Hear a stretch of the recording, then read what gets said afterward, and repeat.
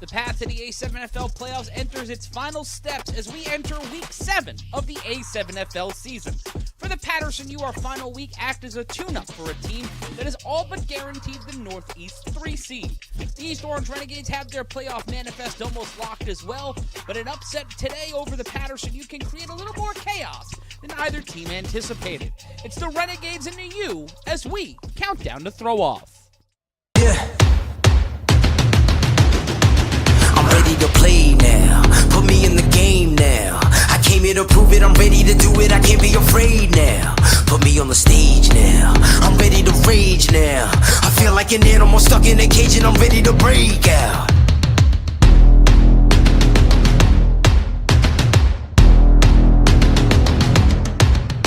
Welcome to Countdown to Throw Off. I'm Matt Ryan. In just a few minutes, LJ Smith, Corey Hammond, and Big Rob Fabian will be calling the action as the Paterson U look to take on and defeat the East Orange Renegades here in Asbury Park. But before we head into the playoffs and Week 7, let's take a look at what is the A7FL. The A7FL is 7-on-7 football. No pads, no helmets, all action. And we got rid of the kicking in the A7FL. Instead of traditional kicks and punts, we have the 3-on-1 throw-off, an untimed down. That is the most exciting play in football. And when you score a touchdown, you have the chance to score a 1- or 2-point conversion with a scoring play from the 5 or 10-yard line. And we have 26 teams across the A7FL, and that's going to be culled down as we enter the playoffs, all of them looking to head on over to Anderson Automotive Fieldhouse on July 23rd, where you can join us as well a little bit later on in the broadcast. We'll have info about tickets going on sale today for the 2023 A7FL Championship presented by A7FL Nevada. And folks, I cannot wait to head out there and be a part of history with you for the 9th A7FL Championship. Well, let's take a look at the playoff bracket heading into today. First, we got to check right here on the East Coast. Right now, the Renegades are the 5 seed, and they'll be going up against the Silk City Animals in 2 weeks' time in the wild card round. The Paterson U walking into Week 7, the 3 seed, behind the Baltimore Watchmen, number 1, and the Trenton BIC, who have all but locked up the 2nd seed with a victory via forfeit against the DC Buzz. And per the rules of the A7FL, the forfeit will give the BIC a 26-0 win over the Buzz, giving them the 2nd slot in the playoffs. The only way the U can get the 2nd seed and that first round bye is to defeat the Renegades by 69 points.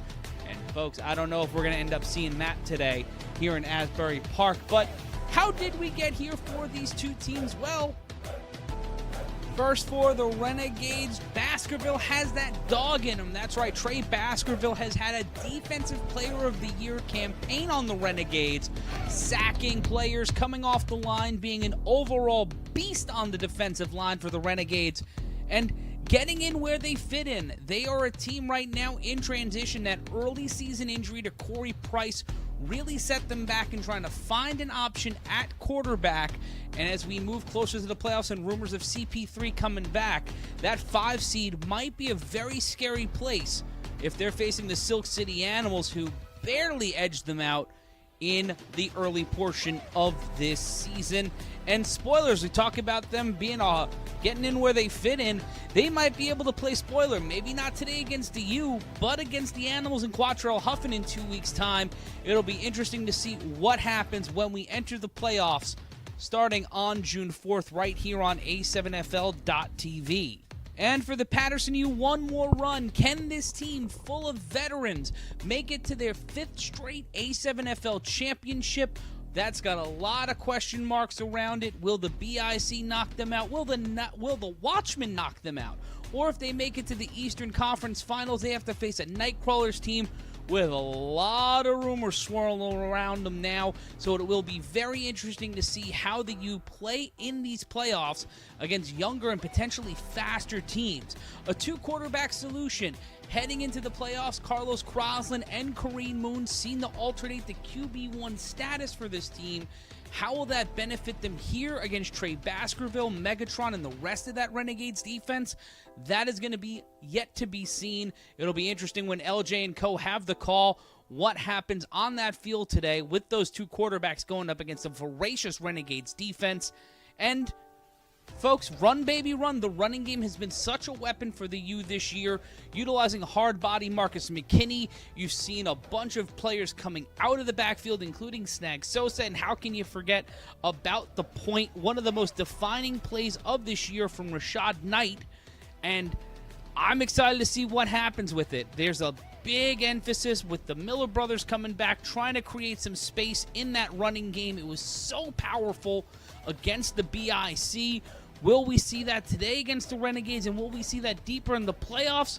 We're going to have to find out on the other side of this. It's time to keep some receipts.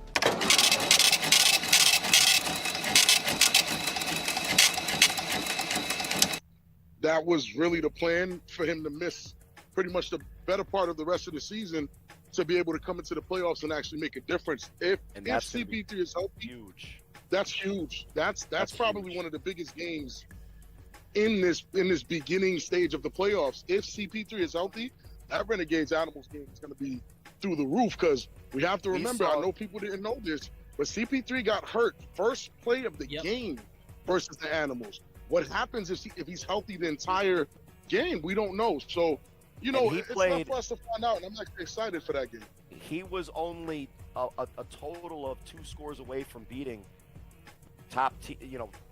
defending champs in BIC and the Huff-led Animals in weeks 1 and 2 when he was on the field, even though, you know, he was struggling with health even week 1. But he was also facing those ridiculous wins too. Don't forget that, you know, everybody at home. It's going to be a lot nicer. It's going to be a lot more manageable when he gets a chance, if he gets a chance. We all hope that he does. And that might be a totally different game, because we talked about how Huff went 2-0 that week. If at the end of the season Huff is 2-1, those 2 victories in that 1 week mean nothing if CP3 walks out of there with a playoff win and Huff's, you know, MVP season tour ends in the first round, which I don't know if I feel comfortable saying, and I don't know if we'll see that happen, but it's definitely a storyline that is a potential. And you gotta stay tuned to the games of the week.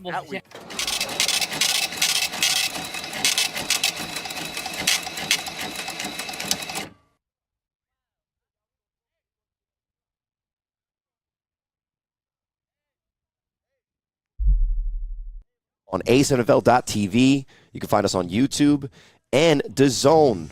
Coming up at 1 o'clock, we're getting ready for the Paterson U taking on the East Orange Renegades in this Week 7 matchup.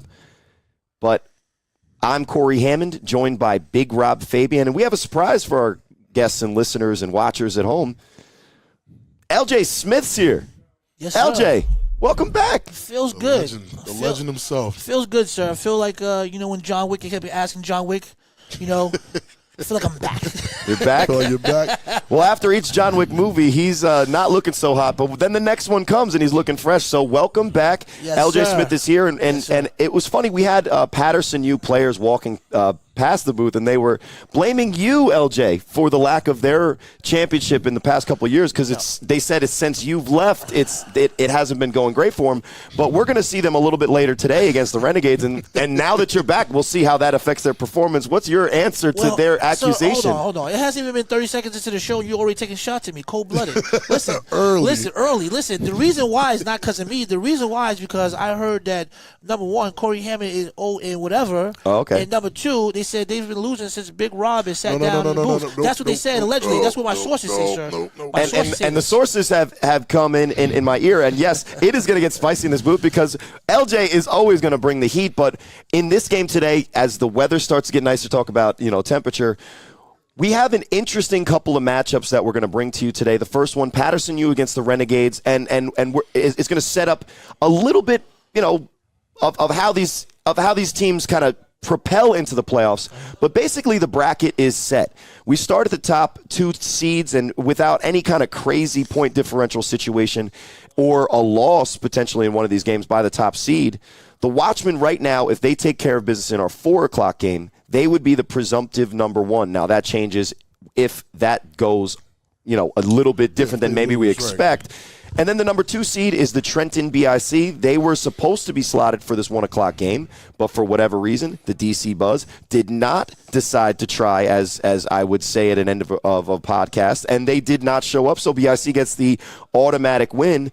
And then that breaks down to the 4-5, 3-6 matchups in which the Animals will face the Renegades in an interesting rematch of a game earlier this season. We definitely talked about some of these rematches coming up for the playoffs, and honestly, this is exactly how we looked forward to it breaking down, because that Paterson U Shnow Tribe rematch is a lot bigger than most people think. Paterson it's a lot. was only winning by 12 points at the half. Oh, and it's a lot different than it was in the beginning of the season. I would say one of the things that we say about that game is that there's been a lot that's changed for both teams since Shnow week Tribe 1. didn't have an identity week 1. Now, so Tribe has played the whole season. And then that takes us to the West Coast bracket, which would be the Vegas and LA divisions. And that shakes up a little interesting here, too. When we look at it, it's a lot more stacked. 1-4, 1-6, 2-3, 2-5. The 1 and the 2 there are the Aces and the Vibe from the California division. They have interesting matchups there. So the matchups but that 1-4, right here, but that 2-3. 2-3, round 1, possibly a 1-versus-1 situation with the LA Aces and Insomniacs round 2. And that's shaping out. That's a pretty good playoff bracket. It was better than I thought it was. Yeah, and we talk about, the 7 o'clock game is going to be between the 3 and the 4 tonight in the Force and the Kryptonite, and that might shake up some things. If the Kryptonite can make a dent in the Force tonight and win that game, then they're the ones that stick with it plays, and we'll see how that momentum goes.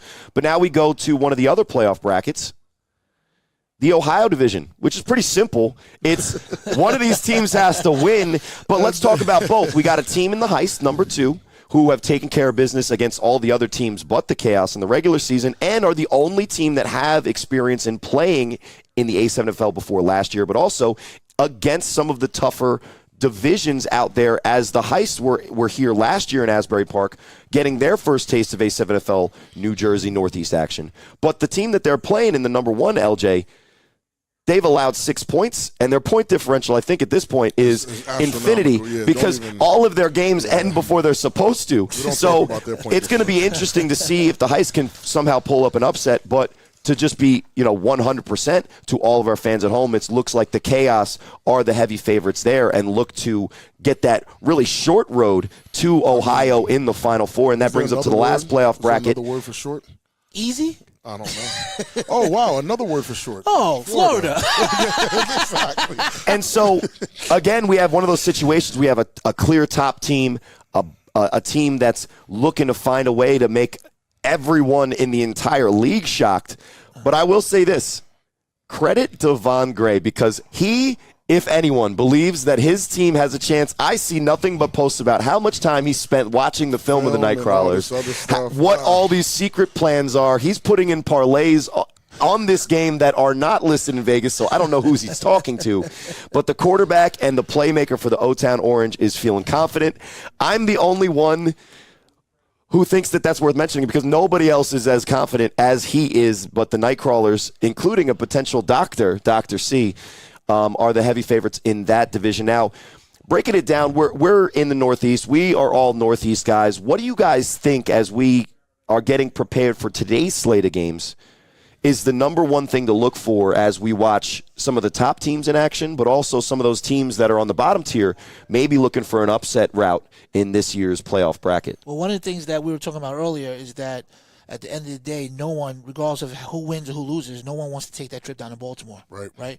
That trip down to Baltimore, it's a different animal, different beast. Ask the Omegas how driving before a game. But the thing is as we talked about it, and we were thinking about the hypothetical scenarios, it's almost impossible. Eventually, one of these top teams is going to take that trip. It's just maybe let's see how we could avoid that. But one of the ways that maybe could make that a trip that the top teams avoid is if somehow your boy, Rob, Jon Keel pulls the biggest upset of his entire career and somehow finds a way to beat the Watchmen. I'm here for it. If he somehow figures out how to beat the Watchmen. And anything could happen because, again, the Watchmen are used to that travel to New Jersey. Like, this is not something that they're new to. But I would hope they don't come in here thinking, okay, let's leave some of the stars at home. Right. Let's just take it easy. It's the Shnow Tribe. Last regular season game. Let's just slide through. And the Shnow Tribe are not laying down. They're here fully staffed. Yep. They're here still trying they're sponsored by Azuna, and they're trying not to stink because that stuff smells great. But my thing would be, guys, is Rob, do you think that the Watchmen are going to bring all the guys? I don't think they're going to bring all the guys, but are they going to bring enough guys to make sure that they keep that number one spot? As long as the Watchmen bring their core guys and those two quarterbacks, I don't see them having too much of an issue with the Shnow Tribe. And so now we're head to the center of Asbury Park Stadium for the coin toss between the Paterson U and the Renegades. And as we were talking about the 4 o'clock game and attendance, you see there it's only Ra in the middle of the field for the Renegades, which some of our reports say is they might be a little bit lighter staffed. Definitely a lot of injuries. It's going to be interesting. When we reach this point in a season and playoff seeding is locked, whether it's the NFL or the A7FL, a lot of times you'll talk about that situation. It's what's better, the rest for your players or avoiding the rust. So what would your guys' take be if you're a Renegades team that really has nothing to game other than pride, playing a U team that's probably heavily favored? Do you bring your best attempt at getting a win against this really tough opponent? Which, let's be fair, if they want to make some real noise in this playoffs, they're going to have to eventually play a team like this. Or do you try to get everybody healthy so you have your best chance against the Animals when round one goes? Well, this is the thing. So I've in football, you play with momentum, right? So yeah, you can sit your guys, but then what if happens then next week? Next week you play. Well, Memorial Day weekend's next weekend, right? Right. Yeah. So 2 weeks. So you're not playing football this week. Then you're not playing football for another week. You're talking about maybe almost a 2.5 week period stretch where you're not playing football at all. Now, let's be fair. From reports that I've heard in them playing the Watchmen 2 weeks ago, they took that week off too. Right. So we're talking about 4 weeks. Yeah, it's about a month. Exactly. So in that situation, it'll be interesting when we see who actually takes the field for the Renegades, what their play is going into the playoffs. But then we also talk about the U. The U are pretty much solidified as the number 3 seed. Maybe some things can go weird and they could get up to the number 2 or maybe even the number 1 because if the Watchmen lose, guys, they have the head-to-head win against BIC, so they would be the number 1. Right. But what do you feel like heading into a Week 7 where playoff seeding is, but you're the U and you're coming off of a game where they've been getting a lot of flack even though they won by 42. You gonna say run-up score? No, you want me to be honest? Yeah. If I'm the U, I lose today. Why? BIC has the head-to-head on Watchmen. No one goes to Baltimore. Oh, and the U, if anything they want, the U, they always do moves like that. They might lose. That's what I'm saying. If I'm the U, I lose today. I just take the loss. You really say that? I think that's smart. I think that's next level smart, and it's way smarter than me. That's what I'm saying. We're going past. And look at the U right now. The U is on a hot streak. If I'm the U, I know I'm not losing for fun, but we got to think about it. If and when the U win today, the U will be traveling at least 3 to 4 times, and they have 6 games to get to the championship. That's a long road. So good question. So Snags would play for the U in Baltimore? What kind of blasphemy is going on over here? Well, he already played against the U and had a pretty good game and had some moments. But here, as we see, the Renegades, and their calling card all season has been their defense, led by their defensive line. You see. That's Dondre Haynes, ladies and gentlemen. And then that's Trey Baskerville, who might be the presumptive defensive player of the year. And as we get ready for the 3-on-1 throw-off, it'll be Chris, it looks like, the quarterback throwing off. And that's Abe at the top of your screen. And who's that returning there? And that's Sadiq Pitts with the return up to the 30. Corralled, and he had a shot. Can he stay up? No, he's down at the 32. He definitely had a shot. He had a shot. You mentioned it. I saw it. He had a shot. He had a full speed headshot. He just eased up. He just put some flowers on him and just. Well, like I said, that's Chris. That's their quarterback that they've had come in instead of our guy CP3. Who's still injured. We'll see if he comes out today. I haven't heard any reports that he's ready to play. I can confirm that he's still injured. I checked on him because, again, this is a great upset game. Hopefully, with this break, that these guys have been taking, they can come into the playoffs healthy, fully staffed, and looking to make an upset. So we'll see too many moves, silky smooth Moon. Silky is back, ladies and gentlemen. Silky. And the two backs in the backfield, Snags, trying to hide, and Sadiq Pitts. Fan favorite right there, my man. Silky smooth. How many moves? Kareen Moon with an inside handoff there. Some good blocking. Ooh. Like that grab around that neck? I know Rob didn't like that grab around I'm not a fan of the grab around the neck. I'd rather just push him out of bounds if that's the case. But Sadiq Pitts on the run gets about 8 yards, and that's going to be the staple whether they come fully staffed or whether it's the first round of the playoffs or it's the championship game. That's a staple for the U. They're just going to get their guys out blocking, get a good, solid, fundamental seal on the edge, and that's Sadiq Pitts just showing that this year he's been one of the top, if not the top running back option in a crowded backfield. Even when the U is not, look, and you notice they not even have their core plays out there. They still, they still look.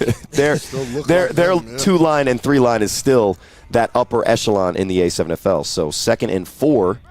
And the fans, you know what the fans came. The fans are only watching to see what Silky's doing. Another inside. Snags finds a seam up the sideline, tiptoes it. Oh, and they're going to call him out of bounds. I'm not sure. I saw that little green space, but I always skew offense. But that's an explosive play from the Maryland native. And LJ, you mentioned what may happen later in the playoffs, but right now, week 7, Snag Sosa right in the spotlight, play 2. Yeah, the refs still think he's from Baltimore. You remember, refs with Baltimore players don't get that jersey love up here. Is that the truth? Now, another shocking development, breaking news, ladies and gentlemen. That's Mike Liberty at the bottom of the screen for the Renegades. Looks like he cut the Vidal Sassoon hair, so I guess he's not sponsored anymore. Ooh, but he gets sealed there. Great block. Oh, and he did step out of bounds, but I wish he didn't. That was an obvious touchdown. Mike Liberty is literally unrecognizable. He is. Like, I had no clue that was him. That's why it was breaking news. Who's that guy? That's really Mike Liberty? And he's playing defensive end in the place of Trey Baskerville, who we're hearing sciatica, which is, feel better, my friend. Very painful, very painful. Kareen Moon after the first down run. 1st and 10, Silky. Fans want to see That's Sherrod Savance is the up back. Handoff to Pitts, and pretty good tackle there from the guy filling in a defensive end for Dondre Haynes. Yeah, even he's half Dondre. That's why he's only wearing number 4. Dondre's normally number 44. The Renegades don't have their full staff, it seems that their defense still plays. Feeds off that same energy? Feeds off that energy. I mean, I don't know how long it's going to last, but these guys are filling in spots for some big names here. We're talking Predator, Trey Baskerville. We're talking Megatron. They're filling in the spots. And, I mean, so far so good? I don't know. See, it'll bring up 2nd and 7. Years ago, it'd been 14 zip by now, right? And Snags at the bottom of your screen. I already counted. There's no Baltimore special coming. They got 7 guys in the right spots. Hand off to Pitts. There's Liberty. Wrap him up. And a good group tackle there. Liberty seals him on the edge. It looked like he had a little bit of a cutback lane, but Liberty able to stop him. And look, short hair, don't care. Yeah, he looks completely different.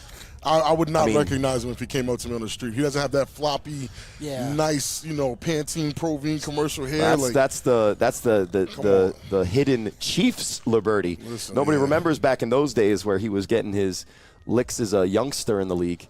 But to bring up 3rd and 7, it'll be interesting to see if the U is confident in their run game that they just go 2 more run plays here on 3rd, or if they go pass. Play action, sir. Play action. If anyone knows. Or Moon keeping it. Exactly. Silky is too dangerous with them legs. Well, and we've been saying it for you, LJ. It's the tight end. Somebody better cover him. Oh, screen. A quick screen over there. And we were both wrong. Quick screen to Snag Sosa. Good play ball on that. Tell me about that. I love the quick screen, but you have to execute it. And what Moon doesn't do it. Well, yeah, I don't like it. I don't like that. I don't like that play. But does Snags have a one-on-one opportunity against our youngin out there at the cornerback position? I like it. The slow start to me is what's frustrating because this is the U. I'm not expecting them to. Rob, you still emotionally attached? No, this is the U. They called me out. He didn't say we all season. Let's be honest. He got the we. He got the we out last season. No we. It was very tough. It was very tough to deal with it. But I'm bring up 4th and 7. You see, Dot Boss declares at the tight end. I'm going to Dot Boss right now. He's the guy. He's the bailout. If Dot Boss don't get the ball right now, it's Moon. It's Moon for a first down run. That's what it is. Or Dot Boss.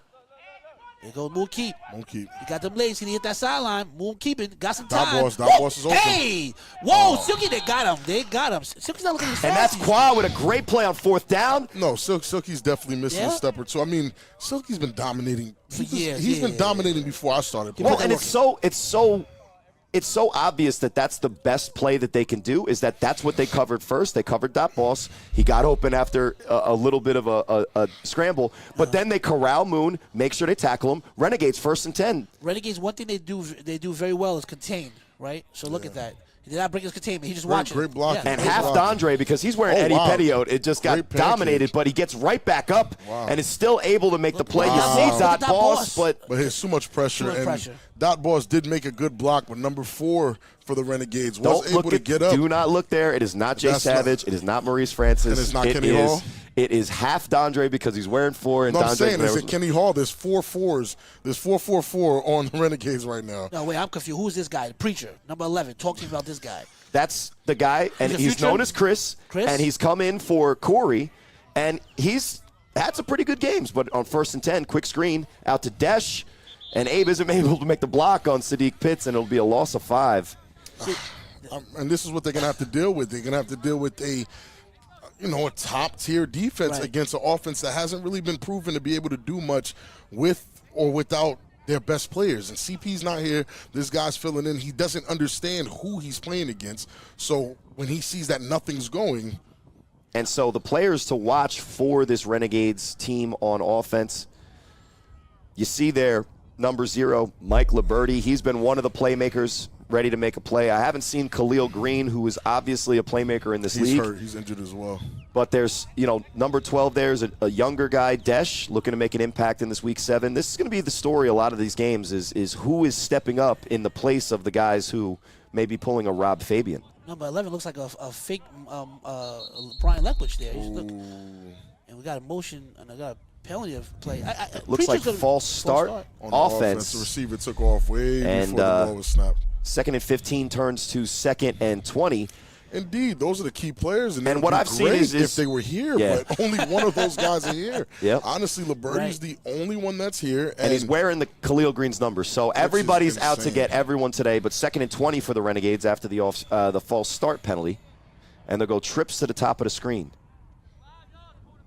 Brian Leftwich will look like right there, number 11 in the shotgun set. He's Brian Leftwich. The other guy is Byron. So there's quick pressure from Fletch. Okay, gets Chris away. gets out. Preacher, slow motion, but he Excuse can me, move. Hey, how's he And doing he's got that? some space. Wait a second. Hey! Okay, Abe with wait the block a second. downfield on Pitts. He ran a And he gas. gets out of bounds. Oh, and I like what I'm seeing from Preacher. I like it. How does he do that? Moving slow, but hitting them with holes. Because I'm guessing he's still a quarterback at the end of the day, and Well, these you can teams tell- have to respect him. This is his first game against a really big name team on a spot like this He big. seemed too calm. Like you ever Very seen calm. Too calm. And he's also big enough that when Fletch, a speed rush guy that's hard to get away from, Oh, that gets Mason in there. shot is nasty.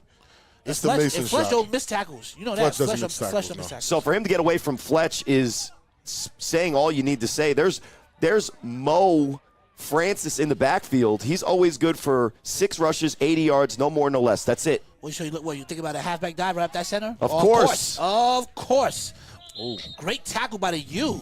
So there's J-Rock one of the met him 6. right at the There's line. one of the 6 carries. So that's going to mean that the rest of them are going to have a Oh, little you're bit plumbing. more of an effect here as the fault line. I mean, is J-Rock met him right dangerous. at the line, man. I mean, that was impressive from Preach.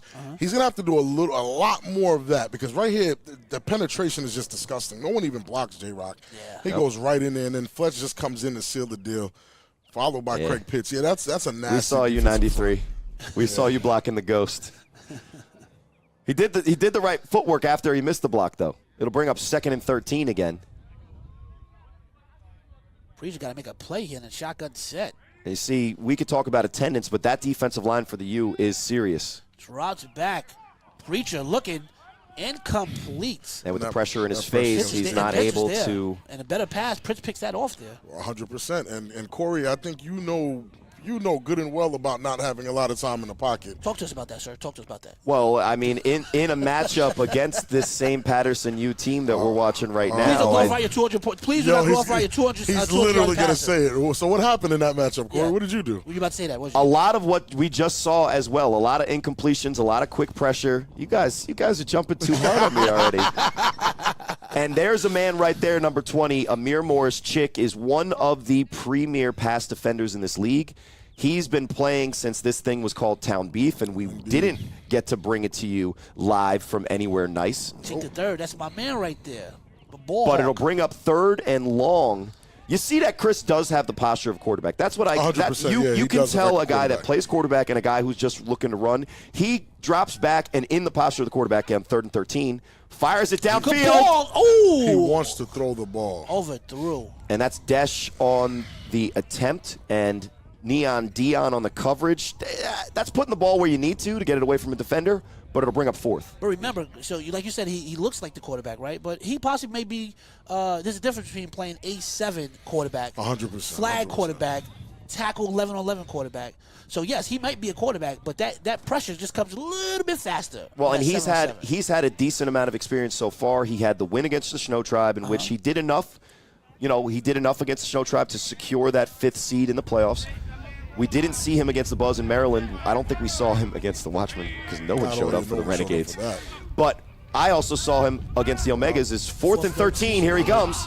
Fires it, and then just the mechanics on the run again down into the dirt. It'll be a decent drive, and both of these teams kind of feeling each other out in the first quarter, but still nothing as the U will take the field 1st and 10. All jabs right now, all jabs. But, I mean, second possession from the U, I'm thinking they're looking to punch somebody in the mouth for And real. Rob, you know what I'm noticing about Preacher? It seems like when he's one of those quarterbacks that when he's in a pocket, once he leaves that pocket, his accuracy it drops tremendously. It drops. Yeah, the mechanics on both of those rollouts.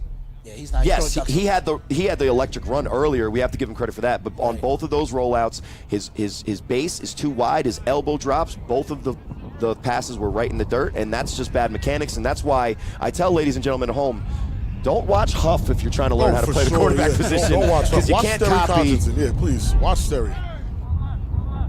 So it'll be 1st and 10. There's the handoff. It's Mayweather up the sideline.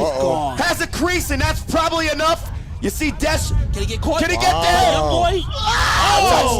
Touchdown. And Mayweather money there, and the U strike first 6-0 Paterson. He just comes in, you give it to the money man, he makes it look too easy out there. I could have sworn I just said that you was looking to punch him in the mouth. If that wasn't a punch, that wasn't a haymaker if I ever seen one. They really wanted to make a statement there. Statement made, 6-0, and then we'll see what they do here. They gave him the score. They gave him the touchdown that 1st and 5. We'll see if they go for the 1 point from the 5. Smart to go for the 1 early. Well, no official score here. Here's the handoff to SJ. Oh, bouncy. And that is either the 1 point conversion or the touchdown. It'll be interesting. And so that is the conversion. Again, in the A7FL, there's no kicking. That's a 1 point conversion from the 5. And you see here the touchdown. Excuse me. This is how they take the lead. We'll see if he goes out of bounds. We're still getting clarification. Nope, he stays up. Regardless, it's 6-0 here, and we're going to get the extra point. SJ's run was the touchdown, and that's a great play, regardless of whether it's a touchdown or a long run by Mayweather, and that just shows you the bread and butter of the U are to make a seal here, seal there, and give it to one of these great running backs in the backfield. We've already seen 4 guys carry the ball, all to great effectiveness, and that's going to be something that the East Orange Renegades have to stop here quickly. But to just touch base, that was the touchdown on the last play, and the U will be going for the 2. Mr. The Point himself, Surf, Rashad Knight at quarterback, going for the 2 point conversion from the 10 after the touchdown. Oh, my. Gutsy call. Gutsy call indeed. Well, let's see if he can make another amazing highlight. Passes to SJ, and just not enough. A little bit behind him, also dropped, but it'll be 6-0. You know the rules. It touches him. SJ, SJ got to. And since LJ's here, what does that man owe? He owes me my push-up, sir. I'm following up at halftime, sir. Respectfully. And you got a lot of you players still got tallies for years and years. I need to collect, sir. So here's the replay once again as we cut to break coming up. Just a great quintessential U play. You got the seal from the offensive line. The fullback takes on the runner. SJ made a great block. And shouts out to the young man on the Renegades that was actually able to get the great angle and hawk him down. Yeah, Thought he was going to run into the ref. But he hawked him down, and then look what he did. He played two-hand touch with him. Hey, here you go, buddy. Well, he did enough to get Mayweather out there, but they didn't do enough to stop them from scoring on their second drive, and it'll be 6-0. Mike Liberty back for the 3-on-1. I'm Corey Hammond here. Big Rob Fabian. Surprise guest LJ Smith in the building. Yes, sir. And that's kind of what we expected to see from this game, but 100%. after a couple of decent plays from Chris for the Renegades, it'll be interesting to see what their answer is, as it'll be Neon Dion here on the throw-off. And they got Lombardi on the return right here. They need to stop playing games, Renegades, on the 3-on-1.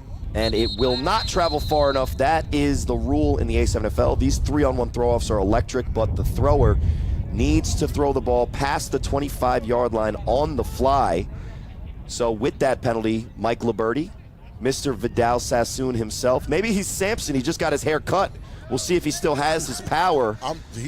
Liberty looks like he has somebody pregnant and he's going through it. Like, he doesn't look like himself at Oh all. my goodness, you are reading a lot into a haircut. When I get my haircut finally, I do not want you to say the same thing. Here's Liberty on the return. Liberty hit that sideline. Stop Puts one. the brakes. Can he go back? Spin circle. Wow. And the physicality with Liberty is always there, but the speed is matched by Neon Dion, SJ, and Snags on the return team. That's a tough team to return against. It is. But it's a good return as he gets close to the 50. Those return skills. Because now that we've seen over 100 returns, there's certain things we look for. Certain attributes. Yeah, if you're a straight line runner, I don't think you're going to do well. If you don't have any huss in your ankles, I don't think you're going to do well. Let's be fair. There's plenty of Ryan DePaul pulled highlights of Mike Liberty hussing people. It's not that he doesn't have it. Liberty has it. Yeah, Liberty has it. Khalil Green, who's missing from today's action so far, is more of that guy. But it'll be 1st and 10 for the Renegades. The preacher here, got to make a play. And J-Rock showing that he's so quick, he's illegal at times. He'll be offsides on the defense. I really do want to give Chris, the preacher, a chance and really allow his game to develop right here in front of us. Not be too critical on bad throws on the run, because I'm not saying this is his first game, but he's playing against the U today. He needs to stay in that pocket. Then he does need to stay in that pocket, and when he leaves, just run. Yeah, just run. Yeah, stop looking to pass. So it'll be 1st and 5 for the Renegades. Handoff to. There's Mo. Francis. Bang! Okay. Sadiq's not here for it. Listen, Sadiq met him. He said, I like the contact. He said Sadiq met him right there. And Rob can help me on the Naruto reference. I know a lot of anime. I don't watch Naruto. No, that's definitely an Akatsuki do-rag, which is insane. But it'll be first down after the great run there. About 7 yards on a run. So great little bit of a overstatement, but you get the first down, you move the chains, and you continue whatever the answer will be for the Renegades. If you're the Renegades that stayed home today and you're watching your guys out there give a valiant effort, shame on you. 6-0 first quarter, do you feel like you should have been there? Here's the jet sweep to Mike Liberty, and there's nothing there. Cuts it back. He's not afraid of the middle of the field, but it's still Pitts. Craig Pitts bulldogs his way to a tackle at the line of scrimmage. It'll be 2nd down. Rob, talk about it again. Say it again. If you're a Renegade player, if you're a Renegades player, like you're watching this first quarter, and you see that your team is only down 6. Now you're at home chilling. You're chilling. You're not actually hurt. Maybe you scratching your knee, drinking iced tea with some fresh ice and a lime. You might even be the sideline watching the game. You might. Do you feel a little guilty about? You feel a little guilty about leaving your guys out there like that, playing against the almighty powerful U, right? Wait, do you? Well, and it's not like this is a different group of the U. That's J-Rock, Pitts, Burton. I mean, there's other guys that come in and play for the U. But the hitters are here. They're here. They're here. They may not have 50 deep as normal. And especially if you're going into the playoffs and you want a real shot at actually making some real noise, maybe the better move was to play this team honest and gain some momentum. the Omegas were really excited about a 22-point score. If the Renegades kept it close, that might have vaulted them into the playoffs second down. What does Chris have? Preacher got the pressure. Oh, Lord. Woo! I don't even have any idea what happened there, but He said it is absolutely a sack. He ran to the sideline to avoid that contact. He got to him right before. And he Well, curled up. I mean, Fletcher missed on the initial rush on Preacher there, and he got the run. They have not let up since. they have not. Yeah, they're not. This is the having pass a rush you Preacher. expect to see. Wait, whoa, wow. I don't know if you guys remember when I did the table, I used to call, I forgot what I called the Benson plays of the week. Right. The running back just now tripped on the turf monster. That's your man's right and there. completely messed up that block and actually allowed Preacher. So let me take it away from Preach for a second. That's a terrible block. Yeah, man. it started with yeah, two that's a offensive terrible linemen. block. It ended with a sack, and that's 6-0 first quarter. Your score here, Asbury Park. We got a game, and we got two playoff teams seeing where they're going to line up. You know what's good We'll about be this, though? back right Okay. after a quick break, and Rob's going to I'll let preach you know to what's good you, about it. ladies and gentlemen. Corey Hammond, Big Rob, and LJ will be back. Yes, sir.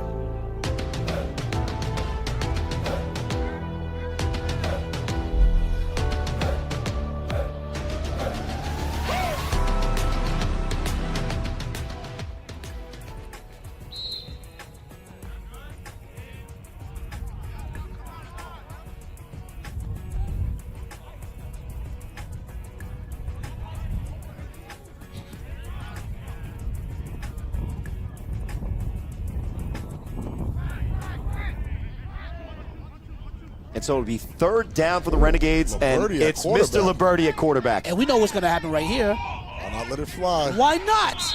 Well, that's maybe why not. And when you put a running back at quarterback, what do you expect when he gets quick pressure and I mean, nowhere they're to run? coming after him. Send he under smoke. I'm Yeah, sending they- everyone at him. yeah, He they're can't coming throw. after him. They're like, It's not that okay. he can't throw, it's that he doesn't know how to get the throw off in a situation yeah, where people the- are bearing down on the him. And the smartest entire thing- game plan on that play probably was, all right, I'm going to run it. I'll get the but first the down. smartest thing to do is if he's a runner, Right.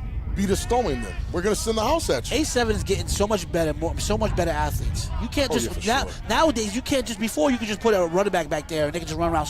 No, now you got real DBs, Especially against a coverage. team like the U, Exactly. which is one of the best, if not the best team that we've seen in the history of this league, the best franchise. Few And it'll injury be reports. 4th and 18.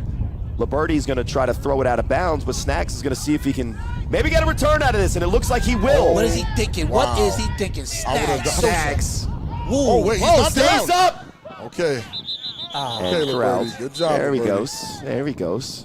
And Rob, you have a little bit of breaking news after you made a declaration I mean, just speaking to some of the Renegades. Listen, I'm getting a lot of information here. You know, Well, probably some hate on me, but other than they that- said you look like the Tick, the blue superhero guy, the Tick. The new guy, the new On ticket- Amazon, on yeah, Amazon. I don't know that. They said you I don't like watch the that Tick. show. That's I don't that's watch a it parody. yet, but now I'm going to watch it because I know wanna that he see- talks like this. Yeah, you kind of talk like that, but they're saying that a few of the Renegades guys in there saying they had toothaches.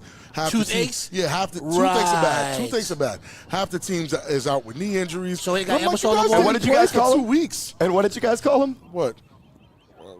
Westbrook, which is Westbrook. high praise for Westbrook. my guy. So it's just a Mike coincidence. Rose Hendricks, It's just- I who mean, obviously is apologizing. From what I heard, you guys, a lot of the guys didn't show up to the Hmm. Watchmen game. No one played last week, and you guys not. That's 3 weeks and 4 weeks. So guys, you you better guys be know healthy the for the season's playoffs. still going on, huh? Better be healthy for the playoffs. That's all First I'm and saying. 10. The U are here, and there's Dion on the crack block. Silky. Good pass and the dot boss, of course. The dot boss. What a pass and what a catch. Corey, you like that. I know you like that. I love it. And what you have to see is when Dot Boss is on the field, and we got LJ in the booth, you got to throw it to him to let him Keep do that, man. Let the LJ do his patented thing, man. Patterson, of course. But I talked to Dot after the last game he played against Omega's 1st and 10. Here's the hurry up. And it seems like the refs are like, hold your horses there. And a timeout from the Renegades. I mean, they're trying to figure it out now because the U have unleashed the dragon, so Right. to speak. So here, and the entire game plan for the U is that heavy play action. And although there's quick pressure on the quarterback, when Big you angry don't can't cover, guard Dot, you don't bro. cover the best option That's on insane. a bootleg. Yeah, You're just no. lucky to get him down. But I talked to Dot Boss after the game, and he said that the Omegas game was maybe the worst game of his life. And here are some of the key players for the U guys. The ball, literally. Yeah, the first play of the game, and he was excited to get that 3-on-1, but I was happy to throw that touchdown play Patrick Coburn, who I have not seen yet today. Mims, who I haven't seen yet today. There's Ski Johnson. Another inside handoff. And they gotta cover Dot Boss. So Sadiq Pitts There it is. finds some space, and that's the same look that we saw Mayweather break free. He's able to cut back after he breaks the first 2 levels of the defense. But guys, when you go bootleg on the play before, and Dot Boss is wide open, a defender runs with Dot Boss and leaves an open lane for the cutback, and 1st and 10 for the U. You guys ever go to the gym and, your trainer or whoever you're working out with say, hey, guys, give me 2 minutes on the warm-up on the treadmill. That first quarter, in my opinion, is what the U did. Yeah. A quick 2-minute warm-up, and now in the second quarter, they look like a completely different team than they did in the first quarter. Well, they look like the team that we expected to show up today, whether it was their first line of guys or their second line of guys. Sadiq Pitts is nobody's second string. That'll be 1st and 10. Another inside handoff here. Some good blocking. And- Big Angry can't get. Ooh, Whoa, hey! wow. There's a flag on the field. Whoa! And the ball's Ball out. came out. Hold on. And this now. could be a touchdown. We'll Hold see what on that now. flag is. Mr. Finesse got that speed there. Ooh, But Dot Dot- Boss makes sure it doesn't Dot turn gets into back. points. What's that flag on the play? We need to see that. And Jay Savage is really He's excited for a excited. You've play seen it. that he was not involved in. Jay Savage. It's always your man. It's always Listen, your man. always- that get listen. hyped. Well, you got to have a If man he's that's not ready hyped for for it. me like Holding that- offense. The penalty is declined, and that fumble will stand 1st down for the Renegades. That's tough. As we were just about to praise how great Sadiq Pitts looked, and on that play, a lot of guys not blocked, and he had the speed, as you Take a see look what here, happened. to He's cut back protecting and the get some ball here. space. So But it's what that happened? extra, Flag right here. it's that extra effort at the end. He's fighting through. Credit the Renegades. User. Look at Where that is it? user. Wow. User. Oh! I saw that knee. Uh-oh. I don't know. We'll have to go back That- because that was not yeah. caused by a U defender, right, Whoa, guys? whoa, whoa. That's But he come on. touched So down. the knee touches down, but it was not pushed down by a U defender, so we'll see where they spot the ball. Plus, they don't see the camera like us. Their And families it doesn't are look like the U is going to waste a timeout to challenge, Does so it'll Big be Angry Chris, have a twin? the What preacher. just happened? How's there 2 Big Angries? There's Well, two there's a big angries? angry, and then there's a big, relatively upset. 2 big angries? Big Angry and Big Upset are on the line. The preacher got to make a Large, play. relatively upset is playing center. Big angry at the top of your screen, playing the tight end. Oh, Big preacher, Here's he got Chris time. ready to rocket it Chris has downfield. time. Oh, my goodness. And, Chris had too much time in the pocket. Too much There's time. Bates. And one of the things Tap I outs. always felt guilty about as an offensive lineman is when I missed that crucial block that knocked my quarterback's timing off. Where now if someone's coming, he hesitates, or he's like, oh, is the block there, is the block not? Once I knock my quarterback's timing off, there's nothing that makes me feel guiltier Right. as an offensive Well, lineman. there's nothing that makes me feel more jealous than over 2 seconds in a pocket, Right. and that was plenty. That was plenty of time. If you can do the Peyton Manning, or to go off what you were saying with Byron Leftwich, if you could do the Byron Leftwich, and this is Brian I thought it Leftwich was now, Brian. if you could do the Byron Leftwich bounce in the pocket, you can Right. get to Flat second time. read, third read. So you should be able to maybe find somebody, or at least have that inner and he's clock to get it reading off. without the bounce. Like, if you watch Chris, he Well, we'll has see the if he's reads, reading. but no See. bounce. Took a shot. There's Qua on the jet, throws it wow. downfield. Ooh, and that's Kenny snags. Prelude. Is that Kenny? That's Pitches Kenny it Prelude. to Chick, and Chick is looking for Uh-oh. points. Chick is Oh, third. my goodness. Chick, Chick, he lost a lot of speed. Chick We'll is see right what the there. penalty flag is. Yeah, I know he's bad. Chick didn't lose speed, man. He's just out there chilling, Chick- man. Take that thing- Listen, Don't take that thing back. I remember. He's got listen, awareness hold on 99. He now. don't need Tell him. anything Listen, I over remember 75. Chick and Moon in Right. their prime. Right. Those guys That's have not- lost 1 or 2 steps, and they're still 1 or 2 steps better than He's still the elite. average For player in someone the who's league. never had more than half a step, I still think that those guys are fast. faster than you. And here's the replay. There's the jet motion. Look but how high he jumped up his Burton, interception. who I could get away from. Look at Kenny Prelude going up top. Thank My you, sir. goodness. No one's ever said that Kenny Prelude can't make the play. And then the pitch back. No, but you'll never see. That's said. He's not even.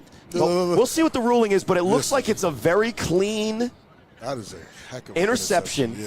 which is clear, and then we'll see where the penalty is. He saved the touchdown too because he didn't pick that off. I think they're going to call on Fletcher the block in the back and hold on 54 Ra, who's always showing a little bit too much. But it'll be 1st and 10 for the U. Call your plumber, Ra. Snag Sosa. I got. Of course. To my man Snag Gotta Sosa. Sosa. Bounce, Snags. bounce. Keep the blades moving. Great run there. What about 7 yards on the play? And we had, and I won't say his name, but one of our guys in the production booth talking about his weight and not being able to play in this league. What's his name, sir? You look, nope. You look at this. You look at Snags. You see there the elite athleticism. A guy of his size. I'm going to be Snags is like 160. 185, bro. That's generous. I'm going to say 160. But Snags he has is no all fear. Snags He's is all one husk. solid muscle, bro. Snags is a muscle. Yeah, period. and it's usually his jaw muscles moving because he talks more than anybody in this league. I guess that's a pause. Backs it up, though. He backs it up, though. I don't Backs it think up. Snags talks as much as you do. Well, I'm paid to. Okay. 2nd and 4. Yes. And Ski in motion. Got to keep an eye on Ski. The most dangerous man in the league. Oh. Good running. Oh, my Ooh. goodness. Have a seat. And that's that counter. But it's just Mayweather finding a seam and getting the yards he needs. If you don't think I would pay for a podcast to see Corey Hammond and Snag Sosa talk for 2 hours, you're crazy. I would love to watch Yes or that. no to the solo cups filled with liquid?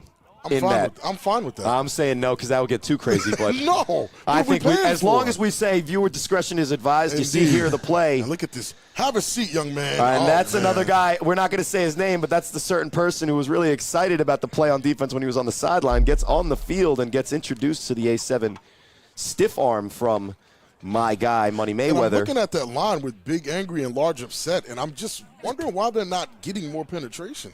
It's Big Angry 1 and 2. Well, there, there's a actually. Miller brother in the middle of the field, Oh, and if yeah. we've seen a Miller brother here for the U, they've been blocking relatively well. Yes. 1st and 10. Entire generation's been protecting the U quarterbacks there.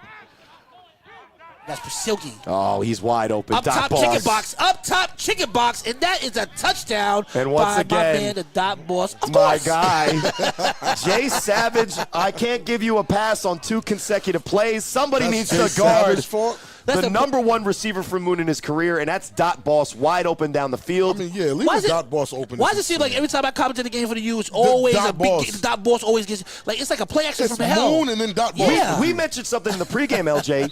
One of the reasons Whoa. that listen, one of the reasons that you are blaming themselves or blaming you for the reason that they haven't won the championship is because when you call the games, But when you call the games, they go to dot boss. Maybe that's what it is. The slant equation there. Yes. But here's the extra point from the U. Again, on touchdowns, you see Rashad Knight It's only a 12-point game though. looking for a It highlight. is. It is. But they're going to go for the 2-point conversion after touchdown. We have no kicking, guys. It's illegal. You cannot do it in this league. You get a penalty if you do it. But Rashad Knight, you get kicked out of the Oh, league. that's big Rashad Knight to you. Oh, and I thought he was throwing it to the ref, but a I good thought play he was there. going to run it in. Seeing Rashad Knight with a truck stick in the end zone like that would have been clean. Seeing him do a John Elway and dive into the end zone would have been another million-view highlight, but that'll bring up another little break. 12-0 here, and if you're watching A7FL on DAZN, YouTube, or A7FL.tv, you can get tickets to watch in person. That's right. Join us, A7FL Championship Weekend, presented by A7FL Nevada, a.k.a. Derek Duncan. And you can find out more at a7fl.com/championship on ticket packages, where you could come and see not only the live action in person, guys, but Big Rob Fabian in the flesh. I knew he was going to say me. He's a big guy. No. He's a See big him guy. on the 3-on-1 podcast. See him in the flesh. Tickets on sale now, and you can get 25% off if you hurry. You really don't realize how big someone is until you sit. You know, I'm a decent big guy. I heard, Once I you hear sit that next a to Big lot. Rob, I hear that a lot. I feel small. One of the guys from the Shnow Tribe was like, "Man, I know they called you Big Rob, but you're actually pretty big." And Ant Live is like, "Bro, why do you think you call him Big Rob?" That's Enormous trying to Rob just sounds weird. Here's the 3-on-1 in Liberty. What a throw. And that throw makes it plenty far enough for the return, and he'll get on his giddy up. Got some agility for that sideline. Has a little bit of space, but whoa. Neon Dion And like Rob with was his saying, patented suplex. the tributes, right? It's there, but even Mike Liberty, I mean, he cut his hair and he looks like he lost his speed attribute. Yeah. Mike Liberty used to be faster than that.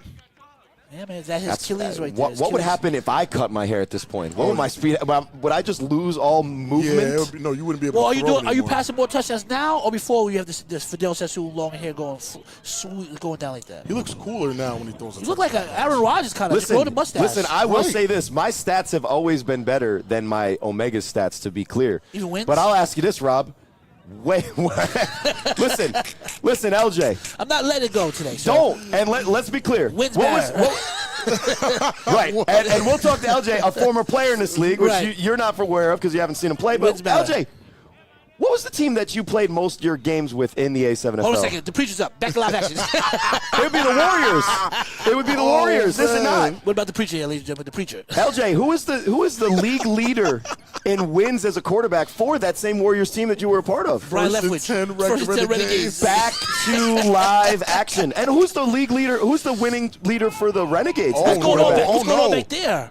Back to live action. Good run. Good run. Whoa. All right, so he's at 3 carries, 22 yards, on pace for his 6 carries, 80 yards that I promised you. I would love to get those stats for real because that's insane if you're right. That was all will. That was all will. Yeah. And back to the most important point as we sit here 12-0, second and about 2 on a great run after what could have been a disaster for the Renegades. Honestly, could have. Yeah. LJ, who's the winningest quarterback in the history of that team you played for, the Warriors? I'll be honest with you.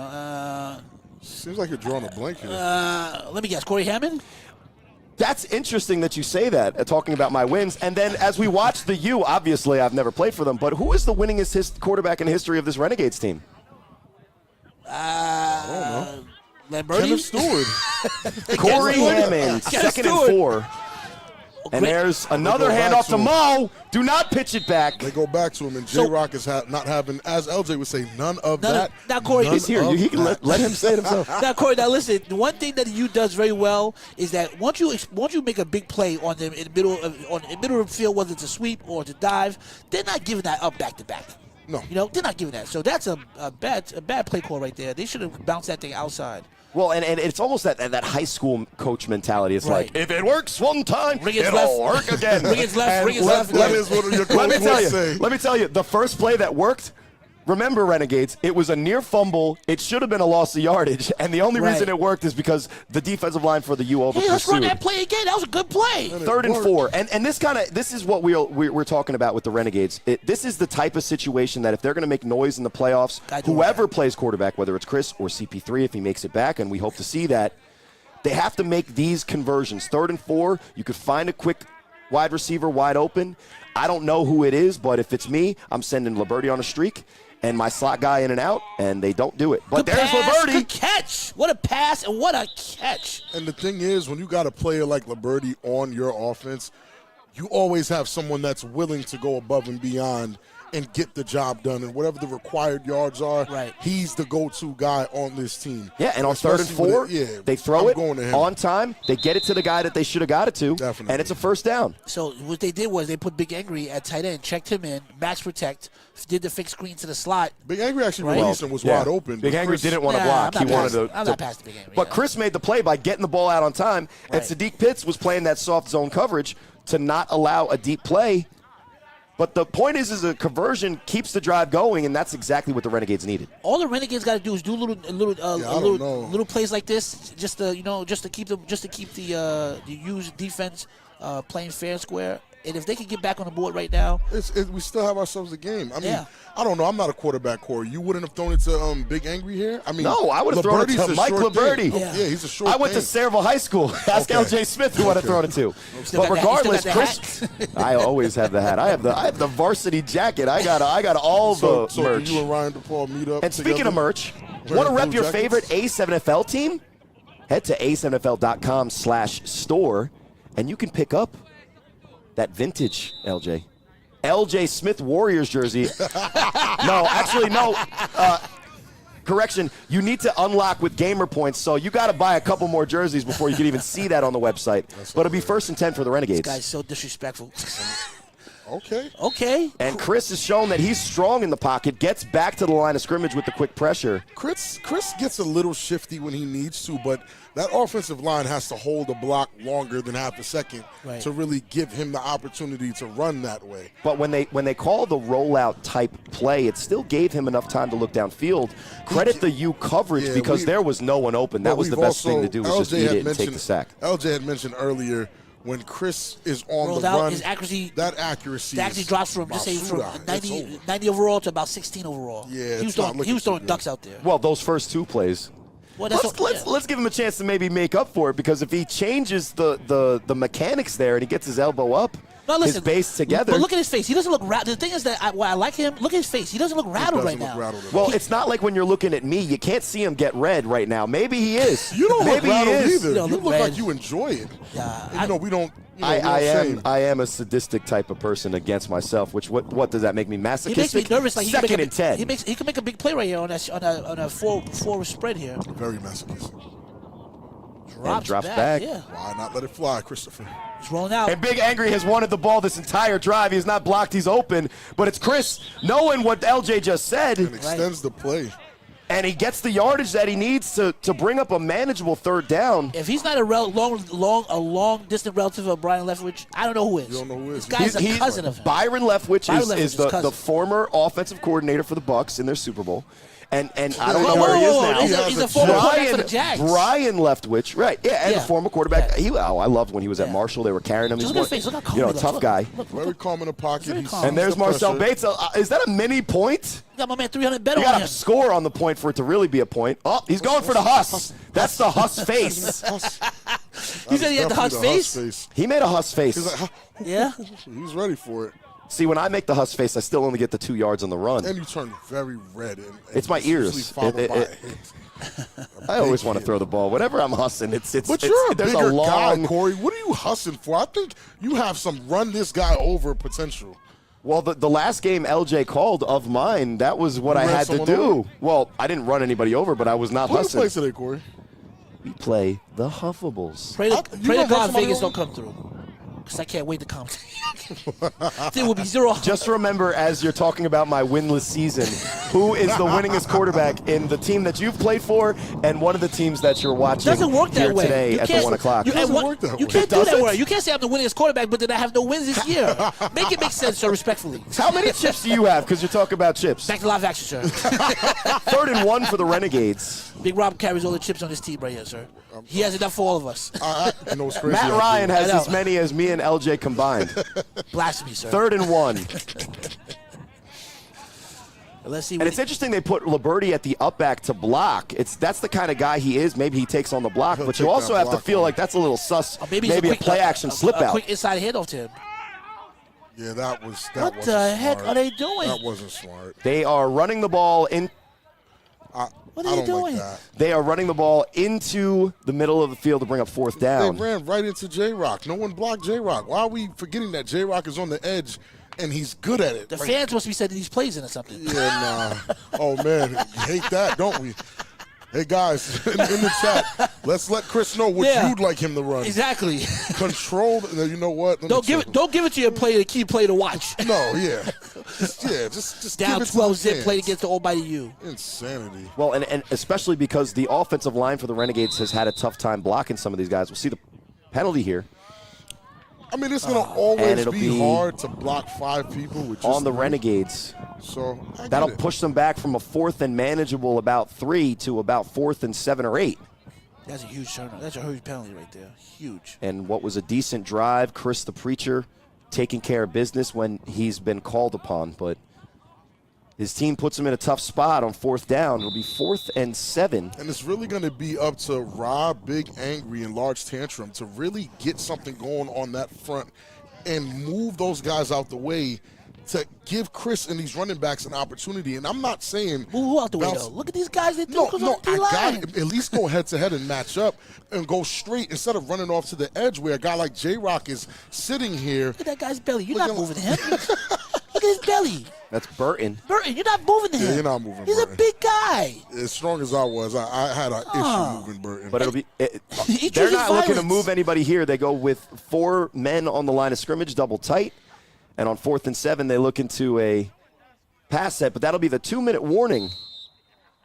Your score 12-0 Paterson in control of this game, but the Renegades driving here. This is the do-or-die play on 4th. Liberty at the top of your screen, covered by Neon Dion. -1 because he takes away your best option. Preacher guy stay in that pocket. As long as he stay in that pocket, I'm liking. Okay, yeah. But it looks like they're bringing an extra man on the rush. Oh, yeah, they're under smoke. This in that smoke. Too much. Too much. He gets rattled under pressure. That's the thing. Well, that U defensive line will do it to you. So it'll be 1st and 10 for the U. And shouts out to Kenneth Tippett, who thinks you look like Brian Cushing before the juice.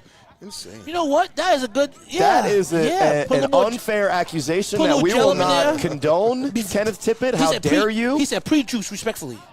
Yeah, he was talking about prune juice. Yeah, prune juice. Yeah, prune.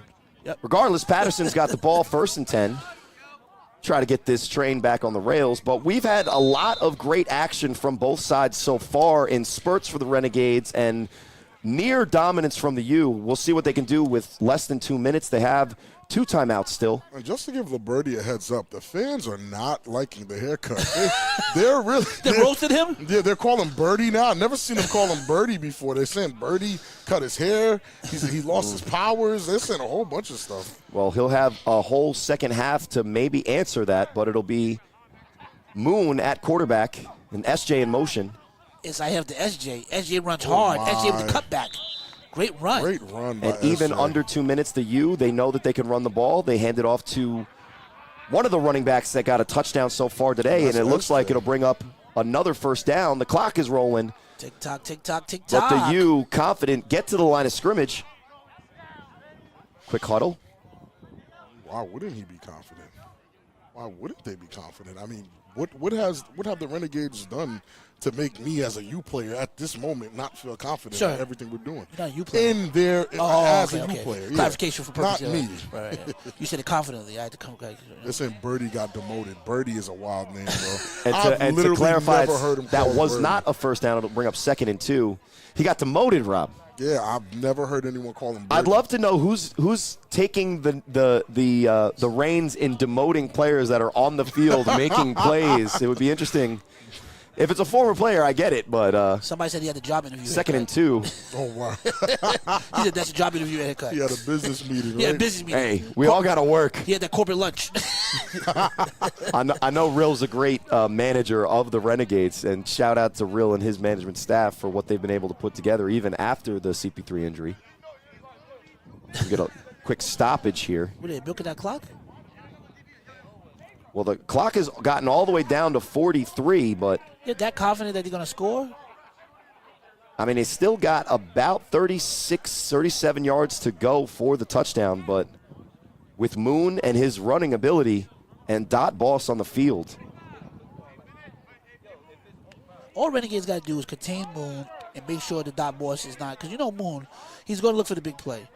Contain the Dot Boss. He's lined up here at tight end with that orange headband there. Control him. Oh, there he is. Dot Boss is leaking. Quick pressure. Moon Silky. finds a way. He's by the sideline and does the smart thing. Stops clock, gets out of bounds, gets the 1st down.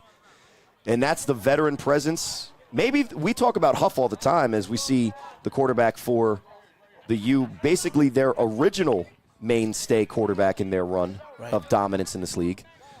But we talk about Huff and his run at the helm for the U. It's all of the success, not most, all of this success.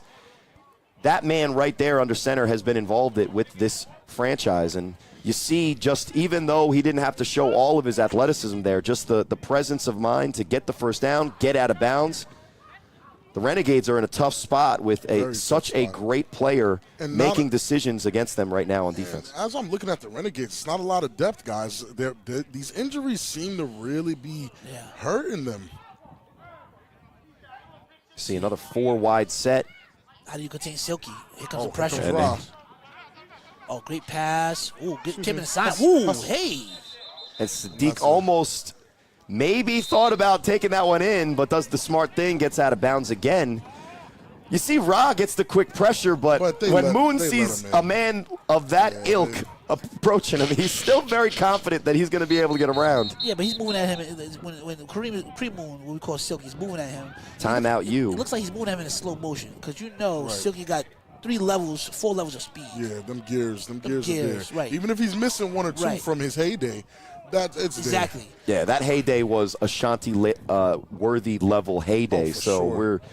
We're not talking about a drop off from the moon. Yeah, well, I'm talking about every time he touched the ball. The literal moon that guy was a saw. lightning bolt in the ankle. Like, he made me look silly a few times. I didn't like playing against him. Yeah, and you're an offensive lineman that didn't play against D-line. I know, I was making a joke. I was going to say that he juked the defensive players you were watching, and he still shook your ankle. You stay taking shots at Rob. That is not a shot. That's not a shot. That is a praise of a great player. First and 10. Corey, thanks. Such a nice guy. Let's talk about Corey. Moon. Oh, wow. Yeah, I'm hurt.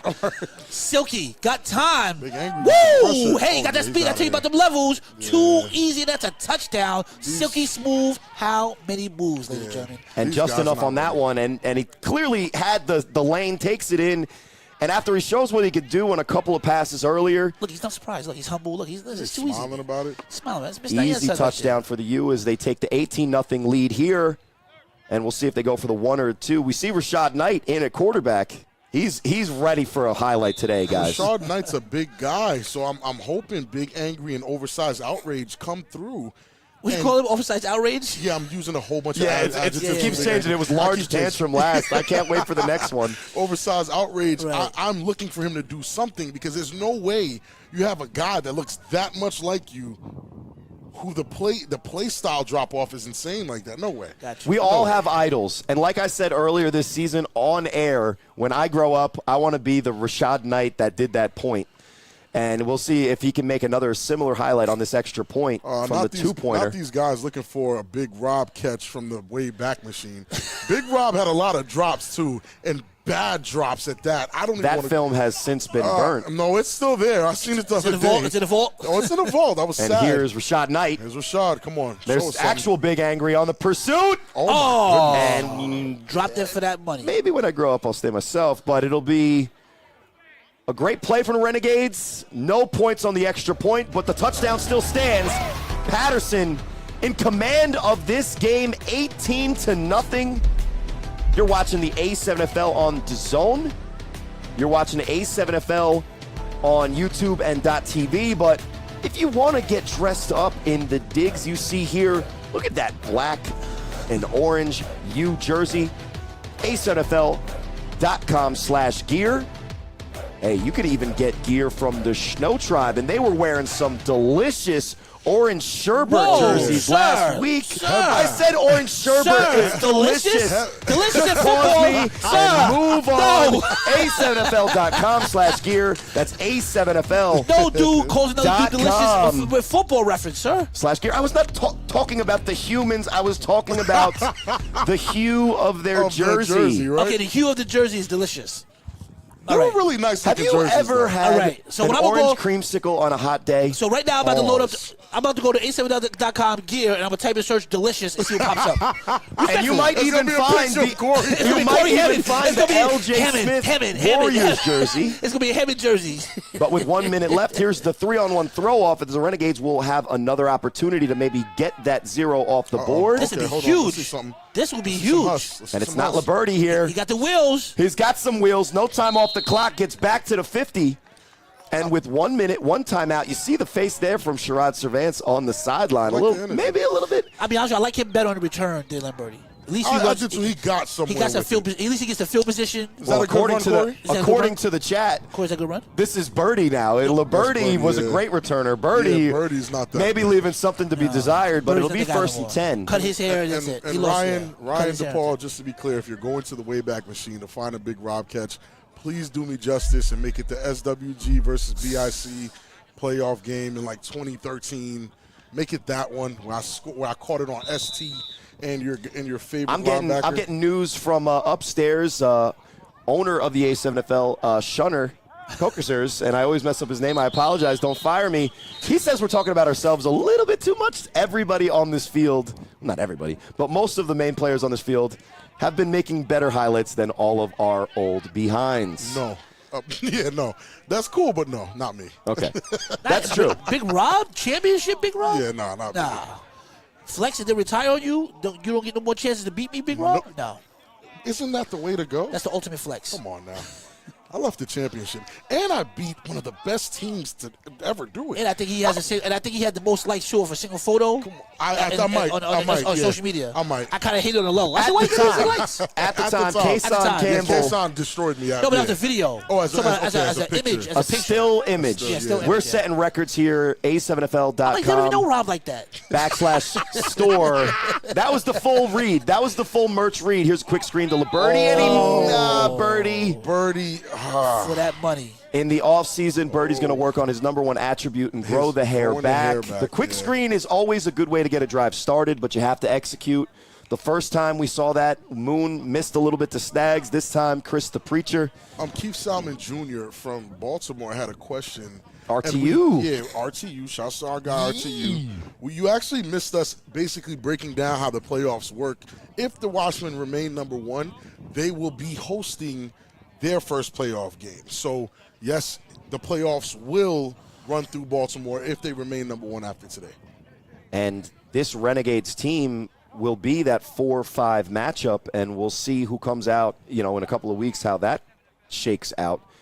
But with the Renegades here, down 18-0, 58 seconds, 2nd and 10, Chris drops back, avoids the Steps first up in the man. pocket. He's got a man, finds Big Angry. Big Angry. He's an angry man. He's an angry. Oh, I And like the way that Fletch, went down. they're going to say that's a horse collar. I think it was. And a big man lives up to his moniker and Yeah, I is not think very it happy was. with the way that he was tackled. He's angry. He's a big angry man. Renegades hurry up to the line. Tick down, tick, tick, tick. 35 seconds Chris left. taking his time. He's only got the one timeout, so it's good that they're hurrying up the line. It's 3rd and short. Preacher got to make up. And I don't know, did Bates jump off sides? He snaps it. No penalty. Quick throw. Gets the first Out of down. bounds. And he's wearing Hambrick, but that is not Brandon Hambrick. Here's the play. He makes SJ miss, has guys all over him, and is able to find Big Angry. And one thing Ryan DePaul loves is this still shot of this angry face. Yeah, I don't like that And tackle. Fletch has the speed and the strength to bring him down. Yeah, I and don't like that tackle. Yeah. Big Angry is upset. he made a polite suggestion to the refs for the next time it happens. Polite?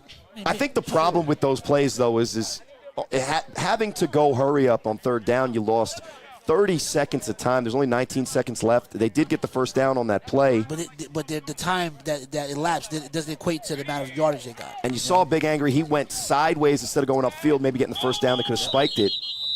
And this play will be whistled dead. Looks like false start J-Rock, on the Renegades. Yeah, J-Rock was able to get Ra to move, and that's definitely on the offense there. Yeah, so 1st and 10 quickly becomes 1st and 15, and with 19 seconds left. We've seen Chris make some pretty athletic plays, avoiding in the pocket, but we've yet to see him make that quintessential quarterback throw. Maybe we see it right here, and we'll get a great shot coming into the half with 19 seconds left. It takes one play, right? We've seen this league. We've seen this in this league. And Bobby Newman, I think, is on this Renegades roster. LJ, I don't see him. Bobby Newman. But if we need one big play, maybe we call. Nope, we're going back too far into the Wayback Machine again. 1st and 15. If I'm Preacher, I'm doing maybe a stop and go with a birdie. Got to make a play. Does he have enough time for the double move? He doesn't. He definitely doesn't. Oh, my Definitely not. He throws it there. Oh, And my it's intercepted. goodness. Dion. Bye. Not only does he take away your best receiver, he takes away the chance at points and puts 6 on the board. That's likely a penalty. He said, I don't care. But I'm we'll all that see. penalty. And unfortunately, Touchdown, Paterson. When they play that replay, you'll see our guy, Sizable Fury, completely whiffed on the block from Amir Morris. The pressure came, and then Neon Dion just did what he does best, man. And that ball was intercepted so quickly by Dion. We were looking to see who caught it. We thought it was a drop. And look, one of the biggest problems for quarterbacks that face quick pressure in this league is when your receivers are not looking back for the ball. Who's he Guess throwing who to? is? Don't you? Neon Dion. Listen, Qua, the receiver there, He's running a route. But if he turns around, maybe he gets a chance to make that play because what could Chris do? There's two guys right on him. He's got to let go of the ball. I think the U is cheating. Be honest with you. They got a DB and a linebacker rushing the quarterback. I mean, that's unfair, sir. That's unfair. Relatively. Chick the third is a DB. Relatively large. No wonder they keep getting pressure. Relatively large range has to do a better job in the middle right of the now field. and putting speed linebackers at the end. You get pressure. Big A, you can't block these guys. No, but it was large outrage. He should have blocked him. He can't block him either. But he didn't even touch him. Craig Pitts and Chick the third on one side and one other. Pick the poison. Rashad Knight here for a 2-point attempt for Paterson. Somebody's gonna be open. Makes the first man miss. Are we gonna get a highlight? Hey! Excuse me. And unfortunately, no. Oh, who's that? A tackler. A tackler. And he looks upset. 24-0. You're watching the A7FL live. Two playoff teams going at it. Defending runner-ups against the upstart Renegades. Let's be honest. Get yourself some A7FL gear, a7fl.com/gear. We were talking about the ways in which you can search, but just search your favorite team. Click on the logo. You can find Nightcrawler's gear. And of course, Paterson U gear. Get yourself a -1 neon Dion jersey. Probably the best number situation in our game. -1 because he takes away your number one option. I don't think it gets more elite than that. Than maybe the hashtag prime time or I got your number Ron Clark jersey. Well, Corey, what about the delicious Shnow Tribe jerseys? I was trying to move past that, but again, if you're searching anything, search it at a7fl.com/gear to find the best merch you can find on a spring football league. It's Snags here on the 3-on-1, and he's going to be throwing it off. The Renegades, things started to turn here once the 2-minute warning hit. Yeah. It's gone from 12-0 to 24 as we see another return attempt. He should have let it go out of bounds, and his feet were out of bounds. He don't know the game enough. He must be. He don't know the game enough. That's the. Yeah. We'll see what the ruling is. His feet touched out of bounds, so even though he was trying to make the attempt, in his mistake, it might end up working out for him. Do you think the U is trying to do something slick along the lines of quote-unquote not mercy ruling early to then attempt mercy ruling? See, you said that the U might do something sneaky and let the Renegades win. I think what the U has shown is that they're going to just play honest football. They're better, and they're going to win. But maybe they are. I don't know. They Something's up. It's just the Renegades so far, they haven't been able. And if the U is trying anything, they would not have some of their best players. And they have a lot of depth on defense, but a lot of their top line players are playing. And you see J-Rock Esquire giving his argument to why the ball should be out of bounds. But it looks like it's going to be ruled the throw out of bounds. And Desh are they going to give it to him? We'll get the return attempt from the 25. So I mean, it makes sense. It bounced out of bounds, even though he caught it out of bounds. He tried to make the bad play, but in making the mistake, it ended up being the right play. When you're down 24-0, get the benefit of the doubt, don't you? Not usually. Thank you, ref. Bully him. Thank you, ref. Oh my We'll goodness! see Sherrod's advance with the elite speed. That 40 time crazy. Here's the return. I like Snags with the initial pressure. Gets his grip. Woo! Finishes the play. All right. Snags don't be playing. He said that's how we play out here in Baltimore. He lifted that boy up top. Snags has absolutely earned his New Jersey pass. He's not going to accept it. He's a Baltimore through and through guy, but he's earned his stripes, and he's made a lot of great plays for this U team. So believe it or not, the intensity from the game is actually leaking over into the chat where Carlos Croslin is telling Trey Baskerville, it doesn't matter who was there today, you guys were still going to get smoked. So the U and the Renegades facing off on A7FL.TV, DAZN, and YouTube, but also in the chat on YouTube, we got the U and Renegades facing off in the comments section. A lot of action today. Who's winning in the comments? I don't know. Why did I hear? I think right now the U is winning on the board as I can see. So I don't want to hear nothing the Renegades got to say at home because they're at home chilling right now, eating sandwiches and everything. They can be playing the game. Right. You know? Why did if they all showed up today, this game's different. It's different. You can't tell me it's not. Well, This Yeah. game is what it is, and 24-0. Chris Preacher- looking going downfield. Who's he throwing to on that And he one? finds Kenny Prelude again. Kenny Prelude. Unfortunately, we talk about a lot of the good things that Chris has been doing. That's his 3rd interception on the day. Yeah, at Second this from point- Prelude. Preacher, that must be his man. That must be his man now. Well, it's Preacher on the back of his jersey, but a lot of them have been prayers because he's getting pressure in his face, and we can put those interceptions on the quarterback all we want, but with quick pressure, his receivers aren't getting to the spots where he's expecting. And guess what we've asked for? We've asked for, ladies and gentlemen, a Big Rob touchdown highlight. And there's Nemeth. Shoot. There's Medium Rob. And Here we go. Nemeth. I was there at this game. That is not Corey I Hammond, was by the way. commentating this game. Stop playing with me. Big body. And look how I talk to them after the catch. He's a thin. Look. Because right before that play, they said, they're not going to get the conversion. This is a conversion, by the way. Look how thin Not a Rob is. touchdown. Look how thin Rob is. Look at Rob's waist, too. Oh, His my waistline. goodness. This game is nuts. This game was nuts. And we're going into even more highlights. Wow. This game Welcome was to nuts. ST, ladies and gentlemen. Of course, you know he's going. Why is he playing the Sayreville people though? We wasn't talking about them. We just want Big We just Rob. had bad BIC jerseys. We just want. You got Moose spit. Oh, my goodness. This is educational. You got the wheels and deals. I remember this game. Listen, Oh, my Jesus on goodness. cleats is what you used to call him. Right. I remember that. I used Yep. to argue with on the message boards. Jesus on cleats. Look at Skinny. And Look at as Skinny great- Stansbury. Stansbury and looking. as great as these highlights are, we bring you back to the information pertinent to the game. Oh, There's this chick's Chick. dirt. That's what I was telling you about. That's That a speed. young Yeah, chick. that speed's different. That's speed. That's That different speed's speed. different. That's not 2023 speed. Look at that. Oh, my goodness. Oh, Pure Oh, skills, man. showing skills. wow. And that's Nemeth with a tackle. Wow. First of the year. Things were sticky that year. And those are the you guys on the sideline watching on and rooting against BIC, of course. Of course. Oh, my goodness. And the double pass is insane. Moss. And that's one of the ST. legends, That's if not ST. the GOAT of this That's a entire mediocre thing. play in his highlight, by the Right. way. That's very mediocre for him. I don't appreciate all these Savior highlights. And so we're gonna go back Great out of the sack. past and into the present. What's up, Jay Rolla? But it's 24-0 in this game. The U Big block. Stop playing with me. up pretty big on the Renegades.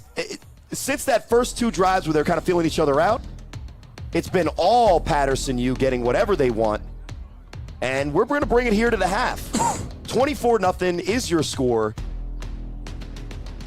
And we'll be back with highlights and more conversation with Rob, myself, and LJ Smith. yes, sir.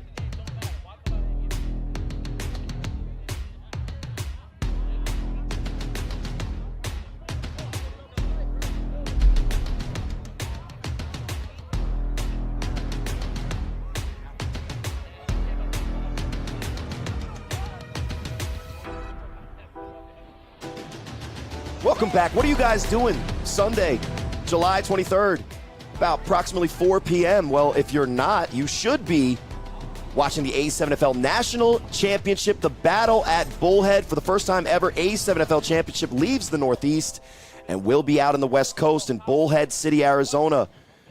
You can get tickets and get packages. And here's a little insider tip. If you use the discount code A7FL Insider right now, hurry. Limited seating is available. You get the 25% discount. And just say A7FL Insider in the discount code at checkout. And you'll be watching not only the most action-packed and live-ist, if that's a thing, because I'm not as good at this as Matt Ryan, but you're going to be watching the longest-running spring football in the history of the universe, and a championship game that will be awesome. Here we are, halftime, Renegades, it's 24-0. Now, we've kind of expected that this was going to be the way that the game has gone. Right. There's the two matchups that we've been talking about, the matchup on the field, which we will talk about in more depth. The fun matchup in the comments section, as some of the guys that are maybe missing from today's game are having a side game in that comment section. But talk about the guys that were brave enough to show up today and be on television. Right. It's been all you after that fumble from Sadiq Pitts early in the fourth quarter. And as much as we've seen from Chris, the preacher at quarterback, making plays, trying to make men miss, that defensive pressure from the U has proven too much. And the 3 interceptions, although they're going to go on his stat sheet, you can look up and down that Renegades roster, and there's a lot of reasons why the U right now are dominating this game. Yeah, it's this is the thing, right? So, first of all, let's not ignore the uniqueness of this league with the chat. Right? Yes, absolutely. So our fans have the opportunity to watch this game, unlike any other league, right? Get to watch this game and literally give feedback on Great players. feedback. Let's discuss, especially from Shasta McLovin. Can we talk about this? They say preacher needs to pray. Preacher could have went to church if you're going to play like this. It is Sunday. Preacher needs Jesus right now. Maybe preacher needs Jesus on cleats that we just saw Boo Smith earlier. Boo Smith, maybe. They said preacher's not praying. So preacher needs to preach to the choir. You know, it's listen. It's preacher, a very unique experience. but it's not easy. So everyone, the good thing about this league is I think what LJ is trying to say is that there's a lot of people with opinions and not a lot of people suiting up, getting on the field. And if you want to be a part of this league, you want to play, guys, at home, you could even get your own division and become part of the ownership. That's another read for another time. Here's the 3-on-1, and Liberty is going to get a free runoff as it does not go the mandatory distance of the 25. And who the chat, as we've been talking about him, Birdie. I just don't like with the haircut. He's not looking the same. And you know what? He hasn't made no plays. He made that one catch. Let's be fair. The haircut or not, if he had long hair, he's playing this U defense. No, but with usually the does players this. Usually does the thing with his hairs and his face. He hasn't done that. It's different. It's different. Well, let's see if he can make a different difference here on the return. He's got the wait a second. Hit that Corey corner. says, haircut or not, huss back and forth. You got to bring me down. And he gets inside the 30, going in. Great return and an answer to the comments and the chat and even the booth. And I think that is Mike Liberty, full name. Ran down and told him, hey, Birdie, they're talking about they're roasting you over there. They're roasting you in the booth, Birdie. What are you talking about, man? I got an interview. I got to get this new thing. Shasta McLovin, I will gladly take my commentary back to the ghetto as long as you're driving. Thank you. And you're not brave enough to play. You're probably not brave enough to drive to where Rob is asking you to take him. Shasta McLovin is probably just a troll who's actually a big fan of us. Oh, and anyone deserves it. It's definitely me. So just keep roasting. We'll keep going. 1st and 10 for the Renegades as Chris, the preacher, looks to get on the better same page that does with. Not look like Chris. Yeah, someone else. Who's this guy? Well, we're going to find out in a second. If you look at the roster that was given to us, it's not correct because he's wearing the same jersey. And wait, they're trying to pull a fast one. They're trying to get somehow with God. It's a different man. We're just going to call him. It's Chris 2.0. With a preacher 2.0. They try to pad his stats. All right, so we have a big angry and a large upset. Now we have a preacher and the reverend. 1st and 15. Well, let's see. As we'll see what the backup quarterback can do for the Renegades against the same U defense, which is getting through immediately and making the play. There's J-Rock, who might have got a flack at some points this year for, whoever he's become in his advanced age in this league. But regardless of what you say, J-Rock has always been a playmaker in this league. I know firsthand seeing him last week. You got to remember, too, this is the same defensive line, right? The same core. They may add some players, but the same core guys. These guys, you're talking about from all this winning history. Doesn't matter. When was the U's first A7FL championship? That was 2013 or 14? 14. The very first A7FL game, the U were the champions. And it is now 2023, 9 years later.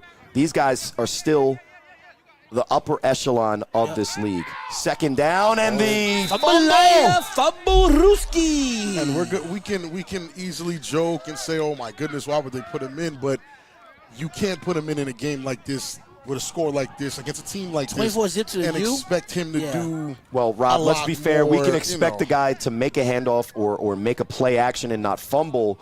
But regardless, even if he was able to hold on to the ball, the reason that the U was able to dive on the fumble immediately is because there is still great pressure from the defensive line that we're talking about. But it'd be 1st and 10 for the U after the fumble. And the Reverend, listen, the Renegades have to go to confession or something. There's something going on. I mean, let's be honest. This is the Renegades B team. Right. This is the Renegades third string guys. How's the Renegades A team doing in the chat against the U's B team? They're doing okay, but again, you're asking backups to play against mostly starters, right? And a championship caliber U team that's getting ready to make a run. And that's what we asked before. As you see the handoff, Sadiq Pitts up the middle, and there's half Dondre on the tackle. Again, you look at the back of his jersey, it says Eddie Pettiot. As a fan of that player, I'm pretty sure. It says Mr. Pettiot Jr. Well, so it's Dondre Jr. then. Mr. Pettiot Jr. But he makes the play regardless of the correction needed on the roster and the back of his jersey. But we talked about it before the game. There's two teams here, both going to the playoffs. It looks like they have two different answers to the question, what do you do in a Week 7 where you can't really affect seeding? The U, they're not doing anything crazy or flashy, but they're doing the same thing that they did against BIC that won them a game against the defending champs as they hand the ball off to SJ. It's power runs, bully ball. It's making sure we get these crucial 8 to 9 yards of carry with whichever running back we feel like it. Moon with the script, pull it out. So they haven't changed anything coming in. It looks like for at least so far what we've seen from the Renegades is their number one priority in Week 7 was to get healthy. We're talking about the guys on the chat, and here's the quick screen on the Maryland special. Air snag Sosa makes the man miss, and is he going to take it to the house? Probably not. But he pitches it to Ski. Lateral there. Definitely looked like a fumble. Regardless, the Maryland guy gets the Maryland special. You always got to count him up. Hey, let's run my play for my And the U with a first down. Man, oh man, is the chat. And Corey, explain real quick the Maryland special, Corey, to the fans. Yeah, because Corey hates. What's the Maryland special? Corey hates explain the for the fans. special. I actually used it against the U last week to get a touchdown. Shout outs to 6. Maryland special is you trick the defense into thinking that the 7th man of your offense is just a bystander on the sideline. That's where Snags was. That's why he's uncovered and able to get downfield. But it just goes to show you how popular that play is that even though he was uncovered and they caught the Renegades off guard, they were able to respond quickly enough to avoid the touchdown. 1st and 10 for the U. Silky. And they go play action. Oh, the most dangerous. Silky. Ball up top. Can he make a catch?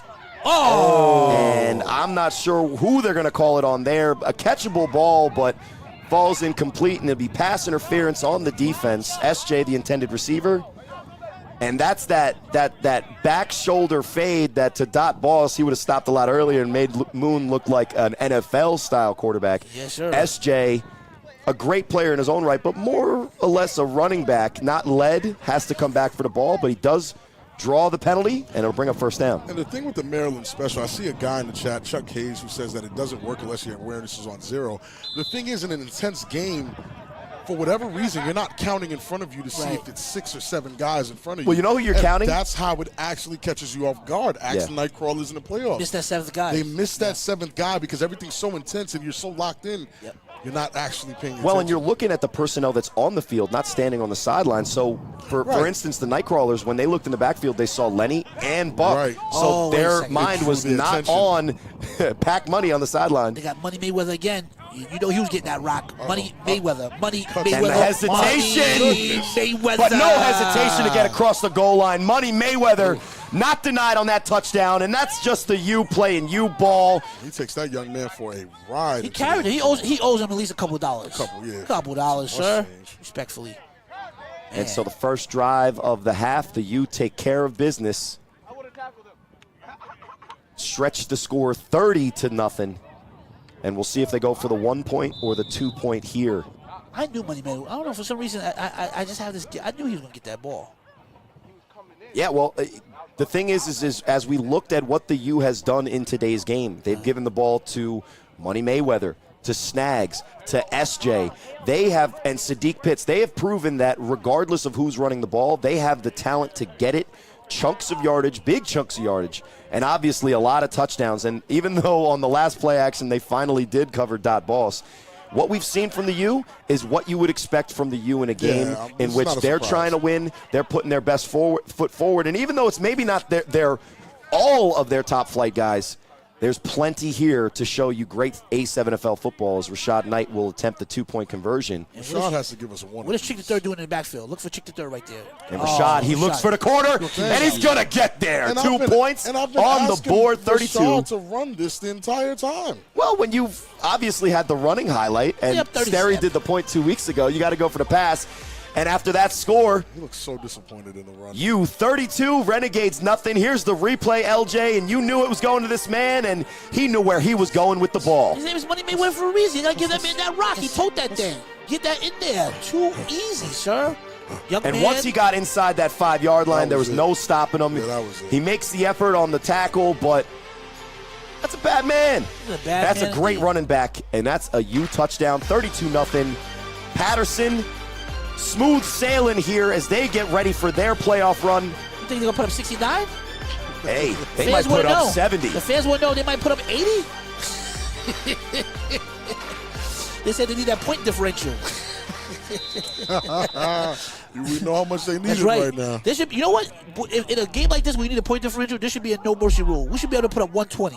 Oh, yikes. Respectfully, I need my points, sir. It's not fair that the Watchmen get 2 games where he gets 60. Where he gets 60 zip. I mean, you have to score to 60 before the fourth quarter. That's right. And what we also have to.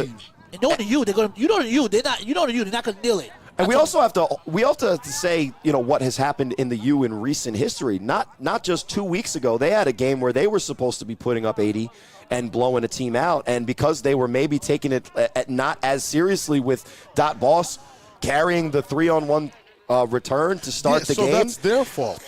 Now they're playing a team in the Renegades that, yes, they're not on the same level as the U, but this is still a playoff team compared to the Omegas, and no disrespect to my guys.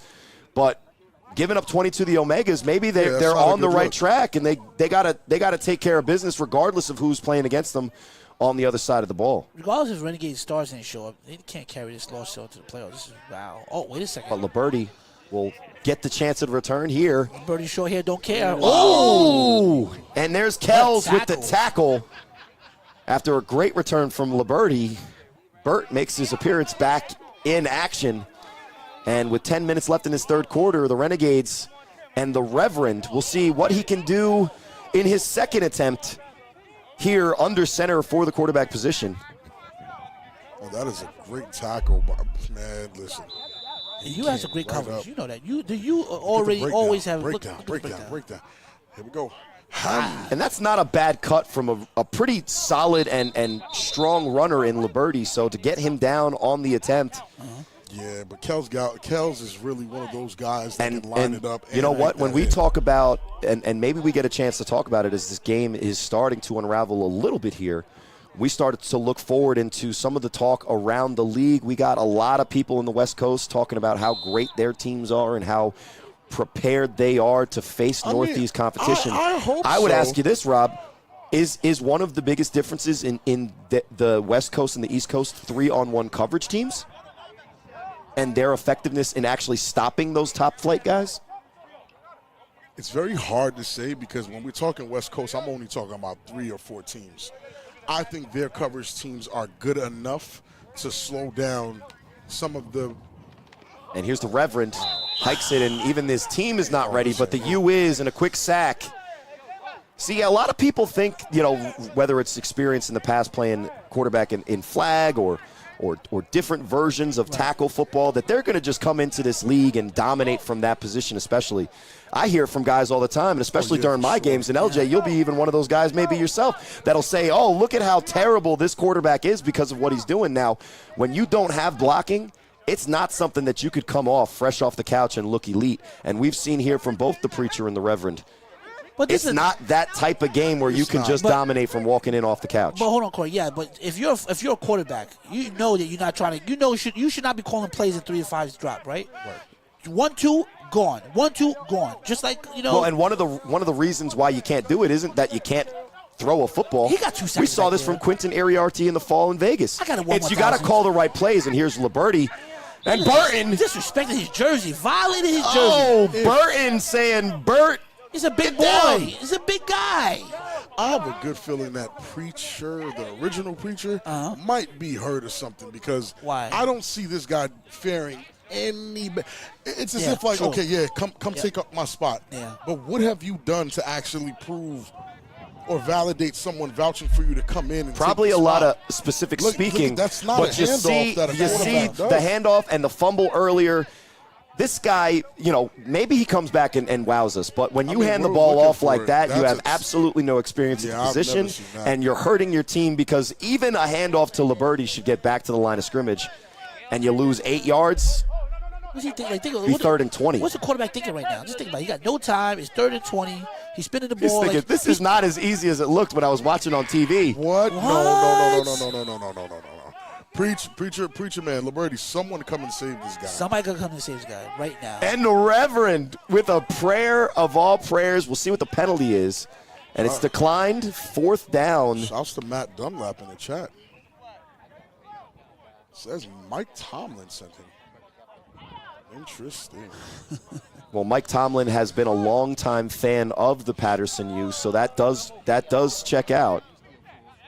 Shout outs to Mike Tomlin on the Big Ben podcast, saying how he loves the league that Pennsylvania guys started. Now, not to correct him, it was not the Pennsylvania guys that started it. To be fair, the Pennsylvania guys had a nice hand in the development of the league. I do remember as early as one of my first 2 seasons. And we do get confirmation from the Renegades sideline in an interesting way in this league. Sure. But Chris looks to be hurt for the Renegades, so it's going to be interesting to see what answers they can find at the quarterback position. You see on the 3-on-1 throw off in the punt form on a 4th down change of possession. That can go out of bounds. So it'll be 1st and 10 for the U. And it looks like they're going to bring out the same guys. I guarantee they're going to go power run. And I feel safe guaranteeing that they're going to score on this drive. And they're 10 points away from a mercy rule, and that would be it. 10 points, is it? 10 points. And we will play, even if it is a mercy rule, we will play until the end of the 3rd quarter. So we'll see as we talked hypothetical weird scenarios and point differential. Now, there has to be a epic deluge of just absolute heartbreak, and we look at the face of the deluge, like a D-E-L-U-G-E. Google it. That's a nice word. And I'll bring them first. I'm doing my best Matt Ryan impression. I'm doing a poor job, as the chat is reminding me. But I have to try my best. Corey Hammond will always try. Shout-outs to anyone, and there was just someone who bought the I'll Try shirt, 1st and 10. Nice. Here's Snags. Snags got that. Ooh. And Snags goes to tinyurl.com/A7FL merch for the Huss shirt. That's both a call and a promo drop, so that's me trying to make up for where I lack. You got 2 for 1 right there. So. Yeah, you got to kill 2 birds, right? But a good run from Snags again, and you see the U comfortable being themselves in this game. Hey, Corey, if you had to bet right now, would you think it would be a mercy rule? No. If I had to bet right now, it would be a mercy rule. 100% of the time, I would bet that it's a mercy rule. Yeah. But, hey, Big Angry's out there. It says it on his jersey, and he probably feels that in his heart. So it'll be 2nd and 5, and we'll see what the big and angried man can do. Oh, back to Money Gets hold Mayweather. there, maybe. Some great blocking. Money Mayweather. What? This is just too easy out there. And Rob will say it. He's Bye-bye. Touchdown, Paterson U. Money Mayweather cashing in his second touchdown, his third great run of the day, and he was on such a burst of speed he has to stop after the track. Paterson takes the commanding 38-point lead. It just doesn't look good right now. And again, I'm pretty sure the Renegades are at home. The Renegades that are at home are icing themselves and are very upset at the score. But again, playoffs are around the corner. Right. I get it, fellas, if you wanted to stay home. But yeah, but this is gonna mess with their momentum. This is gonna mess with their I momentum. think that's the case, and I think the job for both of these teams is being executed. Right. Regardless of the final score, if what the Renegades said coming in is we're going to give some guys a chance to see what they can do. Obviously, they're learning a lot more. Their best. In disproving things than they are proving things. But if those guys are at home getting healthy, that was their goal coming into this week. Now, you can see that the goal for the U was to come into this week against a tougher opponent than they played in their last game and not let their opponent dictate the way that they're playing. They're playing U ball. They're dominating every single possession except for that one time where they weren't able to get it going. And it's 38-0 with Rashad Knight attempting the two-pointer. And he's going to look for the throw, and there's Big Angry, and half Dondre will get him down, and Rashad Knight has not put up the stats that he's looking for on those attempts, but neither have the Renegades this entire game. Paterson up big, 38-0 against the East Orange Renegades. Cold-blooded. And you're watching A7FL on DAZN, YouTube, and A7FL.tv. Reminder for those having fun watching this game, you might even be able to watch one of these teams, and I'm talking about the one winning, in the championship. Tickets are on sale now, and if you use the insider code, A7FL Insider, you get that 25% off, Rob and LJ. And I know 25. You guys, as insiders, are very generous in sharing. I tried to combine two words there. Your insider codes, but if you're watching at home and you want a trip to Bullhead, Arizona to watch the best championship game in the spring football, you can get 25% off packages. A7FL.com/championship. And like I told you earlier, I like this young man on the return right here. And he did have a return to the 50. So if you're looking for bright spots in this game, that was one of them, and Liberty's return. But I think if you're looking at the Renegades, they're looking into Elizabeth and trying to find where CP3 is, because if they're going to make a playoff run, he should let the ball go out there, and he doesn't. Yeah, the speed. Uh-oh. He won. That's true. Hit the. Hold on now. And he does get back to the 25, so. Yeah, I like it. Like I said, I like his return. Yeah, but the awareness is low, because if you let that one go out of bounds, you get that running start again. But it'll be interesting to see with Chris, the preacher, out due to injury. And Joel Rivera is 100% correct. We're getting very close. We got to be serious now, right? All jokes aside, we are getting very dangerously close to the playoffs. We're talking 1 week away. Yeah. Right. We are playoff ready. If the U are not able to convert these championship points against teams like this, which is, again, this isn't the best the Renegades have to offer, but if they are not able to convert points against teams like this, what are you going to do when you have to deal with the big guys? But no disrespect to Rashad Knight, but in a normal situation, everyone's healthy. It's Carlos Croslin is the main quarterback, and Moon is the conversion quarterback. As we see another different quarterback, Liberty, ready to run, does the signature hop, finds a man in the middle of the field, and he's tackled. And the Reverend goes from making throws to making a catch. And Liberty with the first downfield completion from the Renegades today, and he's going to go hurry up. Listen, he's passed for more yards in that one pass than the entire team. Both preachers have, respectfully. Well, I'm getting Hawks PTSD from 3 or 4 years ago where Liberty was the main player. Timeout from the Paterson U. They see Burt back there, short-haired Burt playing quarterback. You also see the relatively large, upset young man, Big Angry right next to him. You got Breezy at the top of your screen, asking for a deep ball, as he always does. Pause. Hey, yo. But continue. Come on, deep ball, that's a football term. He said it again. I didn't say nothing. I just said, hey, yo. If anybody's played with Breezy and he's on offense, all he's asking for are deep balls. You guys have your minds in the gutter. You have no maturity level Corey. whatsoever. Corey, wow. 2nd and 2. Liberty takes it around the outside, finds a seam, and this is where he's dangerous. You got to bring him down in the open field, and it's tough. His own players are trying to take him down, but even Kenny Prelude can't. And Liberty, cerebral product, with the biggest play from the Renegades on offense. Wow. And those 2 quarterback runs, the first drive of the game, where Chris the Preacher was able to do so, and Liberty finds the edge, gets a seam, and shows his competitiveness. He's going to have to take a breather maybe after that one, but it's a first down for the Renegades. But again, with a guy like that, that's exactly why you can never count. And here's the replay. You can always count on Liberty to do this. I think he's taken the moniker of the big play, Bobby Newman, one big play. Here's the move on Chicken. That's no slouch there on defense. Gets the speed away from Neon Dion. Great block attempt. And you see the balance in traffic. Kenny Prelude has 2 interceptions on the day, has to get help from a wrestler in Craig Pitts, who finally brings him down. I tried to say Pitts and brings him down at the same time. I'm trying to do my best, Matt Ryan. You could see at home how well he does and how poorly I do. But it's 1st and 10.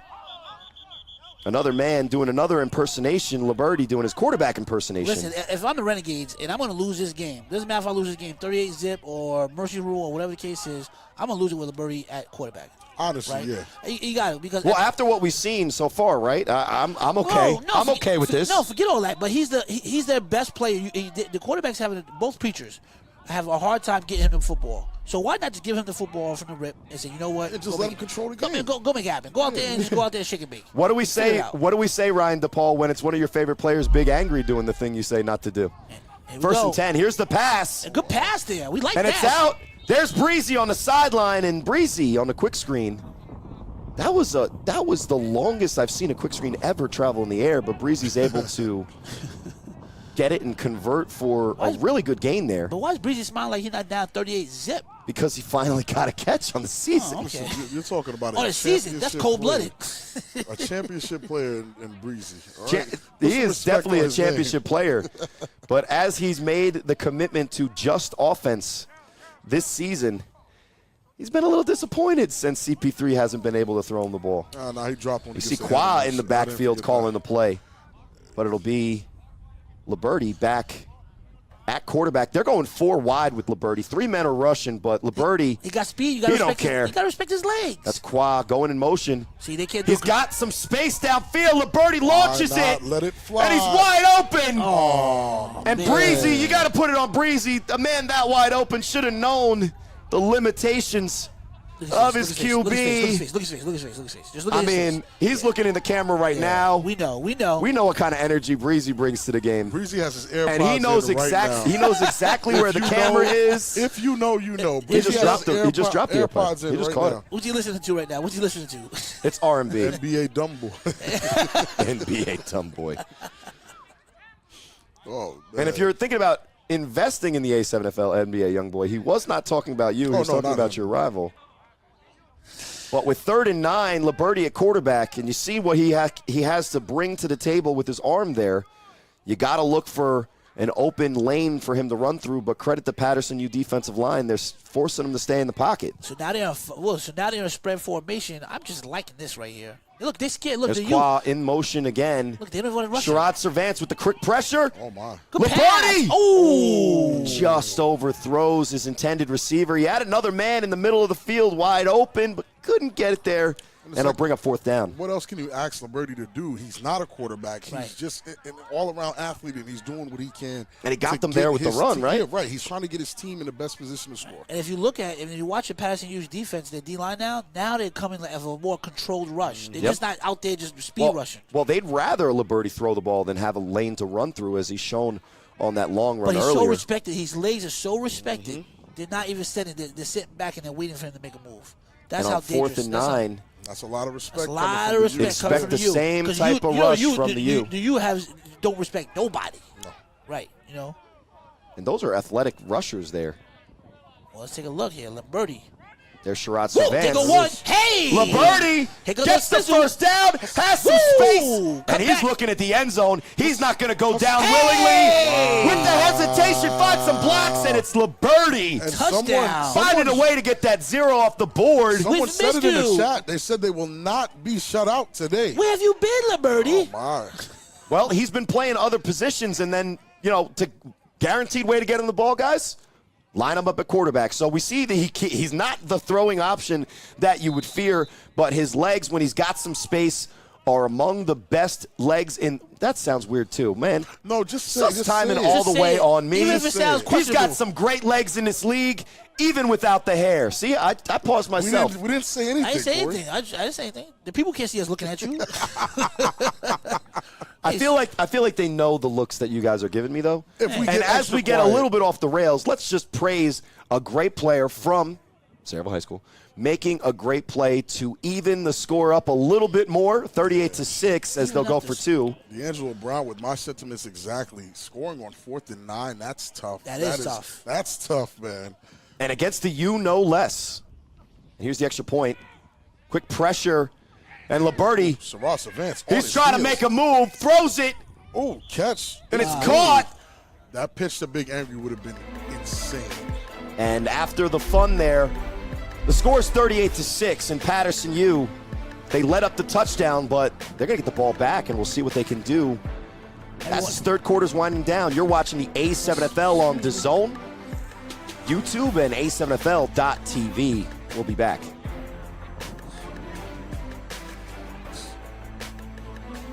Oh, fake pitch. And as we watch this great run, we're right back. Some good blocking.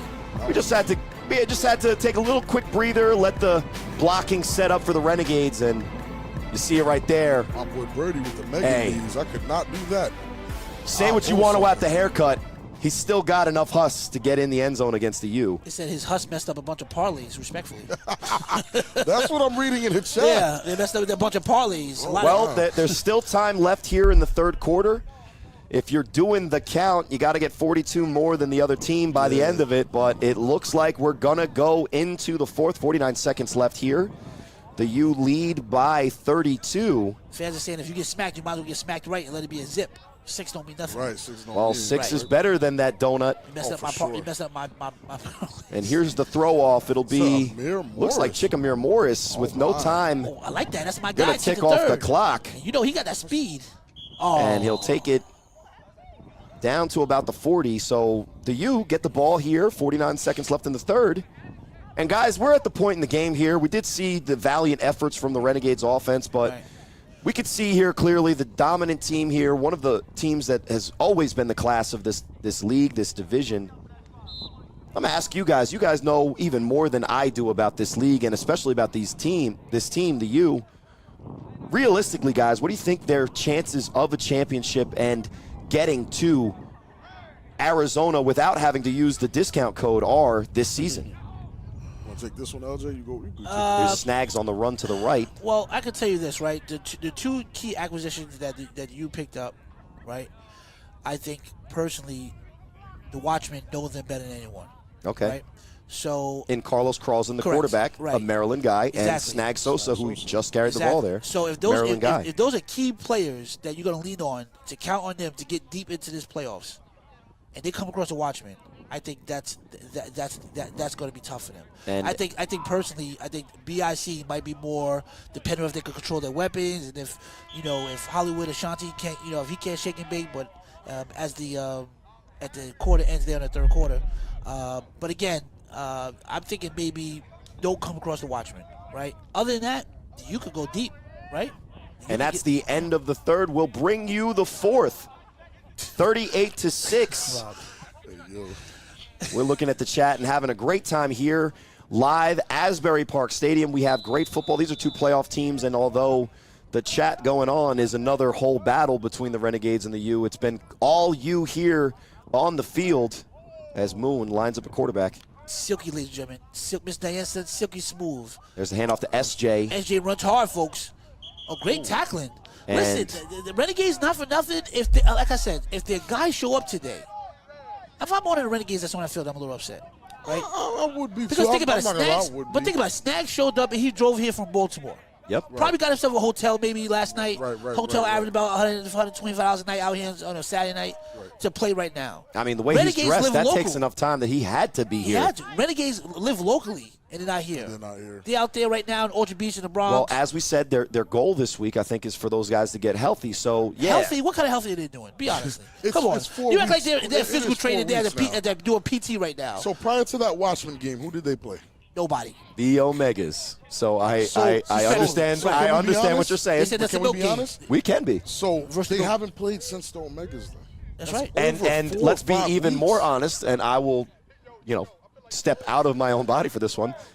May not have even played anyone Against even the before then. Yeah, exactly. That was the rain game. Here's a throw from Ooh, Moon. we got to catch that one. And Chick, who has always had sure hands. You saw the highlight earlier in this game. It was supposed to be just mine, but of course Ryan had to throw in his buddies. As That was a great SWG game. was mostly That half S-dub. bombers, right? That was super S-dub. That's what we called them back then. You're getting a lesson here today. You're not only learning about the U's plan going into a Week 7 in which they got playoff seeding locked up and the plan that the Renegades brought to today, you're Can you learning repeat about the past. The question you asked LJ, can you repeat that question? All right, so we got LJ's mostly answer, and then we got the end of the quarter, so we got interrupted rudely. How dare you, game? But, Rob, what do you feel the chances for the U making it to the championship are without having to use that A7FL insider code when they check out at a7fl.com/championship? What the issue with the U is the little mistakes that you're seeing they're even making against a team like the Renegades here. And here's Moon. Silky, woo! And there's Miller. Oh Good my pass. Got to make that catch. And he steps And out it's a of bounds. great catch. The small- He's wide open, but still has to tiptoe to get in. And on fourth, they get the first. The small mistakes that the U are making against a team like the Renegades, those mistakes are magnified against a team like the Watchmen or against a team like BIC Right. or even against a team like the Insomniacs in Vegas or Sick With It. So it's like if they can't convert those championship points, which would I got end you, up costing them.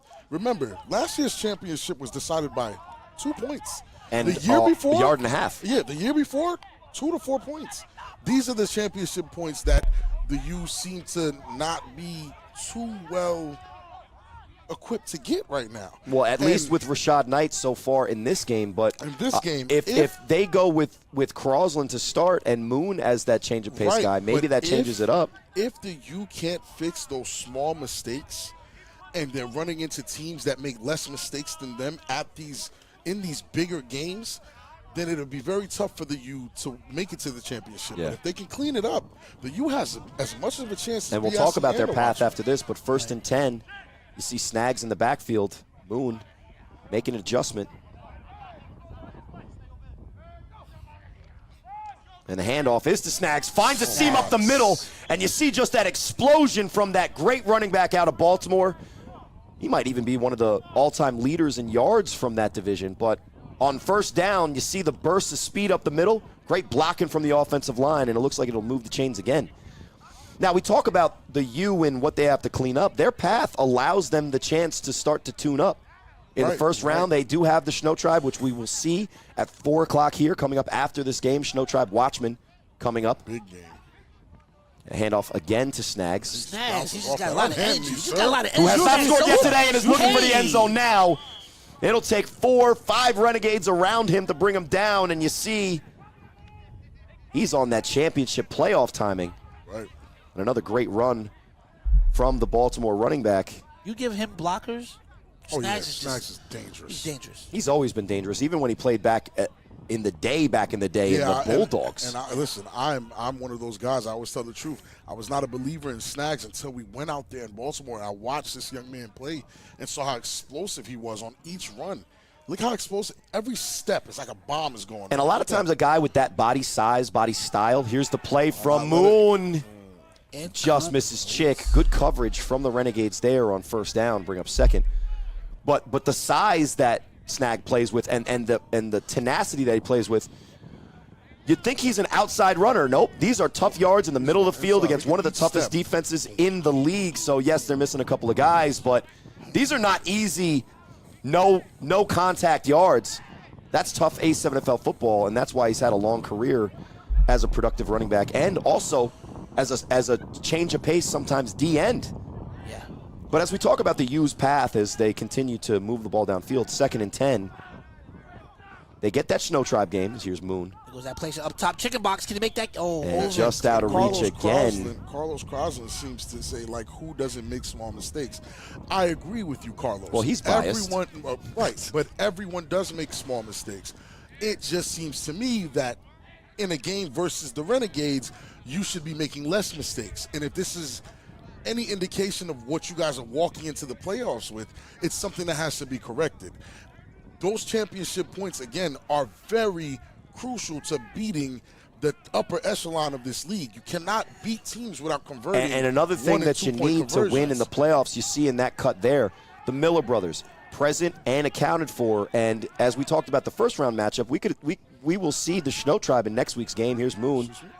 Silky. Has some space. That sideline. High stepping. Does the high step and gets his 2nd rushing touchdown of the game. And he tells the Renegades without their jerseys on to stop talking, put your clothes on, and play the game. If not, shut up, young man. Wait a second. Is that the young man that got that is last year? That's D'Angelo, who I also believe is in the chat. Dion had him airbound. Well, AJ Green on TikTok said that is Mr. Haynes himself. Yeah, He broke the internet last year. He definitely broke the internet. Yeah. He had his underwear exposed on. We try not to call out the guys that are the victims of highlights, or there'd be a famous guy from Vegas from that highlight from Kason Campbell. But Neon Dion did drive a young man talking trash in street clothes to a man that just scored a touchdown against his team for the 2nd time. 44-6. And here's this championship point you talk about.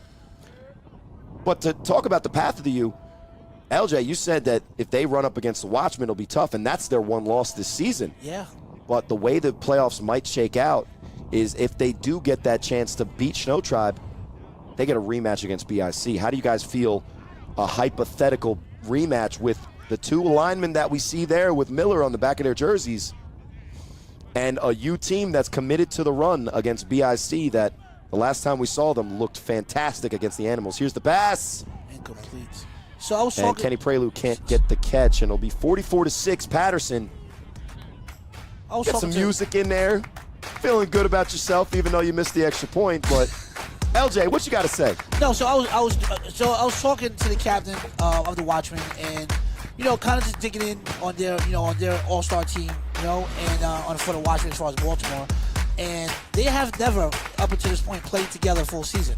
So now they're going to play against a more seasoned, right, more comfortable Watchmen in the playoffs. Yep. And as the Watchmen get deeper in the playoffs, they're going to get more dangerous. They got like, as me and Brad was saying earlier, they got respectively 2 quarterbacks on their team. That's top 5 quarterbacks in the league. Yep. Top 5 quarterbacks in the league, not the division, not the side of not on the East Coast, right, in the league. So that respectfully right there tells you that they're like they're like the new Paterson U with all their weapons, right? Well, and you said it. They're the combination of 2 Final Four teams from last year in the rare breed. And the Gators, as we recap here, 44-0. 44-6, even though it's felt a little bit like nothing. And Liberty, Mr. Burt himself, got that 6 points on the board last drive. It'll be Moon, SJ, Snags throwing off to half Dondre, and we'll see what he can do with the Petio jersey on. Half Dondre. But LJ, you're talking about the Watchmen, as we will see them in the 4 o'clock game coming up after this game on DAZN, A7FL.TV, and That's YouTube. why I've been talking a lot about them leading up to that. But the U, likely they have to go through BIC first. So here's the 3-on-1 throw off. Here's the return. Let's see if he has it. Oh, it gets buddy. lifted and brought down. Oh, the can't get suplex, but Snags will make sure that he doesn't get a little bit further than the 30. I guess getting lifted is a new wave. That's a new thing now. Not for me. I don't understand. I've never seen so many people get lifted airbound. Well, he at least kept one of those feet on the ground. He was not turned into a TikTok highlight. If I'm on 3-on-1, as soon as I feel someone tackle me, I'm going down with all my weight. You're not lifting me. You're not breaking the internet and putting it on 10 different social media sites. And you're not doing that. Yeah, if I'm on the 3-on-1, guys, I'm not doing there's that. a huge problem, and it's a bigger problem then we probably have. I got my kids and wife at home watching the game on an 80-inch TV. What's going on with Daddy? Yeah, no way. Mommy, check, he's in the air. Daddy's legs are in the Daddy's sky. No. That's how I felt during the chip game. I was hoping my kids didn't see that play. Yeah. I got leveled. Yeah. Well, we see Mason in Liberty's face with the up front and up close and personal shot of the newest Renegades quarterback. Well, let's see Liberty. And they go 4 wide. Quick screen. And this play is live. Oh, my. Even though the U is not ready for it, but that's Neon Dion pulling a young man out of bounds. You yoked him up and say, hey, young man, get over here, sir. Yeah, you do too much. And we're going to see what the call is. There is a flag on the field. See Liberty's yards there rushing, receiving, and yards, 1 touchdown. He's got the 2 for 4 passing. He's the only quarterback to complete a pass further than 5 yards for his team so far. Respectfully. Insane. To his team. 44-6, Paterson U in control. I just want to see Bates one time get a sack. Here comes Bates. Just one time. Just one time. Just one See time. Liberty Get there. in the pocket. Just one time. Bates, get there. Bates. Breaks free. No! Bates got to get there. And he takes his mouthpiece out to direct his team. He's got some space in front of him. Oh, man. I just needed my man Bates, a.k.a. 300 better, to make a play. Let movie spin. I want to just one time get that sack. Well, that time he didn't. Liberty finds a way out of the sack and trying to avoid that word as much as possible based on things I've said today. But regardless, it's 1st and 10 for the Renegades. And if the Renegades have found something out, it's that Liberty can run the ball at the quarterback position. But we knew this. Hold on, Rob. We knew this. That's what I'm saying. We knew Here this. comes Bates, unblocked. Excuse me. Burton thinks he's got him. Surf thinks he's got him. Trying to grab by the wrist. Arm tackles don't work in this But league. Mike Liberty will not be denied. Rock calls him over, and I'm thinking this paint. I have never seen somebody take their mouthpiece out mid-play and hold it in their offhand while holding the football like a loaf of bread to later be tackled by J-Rock. Shout-outs to Long Hair this season. Well, question for you. Why was he not starting from the first play? They were giving Chris an opportunity. Chris came in the... This is not the league of opportunity. This is According not the to league the of chat. opportunity. And shout-outs to the chat. Wins matter. Unlike do Corey Hammond, wins matter, sir. Right? Respectfully. I'm sorry. Oh, man. As he says it to the... Give me another quarterback. And I will be reminded. And I won't say your name. Give me another quarterback who has it. You can just say me. I'll just remind you that for the team here and the team you played for, I'm the winningest quarterback in their history. Here's the quick screen. Look, they got some Crowd offense. Yeah. makes the first man miss, and Liberty gradually approaching 100 yards, passing maybe his first time ever in his career. They're looking good. Listen, their offense is looking good. Better. I mean, in all fairness, I mean they are getting clapped 44-6, but respectfully, they're looking good. Listen, given this is the A7FL. Right. We play till the refs tell us to go home. So 44-6 is what it says on the scoreboard, but this is a playoff team. Right. They have a tough matchup in the first round of the playoffs. We were talking about the U's route. Hopefully, if you're a Renegades fan, you're looking to see if CP3 can make it back. You know, not only does he bring the championship, but he brings the pedigree. He knows how to call the plays. He knows how to make the plays. You do hope that. But regardless of who plays the quarterback position for the Renegades, if they're all healthy and they get their defense back on the field, they get the rematch against the Animals, a game that they've been asking for all season long. And let's just be honest. If CP3 is not healthy for that rematch, you guys better put Liberty in there and don't think twice about it. But CP3, is he going to be healthy either way, right? You know, he drops back. Oh, Liberty. And not much blocking.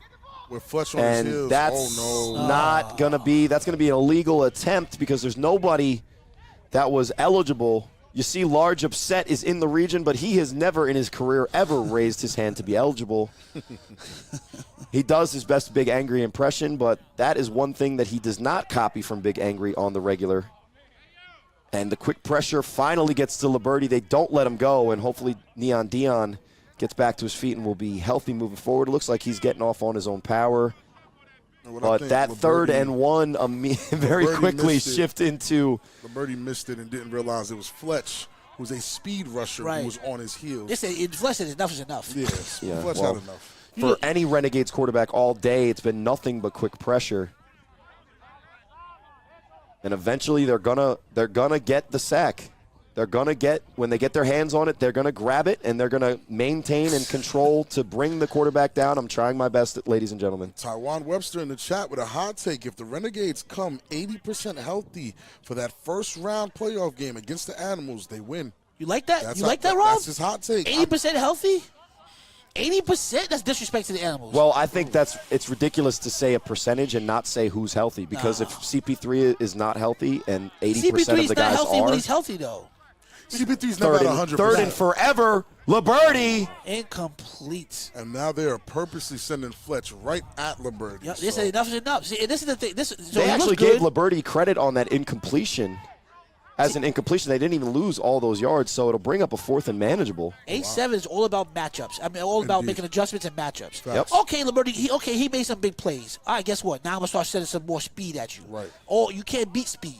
Well, Right. the thing is, if you're going to play quarterback in this league and your main weapon is the run, you have to eventually complete the ball to make the defense play honest. And here's the run, going for 1 yard, and he gets He it. gets it. That's just You straight asked will. Mike Liberty to get a 4th down conversion. He's going to find a way. Do it again. Do it again. Do the way again. Find the way. Find a way. And shout-outs to the guest performance from our guy in the DC Buzz who's taken off. That's Monty calling in, making a call with his deep voice, but it'll bring up 1st and 10. Monty's voice is insanely deep. Listen, I like Liberty. Listen, guys. You got to I like his toughness. You got to like his grit. I And like he, him at if quarterback. anything, he knows how to stick his nose in there and get tough yards. Here's the throw. Qua Woo! catches it over the middle. And I was going to say something about Qua earlier. As quiet as he's been all game, Qua is definitely another secret kind of weapon against teams that people are not really ever prepared for. They don't know how good Qua actually is. And They only again, see him it in comes bad back plays. to the quarterback position. If you don't have a guy that's going to deliver the ball to those options, you know who we haven't said his name all day? Abe Albana. Yeah, Albana. I haven't said Abe's name all year. Because he hasn't had a pass attempted to him all year. Amen. 2nd and 3. There's a ball down the middle, and there's the Reverend making his attempt, but incomplete. Chick wishes that it was he made the reception there. So does SJ, but it'll bring up 3rd down for the Renegades. Everybody thinks that the Renegades without their star players, they can get a bunch of pick sixes and just having fun out there. Well, I mean, when you're there on the field, the clock's still ticking, and you got the ball in your hands, you got to find a way to do something. And credit Mike Liberty, who we've mentioned over and over again. He is not a quarterback. But of the 3 that we've seen today, even though we were starting to give Chris a little bit of the benefit of the doubt early, is he not the most effective so far? But remember the style of play. Remember, for 8-7, yeah, he may not be a quarterback, but if he could complete a 5 to 7 yard pass, And there's Liberty. they got to respect him. Throws it. And it's Jackamir Morris. Eventually, Finds a way to get the interception he was looking for. Eventually, Chick the Third is going to say none of that, none of that, none of that. Oh, yeah. You're not going to just keep throwing these 5 yard little lob, back school yard, winter, soon as Thanksgiving passes and think it's not going to get picked off, sir. No. So we'll see what the call is as the head referee is deciding whether they're going to rule it an actual catch. It's going to be an incomplete pass. Oh, wow. If the U wants to challenge, they can, but it'll bring up 4th and 3. Ryan Shamar is super excited about the prospects of his defense playing one more play. Ryan Shamar is the type, if you up 90 zip, he still wants to question a call. That's how Ryan Shamar is. And they do challenge Mason. And Yusuf You is see in him on the chat. field getting some great shots. Yusuf is Shout in the out to chat Jaquan saying that Mason. Abe Albana is a great weapon, but he's echoing what you both said, that he hasn't been really getting targeted this Right. year. And, like, what can a receiver do except play the game if his name hasn't been called? Well, in Corey's defense, right? We only know these players' names because Corey played with them, right? I know that's funny, Right? but These are facts. No, I'm it's dropping true. facts. Well, I It's mean, true. there's a reason No, but when I listen- joke about it, I am the winningest quarterback No, in their but- history is no. because I actually threw to their players. Here's Liberty on 4th and 3, Incomplete. and it's incomplete. Great play from Craig Pitts there. So I never want to compare Corey to like a Brett Favre, for example, right? But you ever notice never, when ever, Brett for a lot of When reasons. Brett Favre played with the Vikings, Yes, right? sir. Those receivers he had, they ended up being superstars. Everyone knew their names, household names. And then once Brett Favre left retired, you know where these guys go. The Shea Cole, those receivers, the tight end, no one knew who they were. Same thing with Corey. He made them household names. Corey left. Now all of a sudden they don't get passes. And I think that Where is the receivers to at? finish the conversation, that kind of just speaks to what Rob initially was saying about Qua. Qua has shown that when he gets a chance at a ball that's catchable, he can catch it and he can make some plays. Same thing with Liberty when he's playing wide receiver. Same thing for Khalil Green. And we even saw that week 1 when CP3 was the quarterback in that horrendous wind situation. Right. He was finding guys and making plays. So for the Renegades headed into the playoffs, if they can get a quarterback, and if it is Liberty, because they do have the off week next week with Memorial Day. Right. If they can complete passes down the field, then if it is Liberty or whoever it is, those completed passes set up openings for quarterbacks that can run the ball because you have to honor the pass. Here's another Baltimore special, but they're all over it. Another inside half to snag Sosa. And look at Big Angry. Big Angry says, you know what? 44-6, it don't matter. None of that, sir. And it was Kenny Prelude you see at the top of your screen. He's not on the sideline. He's on the field. And they tried to run a Maryland special, but credit our guy, number 10, Desh, I don't think that's happening out twice there a game, man. making sure. It's a once-in-a-game type of thing, yeah. If you do it, like someone said in the chat earlier, if you do it 2 times in a row, 2 times in the game, you got zero awareness right now. Zero. Awareness. That's not Again, it's something you don't pull out unless you need it. Like, i.e., night crawlers versus guys are arguing. Man, who you got? Who you got? Oh, let's run this real quick. They're not paying attention. So the inside handoff to Snags bring up 2nd and 11 for the U as time ticks down. The fan said they want to see Silky. This here is, ladies and gentlemen. And he's going to look downfield. He finds a man. Go to pass. That looks like, that's Chick. There's nothing down there on the floor. Bye-bye. Touchdown. U, and with 57 seconds left, that is a mercy rule, ladies and That's gentlemen. 50-6. Why Chick the third ran the end zone like an old man, though? Because he's an old Yeah, man. he ran like a little old man run. He's an old And man. the U managed to get 50 up on the board. Disrespectful. That's Please give disrespectful. me that replay so I can hit him with a huss. Disrespectful, man. And when you got the clock winding down with less than 2 minutes left and you call play action, roll out with Moon, find the veteran. Silky. You see Big Angry still playing 100%, but You gotta love it. when you got Chickamere Morris, a legend in this league, He went Look how down in he's the. using the ref. Look how he's going to find a way. He went in to pick up some change. That is a veteran move. There's nothing He down there used the for ref you. as a blocker. Use the ref as How a blocker. disrespectful with the Renegades in white and black IQ, to man. use That's the a vet move. That's a vet move. That's a vet plus move. As we get another awesome touchdown score from this Paterson U offense, it just kind of brings us back into the original conversation that we had coming into this game. In a statement Sunday where teams are kind of solidifying who we think they are headed into the playoffs. Right. The U, they're on the right track, and hopefully the Renegades get healthy because the last 2 weeks with poor health, 60-0, and right now 50-6. Here's see what Rashad Knight can do. He's dead to rights, wow. but he's Wow. got Did it. he get Kenny it? Prelude. Of course he Let's got No, it. that's go. Snags. That's Snags, Snags with the Sosa. snag. Wow, great throw. And to answer the championship point conversation, Rashad Knight does the unthinkable and converts it in Rob's face.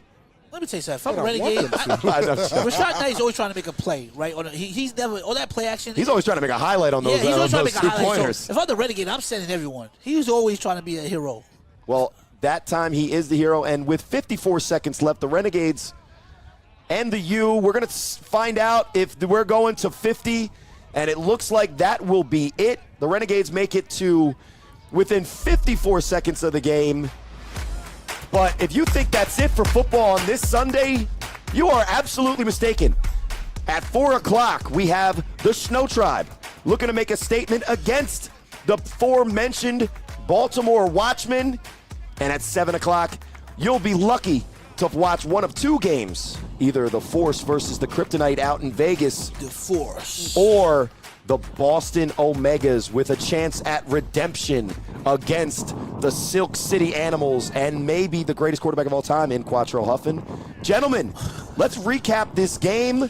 Your thoughts on the performance from both of these teams? Renegades came out with their C squad, Right. third team guys, third string guys, and got dominated by a hot streak U team who is definitely ready for the playoffs. There's not too many surprises.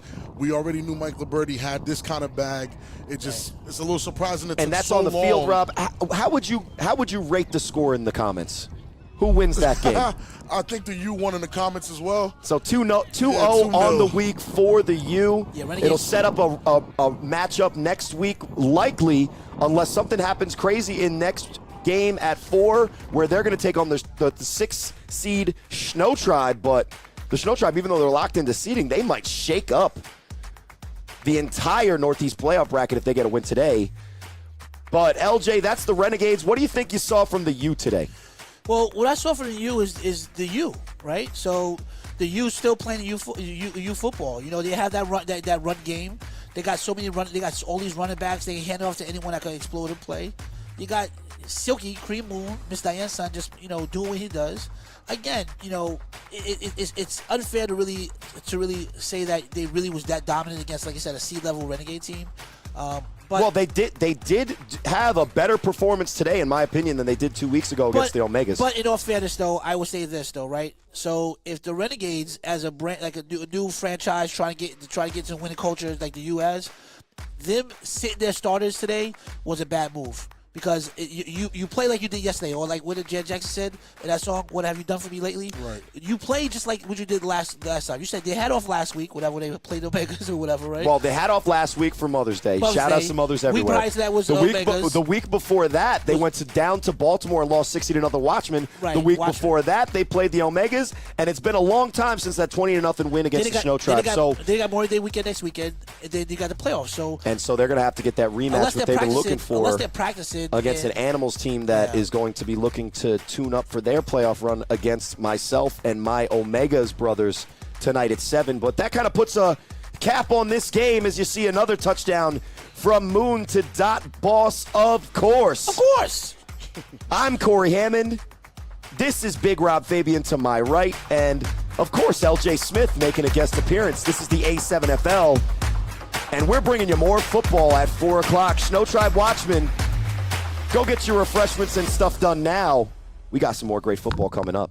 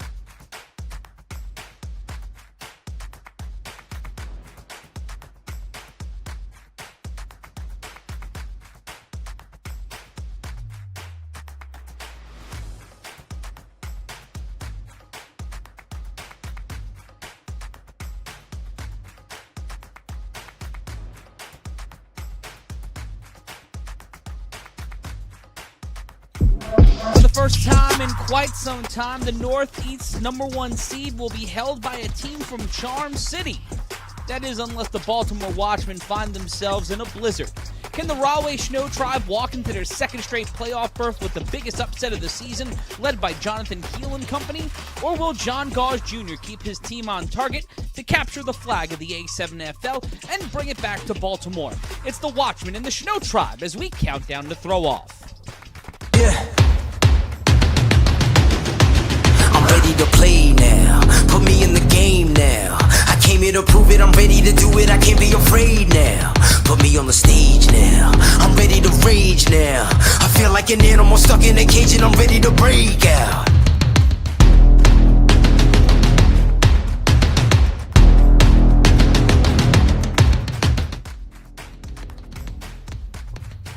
For the final time from Asbury Park in the regular season, we welcome you to the games of the week as we count down the throw-off between the #1 seed, the Northeast, the Baltimore Watchmen, and the 6th-seeded Rahway Shnow Tribe. I'm Matt Ryan, and in just a few minutes, LJ Smith, Big Rob Fabian, and Corey Hammond will call all the action for you here on A7FL.TV in this prelude to playoff game between two teams with a lot of interesting questions to answer ahead of our playoffs on June 14th. But first, we got to answer the question of what is the A7FL? The A7FL is 7-on-7 football. No pads, no helmets, all action. We get rid of the kicking in the A7FL. Instead of kicking in punts, we have the 3-on-1 throw-off, the most exciting play in all of football.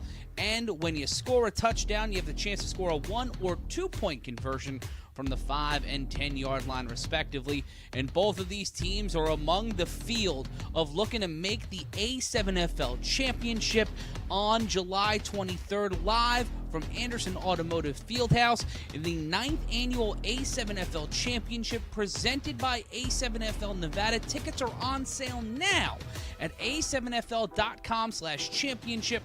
That's a7fl.com/championship. If you want to see one of these two teams potentially take on the Western Conference champion, book your tickets now and join us for an amazing weekend of activities, and of course, all ending with us crowning our 9th champion.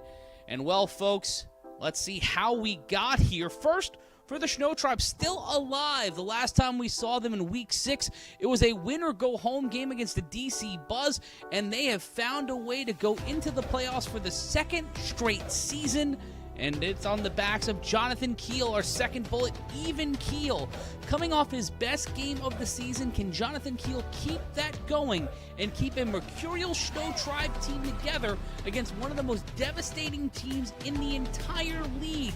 A #2 ranked team in the A7FL top 10. We've seen them in the 1 spot, the 2 spot, the 3 spot.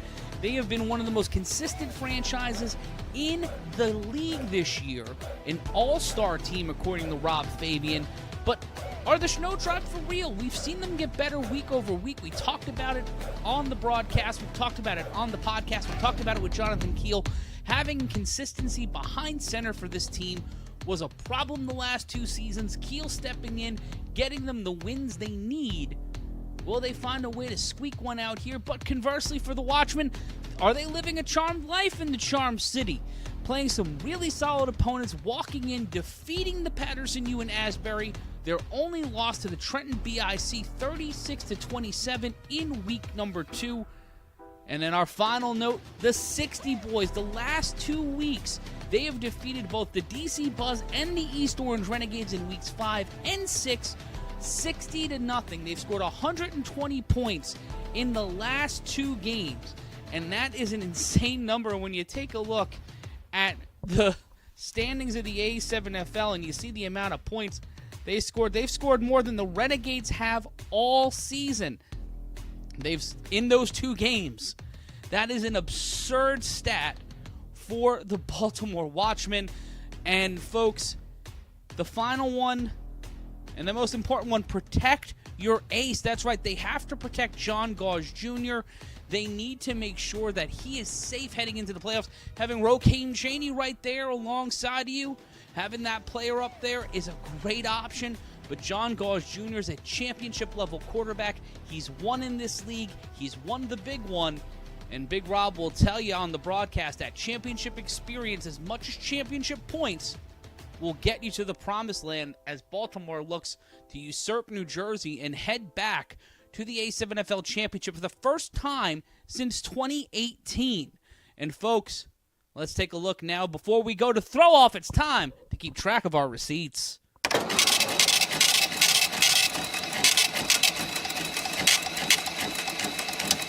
Their first season. I feel like for the Shnow Tribe, a lot of the issues that we talked about with the OTT are the same issues the Shnow Tribe have. Lack of consistency at quarterback. They don't have Corey Hammond at quarterback? They don't have Corey Hammond at quarterback. That's obviously... I think deciding on someone at quarterback, because all the issues surround... They did, but they needed an entire sideline fight. Like, they're through the woods on that. But, the path they took to get to Jonathan Keel as the starting quarterback for the Shnow Tribe cost them, I think, a win, maybe two. And they could be in the position the Renegades are in right now.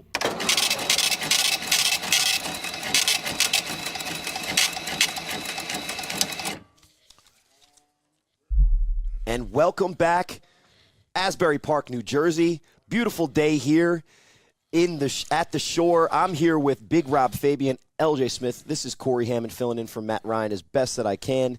Big shoes to fill. But we got a great game coming up in the 4 o'clock slot on our games of the week. It's the Baltimore Watchmen, who, guys, we were just talking about it, have come fully staffed, for sure. A theme of the day, against the Rawway Shnow Tribe and maybe their best performance as a unit in this league, including last year, guys, in their win last week in a do-or-die playoff victory over the DC Buzz.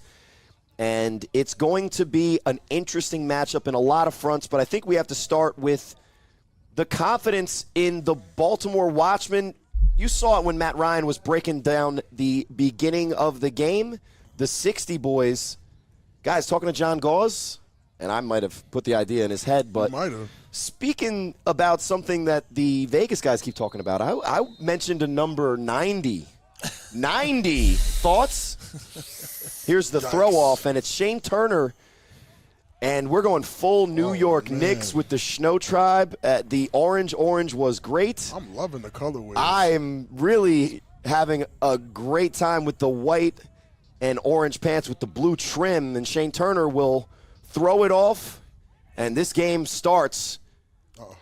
There goes one. That looks like Butcher.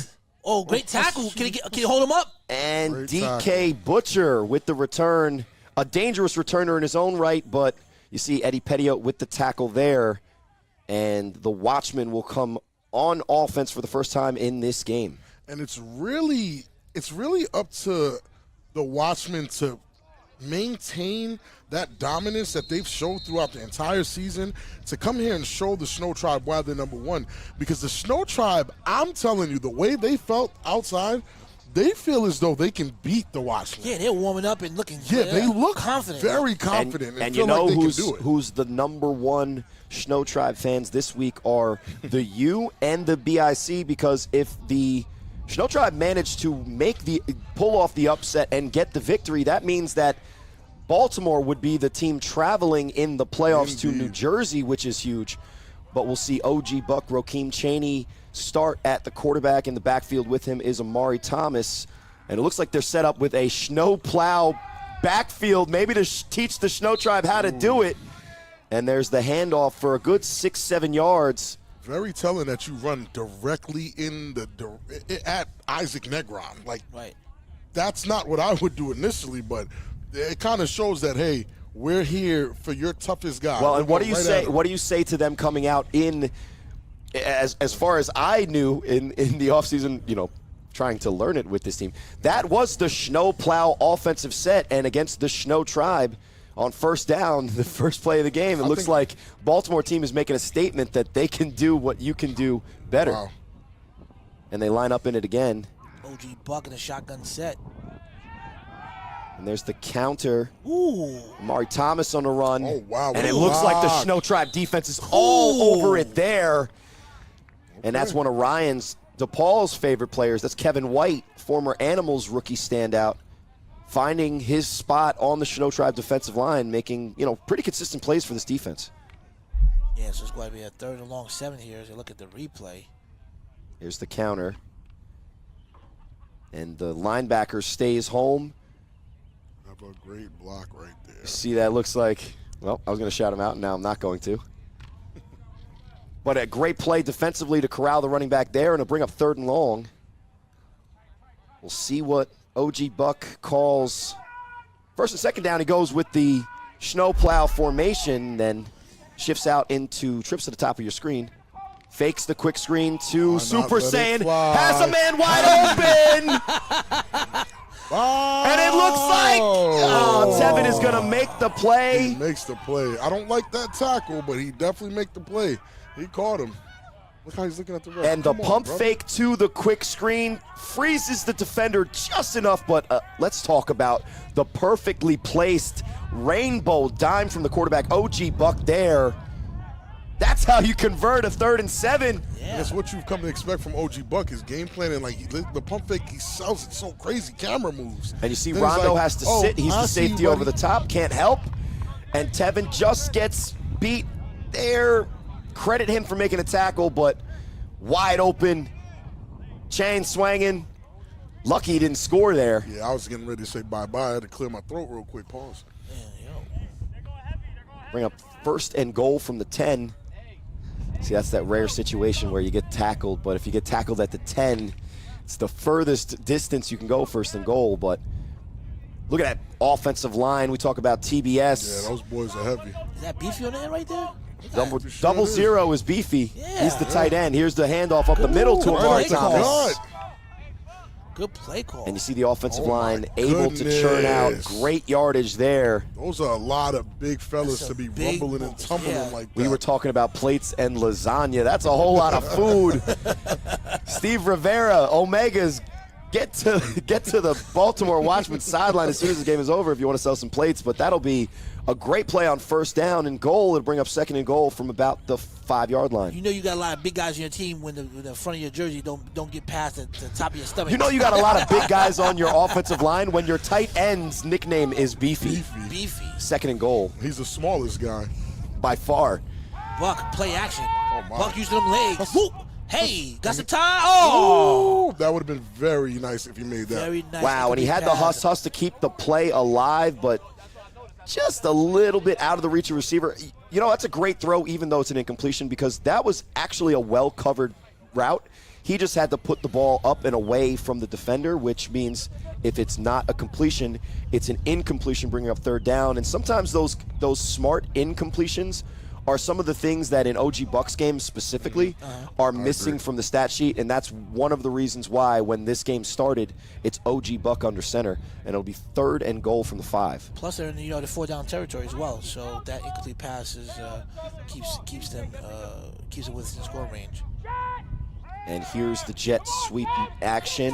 Has a man there, and he just misses Beefy on the crossing route. Very uncharacteristic. That would have been a touchdown. There you go. Knock them things They're out. not the best looking push-ups, but I'll take them. You hey, won't do for a it. quarterback, that's the modified that's push-up. pretty elite, guys. Those are some pretty elite push-ups. And especially for a quarterback, you very rarely see the quarterback being the one going in there taking responsibility for the incompletion. But the thing that LJ mentioned just before, that was 3rd and goal, and a lot of teams, if you're new to this league watching us on DAZN, you might be like, well, why aren't they kicking a field goal? Because it's just not the way that football should be played, and the A7FL doesn't do field goals. So for any of these teams to score today, they're going to have to use a football play to get across the goal line, and this will bring up 4th and goal for OG Buck. And the toss has a seam, and touchdown, Watchmen. Watch this. Great blocking from the offensive line, and that's that rare pitch. Wow. Dive, and you see with the pitch there, the defensive line and the defensive linebackers, they rush to the edge. It's a counter, and it goes right up the middle where the seam is. Touchdown for the Baltimore Watchmen. And they just seem just too big for Shnow Tribe right now. Pause, but which is a team that's kind of known for their size, right? Yeah. Pause again, but indeed, the like girth. these guys if I may. The girth. The girth. the girth on that front three of the Watchmen is ridiculous. Well, Front four for the at Shnow times. Tribe, though, on that play, on 4th and goal, as girthy as they may be, left something to be desired. And with this extra points, that is what she said from the chat. Corey, Here's OG Buck. Beefy in motion, which is also another questionable thing to say. And he just misses him on the counter. You see, 6-0 is Baltimore's up, not the Shnow Tribe, and we'll fix that. And when we come back from a very brief break here, we'll have a 3-on-1 opportunity for the Shnow Tribe and the Cheetah likely to see if he can get their offense on track. You're watching the A7FL on DAZN, YouTube, and A7FL.tv. Corey Hammond, Big Rob, LJ Smith will be back. And the girth. Pause.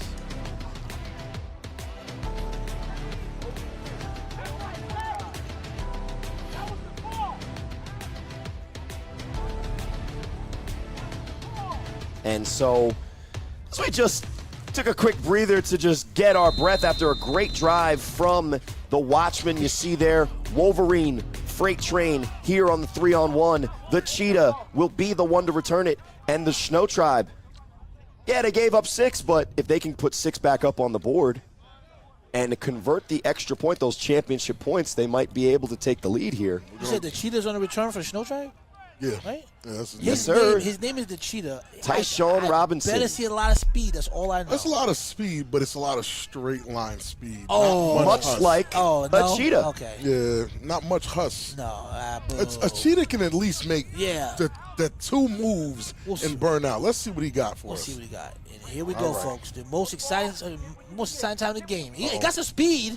Oh, like you say, straight away. It's a straight Yeah. line. And kinda, Wolverines, they're actually in the African bush. They're related to honey badgers, which have always been able to chase away a cheetah from a kill. Indeed. So when you have a Wolverine cheetah matchup, you know where the You winner kinda is. know where it's going, Mustelids. right? Right. Another vocab word. Mustelids. Go look it up. 6-0. So now we're looking for the Shnow Tribe, and we're looking for specifically Jonathan Keel Right. to at least give 60% of the performance he had last game. Right. Speaking of 60, your favorite quarterback. we just saw the Renegades, a team that, only that held the U to 44. Last week, the Renegades led up 60, 2-0 against the same Watchmen team. So it'll be a good par. You see the jet motion counter. There's a big man in the backfield. And if that's Shug, he changed jersey Definitely numbers. little boat. Oh, it's Little Boat. Looking little beefy. Why did they give him 83? How dare they? Little boat. How dare they? That is a top flight A7FL running back. And although the Give him a swag wide is receiver dripping, number. yo, I don't even know if I'm allowed to say that, but that swag is is some dripping? drippy swag. The swag is drippy, yo. 83 though, yeah, I know. Let's move on. I apologize to the viewers at home. I'm not But allowed here's as well. Keels. There's Dev in motion on the jet, but None of that. Wolverine none there of again. that. And it's gonna come down to the play call, and I don't really understand the purpose of that play call specifically, especially if you haven't seen what your offensive line is able to do against this defense. Right. This amazing front four. Is that Freight Train? They Oh, got yeah, too that's many right. stars They there. have- it's an all-star team, man. Yikes. And here's the replay. Keels hands the ball off to Demon Time Dev, and there's just no room on the edge.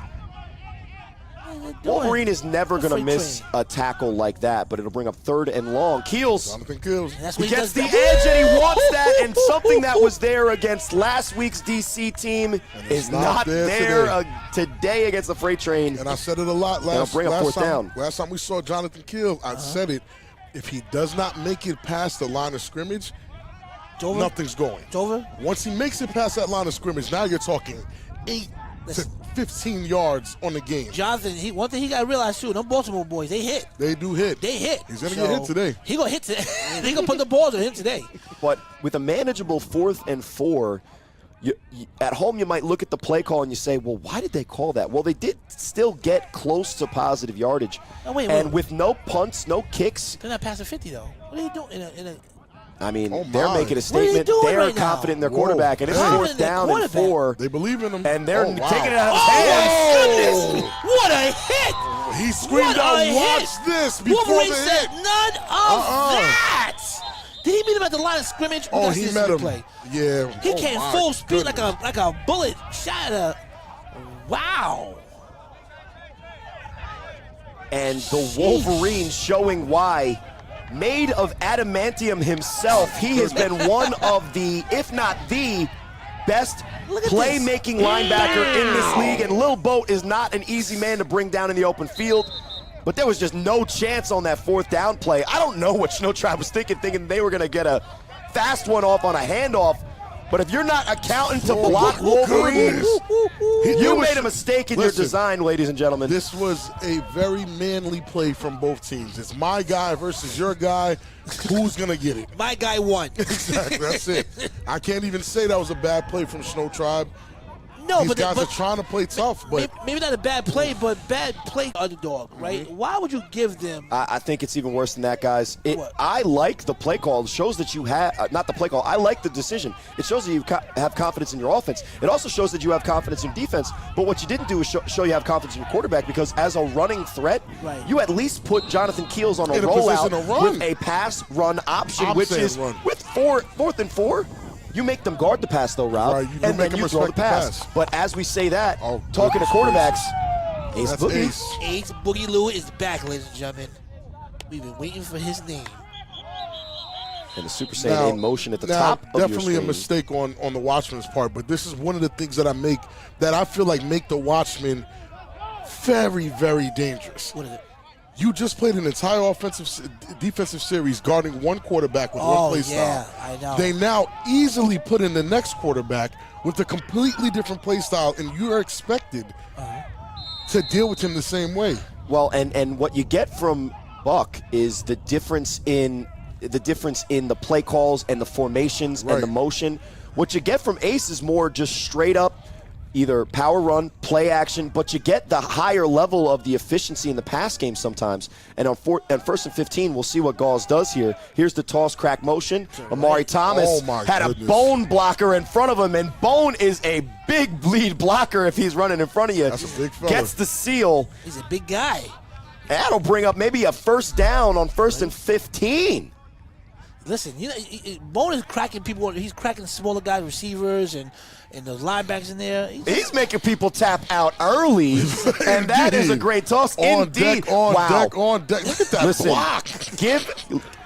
Not the best block in the world, but give the Super Saiyan credit, because it takes a power level of above 9,000 to go in there and block some of those guys at his size, and that's the man you got to call on to do it. He's going to catch a slant later and go crazy. I'm going to respect Shnow Tribe for trying to play tough and doing what they can, but I mean, these guys look a little overwhelming right now. Well, as this game ticks on, is here draw action. Gause up Look top. at the flick of the Super wrist. Saiyan! Touchdown! Wait, I need to see explode. Yeah! And a spirit bomb up top from Jon Gause Jr. to Chris Matthews, the Super Saiyan. And on cue, he scores a touchdown right after a great block. As soon as you said, wow. And what's interesting is now you're going to start seeing the guys that are familiar with each other. Right. Chris Matthews, who he used to play for last year. Played for Ace and Boogie, who he used to play for. And it's that quarterback system so dangerous. And that's the difference between a 2-quarterback system and what we've always been talking about slantly in the 3-on-1 podcast and even the games of the week. It's not 2 quarterbacks, 1 starter, 1 backup. Yeah. It's 2 teams taking turns playing their offense. My turn now. It's my turn to score now. 12-0. Oh, my goodness. Watchmen. And, guys, we are watching this. And let me just say, from the Wolverine hit to that up top chicken box, to quote my friend to my left. Chicken box. Yeah, no, that's nasty. A Super Saiyan touchdown. I got to go Super Saiyan. Listen, we were talking about this earlier. You think they're gonna go? You think that some teams gonna go to Baltimore and beat this? No. But that's what I think as we see this game progress. And they're missing probably 10 listen, to 12 guys. it's still 4-13 in the first quarter. There's a lot of different ways this game can go, and one of those ways is if the Shnow Tribe can figure out a way. But with 12-0 here as the Now they got Ace Boogie at Watchmen go for the 2-point conversion, you see Ace Just a little bit out of reach. They're not misses able the tight end. They're not able to grab those championship points. But they man. are able to score on their first 2 drives of the game in exciting fashion. That's 12-0 Watchmen to start this game. Early. The Shnow Tribe. Why not let it fly? They're going to get another opportunity at this, but perfect pass. they better start executing quick because Great catch. we might have to stop talking about how the Watchmen match up in this game and how they match up in the playoffs. We got some playoff level action. We'll be back soon. Just give us a chance to catch our breath here a little bit. All right. And if you are loving what you see here and you know, that awesome logo from the Watchmen reminds you of an Xbox game in the early 2000s, and you want to get that merch, I got the hookup for you guys.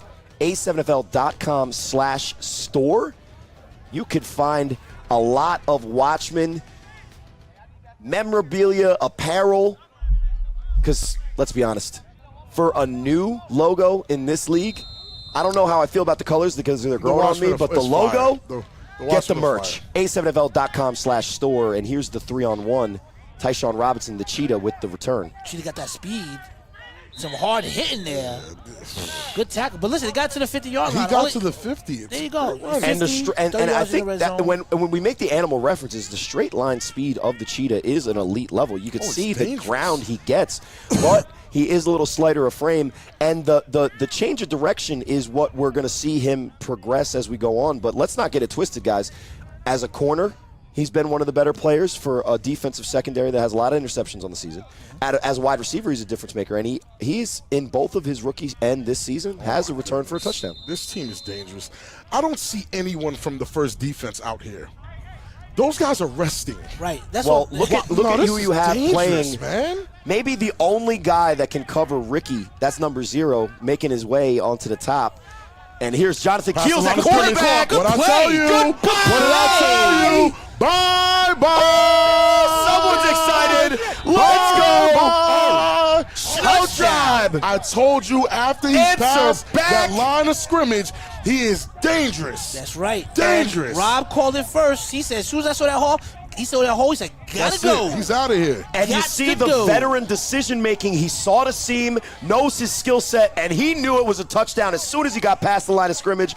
And he is still talking filthy. And 12-6 Rawway answers back with a touchdown. What the Watchmen might not know or understand about Jonathan Keel is he's not a rookie. Right, Jonathan Keel has been playing as long as I have, if not longer, and he's played with championship-level teams. Well rested, too. Well rested. Yeah, he's had years off. Yes. He had has more years off. Yeah, all the experience, none of the injuries. He played with me. He played with me. Yeah, remember he played with me as a young buck. Yeah, he's not. Listen, now if the Shnow Tribe can follow suit with their quarterback and keep that intensity, we have ourselves a game, fellas. Well, and here's the extra point after that great touchdown from Keels. They'll go for the 2-point from the 10. There's Dev in motion. Now, his running game, okay, but his passing game is looking suspect. Well, on that one play, let's not judge him on the entire game there on the missed extra point. That's 12-6. But we were talking about how great the Watchmen looked. The Shnow Tribe answer back in one play. They didn't need a cheetah. They needed the snowman himself, Jonathan Keel. Jonathan Keels with the ice cold. And maybe one of these teams is going to be able to find their way as we look at the replay here. A championship-level performance. If you're into championship games, listen, A7FL Insider is the code at checkout. A7FL.com/championships. You can get 25% off ticket packages to meet us and the best teams in the league in Bullhead, Arizona. Brought to you by A7FL Nevada. There's Jonathan Keels. And if he keeps running at that speed, he'll make it to Vegas in time. But if you want 25% off, all you got to do is use our insider code, A7FL Insider. That's what he's saying right here. A7FL Insider at A7FL.com. What did he say? Well, you saw him. He was mouthing it to the camera. He was helping us do the promo. Shouts out to Marquise Mouchette saying that the Watchmen's D is soft. Let's go. Yo. And then he immediately pauses himself right after. You can't write this stuff. I've never even said anything that bad, and I am on some serious sus timing. Here's the 3-on-1 throw-off, and the Shnow Tribe have done a great job on the coverage this year, but let's see what we get here. Muffled. And that's the Wolverine himself. And he gets a taste of his own medicine with Kevin White on the tackle there. And it'll be Baltimore, and the fun thing about Baltimore is it's like, who's going to play quarterback? I mean, I think they go one after another, so we just saw there it Ace. is. I'm pretty sure it's Buck. Well, what I love, and this may be a storyline later on in the playoffs, and we could even talk about it in weeks coming up on the 3-on-1, is that's great when you're scoring every single drive. Yes, That's let's amazing. keep rotating. But what do you do when no one's getting the ball into the end zone against the top-tier competition, or you're in the fourth quarter and you got to make that decision? That's the only reason that this two-quarterback system sometimes makes me a little leery, but at least today it looks like it's been 100% effective. Only because in your mind you're thinking, hey, if the game's on the line, I'm keeping it to make sure I win so we don't blame anyone else. Yes, I'm a narcissist. I cannot take myself out of anything. But these guys are sharing the love, and it's working. And what we've seen is, in a tough situation, whoever's turn it is, that's who you blame if it doesn't work. And here's the shovel pass on the counter to Beefy, but wow. There's that man again, Kevin White, who's he's made a name for himself. He had that year off from the Animals last year. You know, he was not really super enthusiastic about the way that franchise was going. Yeah, he was not. Made his way into some Shnow Tribe practices, threw him a touchdown in the scrimmage against Keels, by the way, if you want to go real insider. But regardless, he's a great player, and he said, and I quote, "Whatever you guys need me to do, I'll do." And he's really taken on that defensive end role aside from Isaac Negron, who himself has been kind of working into that form, that defensive player of the year form of last year. And on the shovel pass, great tackle, bring up 2nd and 11. Aunt Mo, lined up wide. Ike said, the voice of Baltimore, Ike says Buck to Aunt Mo right now. We're going to see. Okay, hold on. And Buck makes a miss. Use them legs. You know, Buck got that speed. Good tackle. Even if Snag says it's a 5'9", that's enough to get the first down. Listen, it's definitely plenty enough. of space in front of him, but really he did the work, making the man miss in the pocket. That's a great play from your quarterback, and that's how you convert a 2nd and 11. And for Ike, it was great that we could use you in text because sometimes we struggle to understand you, my guy. It'll be what? Ike has been peaceful all season. He just had to throw the shot. I said it was glad to read from him. He was definitely looking for Aunt Mo. And we just talked about Isaac, and unfortunately he becomes part of the highlight there. Maury Thomas knows what time it is, and there's just so much space in front of him. He can't even find a man to block. Bone's not trying to get a penalty, and it looks like Eddie Pettiot's there to stop the touchdown and brings up first. Shovel pass again. Uh-oh. Hey, is that Buck with the block? No, that was Amari Thomas. What did you do? What was that about? So when they went in with this play earlier in the drive, they did counter shovel pass. This time they change it up. They go quarterback counter run, but the running back was the lead blocker on the shovel, and that's the elite level play design that you see from Buck. And honestly, you don't see anywhere else unless you're talking about Huff and what he does. Well, and Sterry Codrington has great plays, let's be honest. But his plays look a lot more simple. It's not as creative because Sterry's able to beat you with the one-on-one, whether it's the run or the timing routes or Sterry doesn't have to go in the deep bag. Well, Buck has a plenty deep bag, and I don't know if I'm going to pause, but it'll bring up first down. Angelo Brown thinks Isaac is looking old. Let's see him on this First play. and 10, Buck taking his time. There's the rocket screen that Ike was talking about, and Ike knows that's one of those patented Buck Aunt Mo plays is you play action, run the rocket screen. They've worked, and it's been effective as long as we've seen them play in any version of any uniform, Cobras, Rare Breed, or now this Watchmen team. But we missed the pass there. We don't get the rocket screen, Ike. My bad. And it looks like that will be the end of the first quarter. So far, 12-0 is the way this game started, but Jonathan Keels was having none of that, to quote my friend next to me. And then at the quarter mark, 12-6, Watchmen, the number one team in the Northeast, getting themselves a game from the Shnow Tribe, looking to get on the right track in their playoff run. They're slotted, guaranteed a spot in this year's playoffs in the number 6. Corey Hammond, Big Rob, Fabian, LJ Smith. And you should check us out on these social medias. Now, I don't have any of these apps, but I think they're Facebook, Instagram, Twitter, Snapchat, TikTok, which is a new one, and YouTube. And if I got all of those right, I just got a so bonus. You sound old. Yes. You sound like somebody's father over there. TikTok. TikTok, which I think is the new one. You sound like someone's father. My son during school texted me, said, "Dad, I got excited. Check this out. A7FL.tv featured me on a TikTok, which my son watches. nice. Was you getting hit? And it was you Trey getting tackled? Baskerville tipping one of my passes into an interception. Yes. Yeah, and then sounds my about right. son Hey, Big Ron, said sounds an about right. expletive I over definitely see text that I can't say on live television. But Sounds that about brings right. us back to live action, to Sounds quote about another right. friend. 2nd and 10 after the missed rocket screen. You see quads to the top of your screen. We talk about interesting formations. OG Buck Look at that fakes right the side. shovel, fakes the screen. Up top, chicken box again. Oh! Oh. And just misses his receiver. Great coverage there from Tevin, And Buck is our guy out of definitely looking Kansas.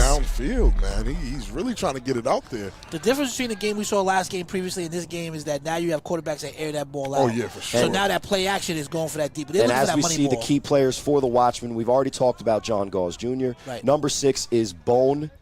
I know it shows his last name there, but I will not say it on live television. The guy's name is Bone. His name's Harry. 18 is Freight Train. Ricardo Freeman is the Wolverine. And sometimes lost in this conversation is Nick Mays, the Mean Machine. That's crazy. He's Him lost being so lost much is weight crazy. that you don't even know it's him out there. Sometimes I don't. Especially when Jon Gause is playing quarterback. If you're not governing him, he is just as effective at tight end as the dot boss. Not to mention, look at the size of that offensive line, and Beefy's already made plays. But OG Buck on 3rd and 10. Yes, ladies and gentlemen watching at home, the center's nickname is Burger. And that has to just be left there. Trips to the top of your screen. Aunt Mo. And he fires downfield Get and there. just misses Amari Thomas. And Buck is just putting a little bit too much on each of those passes. You could see that he's 99 overall in play calling. Everyone is wide open. He's just got to execute some of those. But again, in the A7FL, where they're at on the field, really no harm, no foul on This has 3rd been down because on honestly, no. 4th, we're just going for it. And those plays have been there. They just have to execute one of these. And it's going to be Buck in under center. Now, listen, I hate to be devil's advocate, but the momentum's going with the Watchmen. They get a stop. The Shnow Tribe gets a stop right here. I don't know. That says a lot. And as we see the great cam there from Mason on 4th and 10, big set. Or they just have Aunt Mo, who's a relatively large man himself, just That's a close big enough guy. to the offensive line. Oh, Chaney is making people look silly, including our cameraman. That's Bone out in front of him. And OG Buck on 4th and 10. Touchdown. Slips, slides. That's right, Matt Ryan. We give you in the broadcast. Touchdown, Watchmen. And again, the money man, I understand how you might have thought you felt, but with 2 different teams playing at 2 different series, Hey. there's always a hot hand. There's never not a hot hand. I'm sorry. This 2-quarterback system is probably the best we've ever seen. I've never seen anyone execute it so well. It's What about selfless. when Tim Tebow and Sanchez did it? No, you like that one? Nope. Nope. No, sir. It's very selfless. It's very seamless. Buck makes a mistake. Ace is not yelling at him. They're allowed to play the game. Well, Buck and is that making was a- the moment on 4th and long after missed touchdown attempts. Let's be honest. The second down throw was tight coverage, but the 3rd down throw, he missed a wide open Missed a receiver. wide open guy. That's a lot of pressure on a quarterback, especially when there's a really good quarterback on the sideline. That's just But the kind of quarterback Buck is, though, is that Right. when he was called upon, he is the type of player that he should, honestly, in my opinion, should be a starter on somebody's team. But Maryland Go for did their the own arm. thing. Here's the extra point. Oh. And they're trying to get it a bone on that rocket screen, that middle tight end screen, but Shnow Tribe sniff it out. Those championship points will be big, but Very big. at least on that drive, Same mistakes. Watchmen that you were answer making. the Keel's play 18-6. Watch this. Sheesh. We're making everybody shake and shift. And nobody got a chance at that man. Snags, your boy Buck may run a 5.9, but those are some moves right there. We got the Hustle. Oh, my God. Hey! touchdown. Baltimore on top. Listen, they made it look too easy. Let me tell you And something. with all of these moves, you absolutely bet Hustle. that you're going to see that on Hustle. Facebook, Oh, my goodness. Instagram, Twitter, Snapchat, TikTok, and YouTube on the highlights. And with the number 1 seed in the Northeast, Watchmen, it's their number 1 quarterback who started the game, running in on 4th and 10. You guys remember that toy Skip It? He's an expert level He had skip him player. play skip it over there. Yeah, his hand touched the ground and everything. I'm like, oh my goodness. And Freight Train on the 3-on-1 Why throw not off. let it fly? My goodness, Freight That's Is that cheetah again? bomb. You see the cheetah. He got some speed. Can he get away? No. Wait a second. He has the speed. And if that's a cheetah, Freight Train says, that's none of a that, lion. sir. You thought you was going to get away? No. That's my man Freight Train right there. He's not having, as LJ would say, none of that.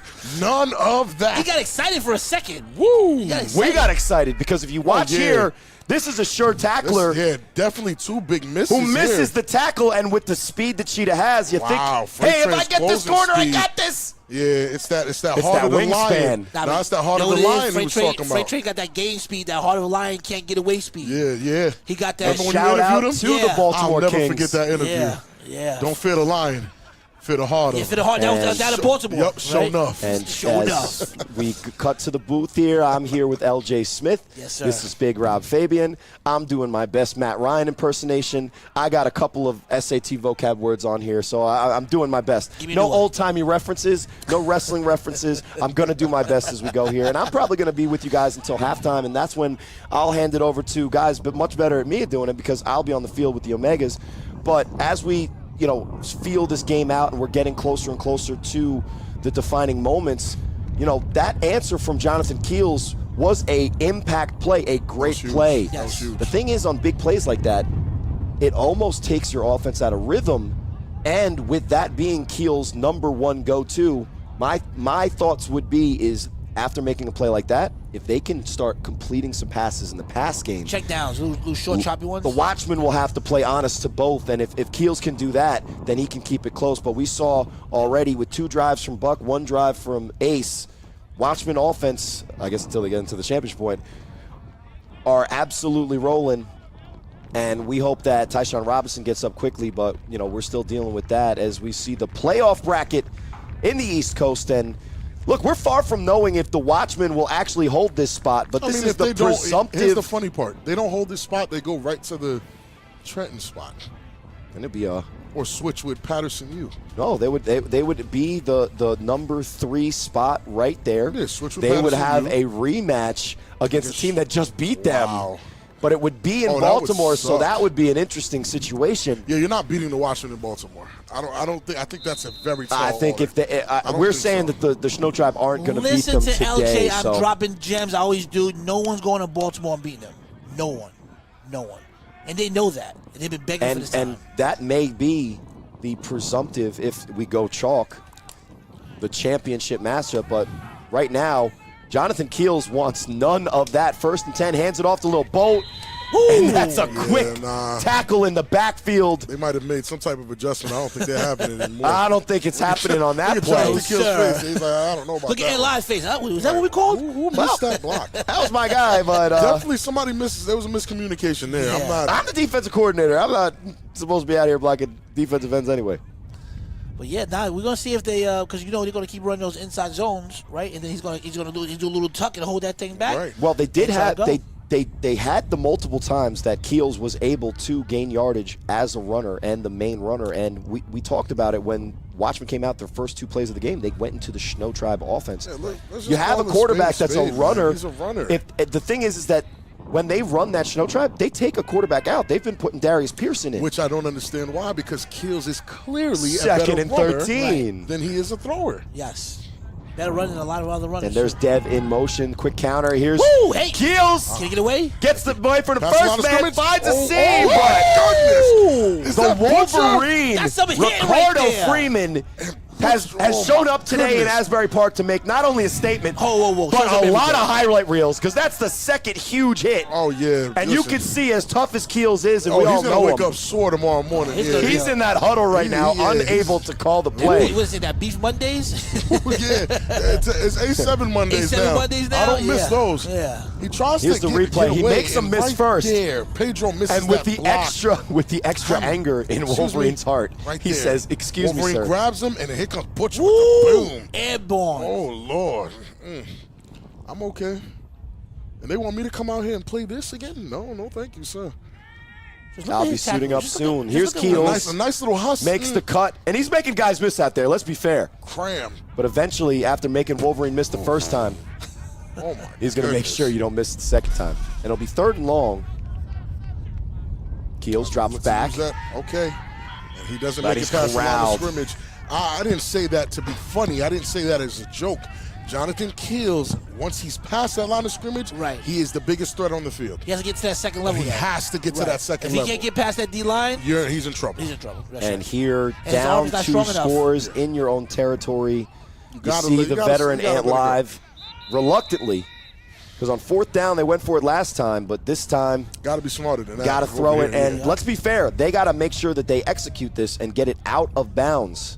Cardo came to play today, like I said in the chat, man. That's already 2 sacks. And we were just talking about the East Coast playoff bracket. Here's the West Coast, and it shakes out to be, if chalk holds, and 7 o'clock tonight, the Force, number 3, taking on the number 4 Kryptonite. If the Force win, the playoff bracket looks this way, and you got to look right at that matchup. If the Force beat the Kryptonite, then that means sick with it, Force, round 1 of the playoffs. We've been talking a lot about, and I specifically have said that I like the sick with it team, but the defending champs in week 1 of the playoffs, that's a tough draw. People are talking about how little the draw is for Vegas as Shane Turner throws it and presumptively out of bounds. Smart man.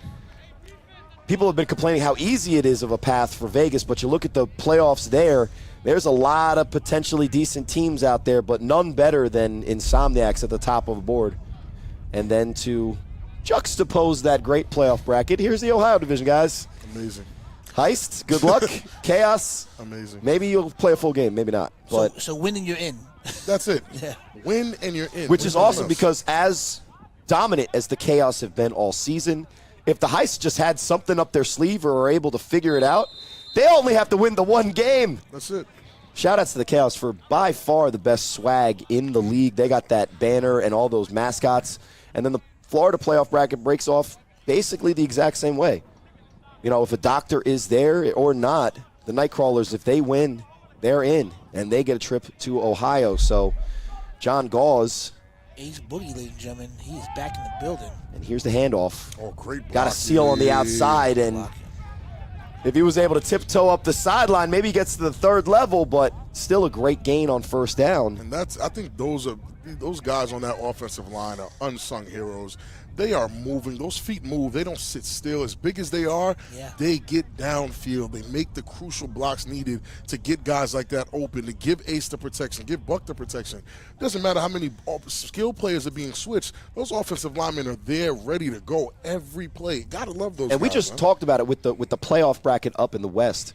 We've been talking a lot about how the Insomniacs kind of built this Vegas super team and how good they look against their competition. This is why I keep saying the Watchmen. Yeah. What Watch this. are we watching if not a Baltimore super team exactly what who we're for watching. some reason, even though they're the number 1 team in the division, they're going under the radar in my opinion. Here's play action. Ace Boogie throws a really good ball on the slant, Corey, but great coverage. I'm going to have to agree Bring up with 3rd you. down. I feel like the league, Eddie Pettiot with the stop. when you're asking guys, oh, hey, of course you're going to mention Eddie Pettiot. You're annoying. And so look, right?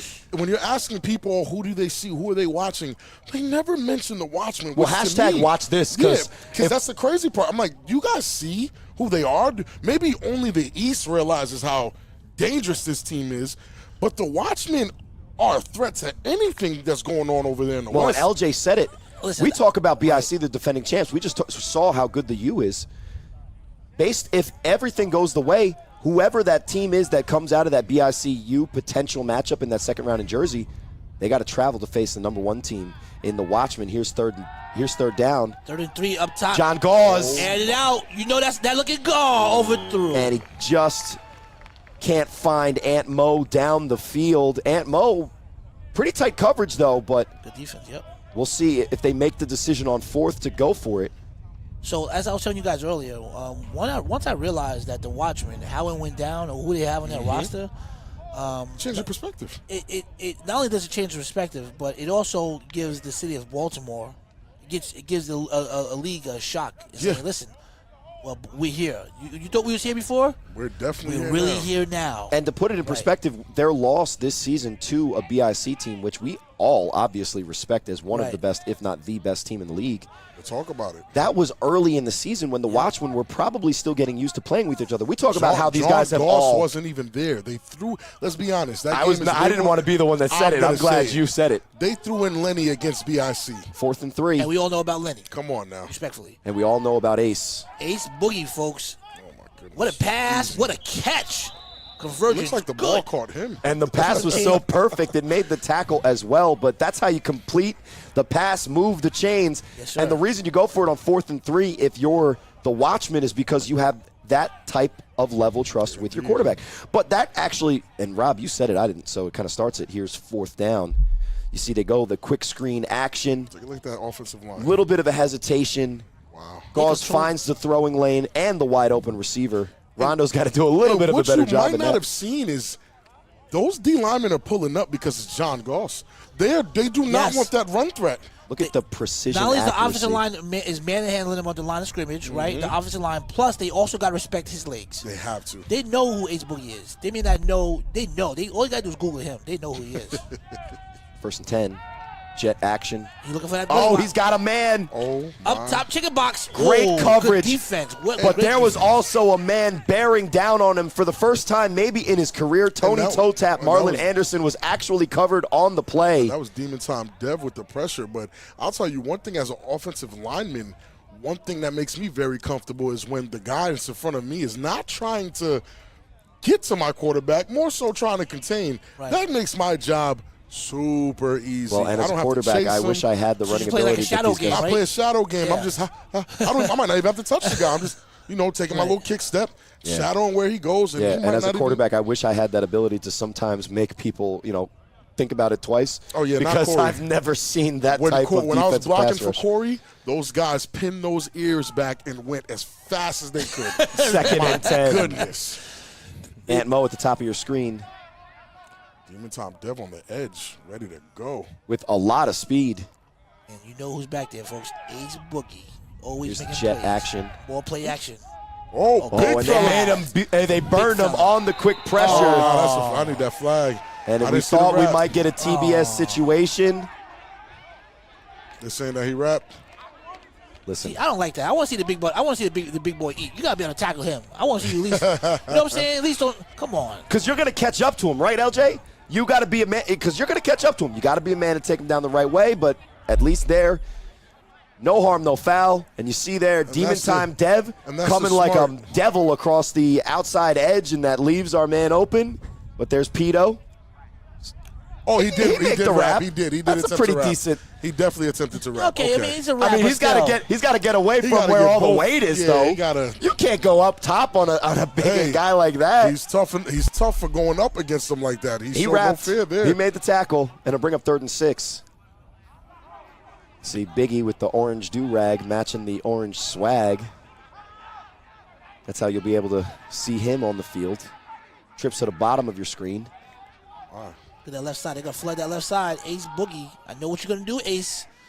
He can flood that left side. What did I tell you? That flow was and incomplete behind pass. him on the pass, it is exactly what I'm not LJ gonna said. lie to you, Trips to though. the bottom of your screen. Flood concept, but decent pressure. And if I'm them, Decent I coverage and always feel completion. like I have 4 downs because we're 4th and 6. I'm Ace. I'm Jon Gause. Yes, but he did I'm miss gonna that one. walk it. He'll I missed get it the back. pass. He'll get I'm it gonna back, but walk he's I'm not 6 punting. yards. If I'm the Watchmen, I'm not punting. Yeah.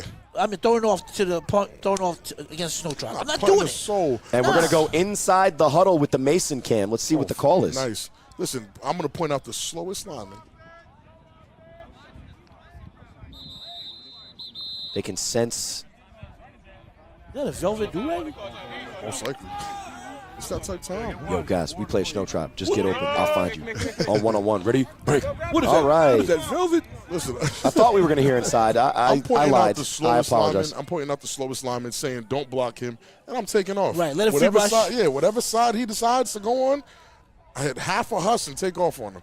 Now, this is the whole thing now. Just going by this game. I'm not talking about any other games, Big Rob, right? But going by this game, it appears that OG Buck is playing better football, right? It appears that he's playing better football at in this game specifically, I know they're going back and forth, but I like OG. It seems like it's more fluent. It seems like everyone. I think what you're responding to is that the offense looks like it's more on time and moving with Buck based on his play calling, but there was not a better throw than what Jon Gause did when he threw it to Super Saiyan. Well, you know he's rocking those same throws. Actually talking about Buck has missed the flow of the offense. Yeah, the way that the plays are being called and the way that the offense is moving and seems balanced and it's that misdirection.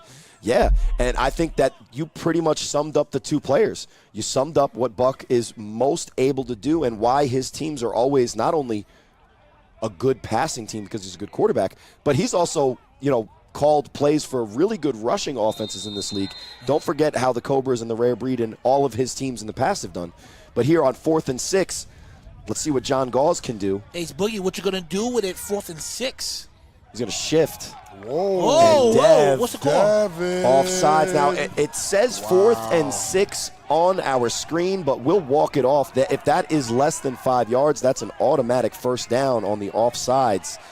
Costly penalty, but a very – and you see they're arguing it here. We'll see what the call actually being. But that was a very veteran move from Jon Gause. I love, personally, the go in a heavy formation and shift out of it. And here's the replay. And it is I don't know how you could not call this on the defense because it is legal to shift. They did not call go. Question: Can you they shift? said Can you shift more than one player at the same time? Yes. Absolutely, I do it every week. Wow. Doesn't look like it. I guess I get away with some things. Probably an offensive player. I think maybe Jon Gause moved the ball. Yep, Jon Gause moved. Jon Gause. He's allowed to move. Not like that. No, not like that. I've never seen a quarterback. They said do they that. figured because you guys are like 0-6, they probably let you do it. Yeah, you can shift more than one guy. I've been doing it for years, so this is not before. as fast as Jon Gause. I don't think I'd be. But let's be clear. This is now an ongoing thing for years that I've been getting away with, and I never used to get star calls. 4th and 11. 4th and 11. Ace Boogie drops back. Ace Boogie got them late. He cut up to him. Ace Boogie. Ace Boogie. Wow. We talk about that. I don't have any hush. Boogie. That's a man who does. There was no reason that he should have been able to convert the first down based on the matchups that he had. But he finds a way to slip, slide, shift his way into divisional first-round competition. What is happening? His name is Ace Boogie for a reason. He's boogie on you. Look at him. Blocks. Look at him. As soon as he get back there, he's in boogie mode. Listen, be honest, they McGee, covered it well. You got the earrings on, but you do not have the ability to make the tackle even after. What is that? Listen, I am not even going to say his name, but what we just did to number 31 from the Shnow Tribe, exposing what he did on that play, any other player in the A7FL that's played for more than one game makes that play. I'm sorry. Against Ace? Against Ace? Did you see how bad Someone that mute was? his mic. Production mute this guy's mic. What you talking about? That's Rob, Ace see it. Boogie. Listen, Put some respect on that man's Rob, name. watch the replay on your phone because you're getting it under the delay. Not only did he get hussed, but even as with the chance here. Put some respect on that man's name. That's Ace Boogie, sir. Ace, I'm not disrespecting Ace. I just Ace don't like the Boogie. effort. But I'm a hater. First and 10. I can agree with that. There's Super Saiyan on the action. And there's Kevin White. Wow, Kevin White, you said he's been making big plays. Once he got Kevin a handle on the jersey, he wasn't letting go. Saw how slippery Ace could be in the open field and knew that was a mistake. And on 1st and 10, big sack from Shnow Tribe. Wow. Huge I just said that out loud. You definitely said that. Yes, sir. And LJ said huge. But it'll bring up 2nd and long. 31, can you do something for me? Here's the replay. White. And look, he just makes a great swim move. Off of Beefy. I mean, Beefy doesn't know who that is. Ace almost gets free. But that second effort is serious. Well, and grip strength. Let's talk about the grip strength. You got to get a hold. Yeah, Corey, let's talk about the grip strength. Hey, yo. Is that a pause, too? I don't know. You guys are just looking at me sus now. I didn't say nothing. You guys see I got this long hair. You guys are looking sus yourself. Rob, you got long hair too. Don't get it twisted, even though it's twisted. 2nd and 17. I want nothing to do with this. Back to football. 54 seconds, 18 seconds. Aunt Mo in the backfield to help out. They got another man to block that man. Ace climbs the pocket, lets it rip downfield. That looks good. Oh, incomplete. And he just misses him. See, and as great as these quarterbacks are, and they are, when you get pressure on a quarterback, sometimes they miss. And that time, credit the Shnow Tribe defensive pass rush, because Kevin White's been been rushing the passer in a way that he's affected the way that Jon is playing. But let's be real. And now it's 3rd and 17. Let's be real. The storyline for me for all the quarterbacks this season, except you, is no. And hear me out while I'm saying I got that. you. Let's go. It's these guys can run it, but they won't run it. Like, he has space to run there. They do. They'll throw it instead. Which are they trying to prove that they can throw? Are they trying to prove that they're a traditional quarterback? You're dangerous because of what you can do with your legs and your arm. If they're giving you that lane, run that thing and go out of bounds. That to me is the better, smarter play. If I'm on the line, that's what I'm asking. And you see Jon Gause calls the timeout. OG Buck is in the huddle. We talk about his strengths and what he's able to do for his team. He's in the huddle. If he comes in and plays quarterback, that's one thing. But he's also a valuable weapon if he trots back over to the sideline because he can give Jon one of those plays to convert on 3rd and 17. And you see with 37 seconds left in the half, the Watchmen have the one timeout. You know, if the Shnow Tribe are able to get a stop here, correct me if I'm wrong, guys, they start with the ball at half, which will be their best case scenario. Well, just to kind of piggyback what Rob was saying earlier about Ace Boogie, if Ace Boogie can throw 10 touchdowns or run for 10 touchdowns, even though he is just as much of a threat as he is his arm, he's going to throw those 10 touchdowns. That's how he is. He doesn't want to run touchdown. He wants to make people pay with that deep pass. And that's crazy. So although he has elusiveness and he has that speed, at the end of the day, he's looking for that money ball. Right. So some quarterbacks, like you said, Kills, where he might just run. Because that's his MO. But with Ace Boogie, he's not. He's known for both. So I think that's a confusion part because he has people downfield. Yeah, and he has them downfield. I'm not saying. I'm never going to say he doesn't. But credit the pass rush from Shnow Tribe because we can say all we want about the play call and this and that. As it looks like OG Buck is on the field as well. Are we getting shades of the Nightcrawlers game? I hope they know Ace. Double pass. Ace set Boogie. up, but Ace Boogie doesn't matter what formation you come out in. And 3rd and 17, Isaac Negron with the sack brings up 4th and extremely long, and we'll see what Shnow Tribe does. They call looks like a timeout. But trying to get the ball back with 26 seconds left. Trying to be pretty with the trick plays here doesn't really make sense to me. Why have Buck on the field? Again, it's as simple as they go past you, you run. Right. You run ball. And we can say all we want. And we can say all we want about the way that the play was set up or the play call or who's on the field. But if you can't block the defensive pass rush, nothing works. And that's what you see there. Isaac. Look. Take a look. Where's the pressure coming from? It's not. That's an entire lane we're staring at, especially at that angle where Biggie's the guy you have to beat on the edge. Ace can run, but they're looking for the throw. I guess they don't know how much time is left. I'm not looking for the throw there if you're going to give me that large of a running lane. Well, speaking of throw on 4th and 26, the Watchmen for the first time in today's game are going to do the punt version of the throw off, and it'll be Eddie Pettiot back. We'll see if he gets a chance to return, and it's out of bounds. So, and Carlos Croslin, indeed, they're making the same exact mistakes that the U were making earlier against a team where I feel like they should just be completely dominating. They're showing little bits of weaknesses and poor decision-making. And again, heading into these playoffs with monsters like the U, monsters like BIC, and what's waiting for you in the West, God forbid, who might be waiting for you in Florida. Right. And not you to don't want to make these kind of mistakes. That's a running play. You run that. You run to the back of the well, and it also I also think it shows the level of seriousness that at times that some of these quarterbacks take when they're facing the competition. We even talk about it with Huff. When Huff has the lane to run for a touchdown, he even looks to try to get other guys involved because he's like, I got to get my guys involved more than he's saying, I got to win now. But that's literally his play style, right? Huff has always played like that. Bringing it back to the game as 1st and 10 for the Shnow Tribe with 2 timeouts left.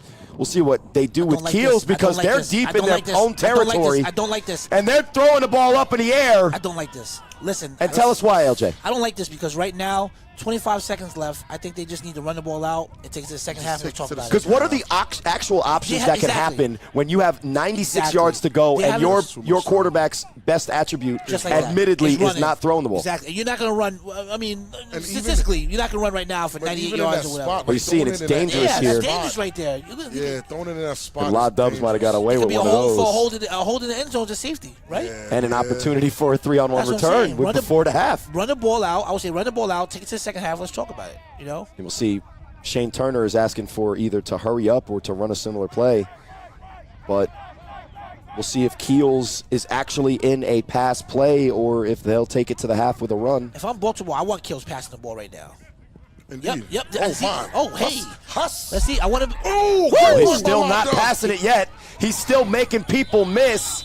And even though the clock runs down, Shane Turner will call timeout. Why and Shane Turner Jonathan call timeout? Keels, when we run that replay back, you can see that Huss. They're going to know your name today, John Keels. And if he can parlay those great moves into throwing the ball to open wide receivers Take a look at downfield, this. Take a look at this. the Shnow Tribe Immediate offense pressure. might be Huss, hard to stop. Huss. Ooh, But when you excuse can me. make a man miss, and that's not any man, that looks like to me DK Butcher maybe. Good block by La Dubs. The thing is that once he gets away from the initial pressure, it's just relentless pressure. There's no way that he can everybody's reset there, yeah, and throw it there's- downfield. everyone's there. But if he can turn those, opportunities to extend the play into completions downfield, the Shnow Tribe could have a dangerous offense. Here's the quick throw, and Yeah, I don't think he's. Telling you. The problem is, well, now it brings up 4th and 1 with 12 seconds left. What do? You have to throw it off what you here. do, but Corey, what what do you mean? You know what to do. Are you Well, asking- I know what to do, but it looked like Shnow Tribe was feeling confident that they might keep their What offense kinda on. Craziness is he talk? Rob, holler at your man real quick. What do they do? Of course they got to throw it off right now because guess what? If they don't, They're in trouble. they're- That's an they're in ugly trouble. spot. This is still a winnable for them. And Shnow they Tribe, say, this is a hold winnable my game. beer, Rob, because the offense trots back out with 1 yard to go, 1 timeout, Listen, and they'll take their final timeout, which is even weirder. you know what? They don't convert this, they deserve to lose. Oh, I'll yeah, tell you yeah, that. no, for sure, They don't for convert this, they deserve to lose. They're Well, not driving. even the better question, guys, is if they do convert this, what do they gain? My question is exactly. You've only scored respectfully 6 points on a one play that they already made adjustments to, right? Against this Watchmen team that's got nothing but dogs on the team. You converting it with 12 seconds left on your back of your own end zone, 4th and 1. Exactly. Against all logical understanding, the Shnow Tribe, 4th and better 1, run it. they'll go for it and they'll get it.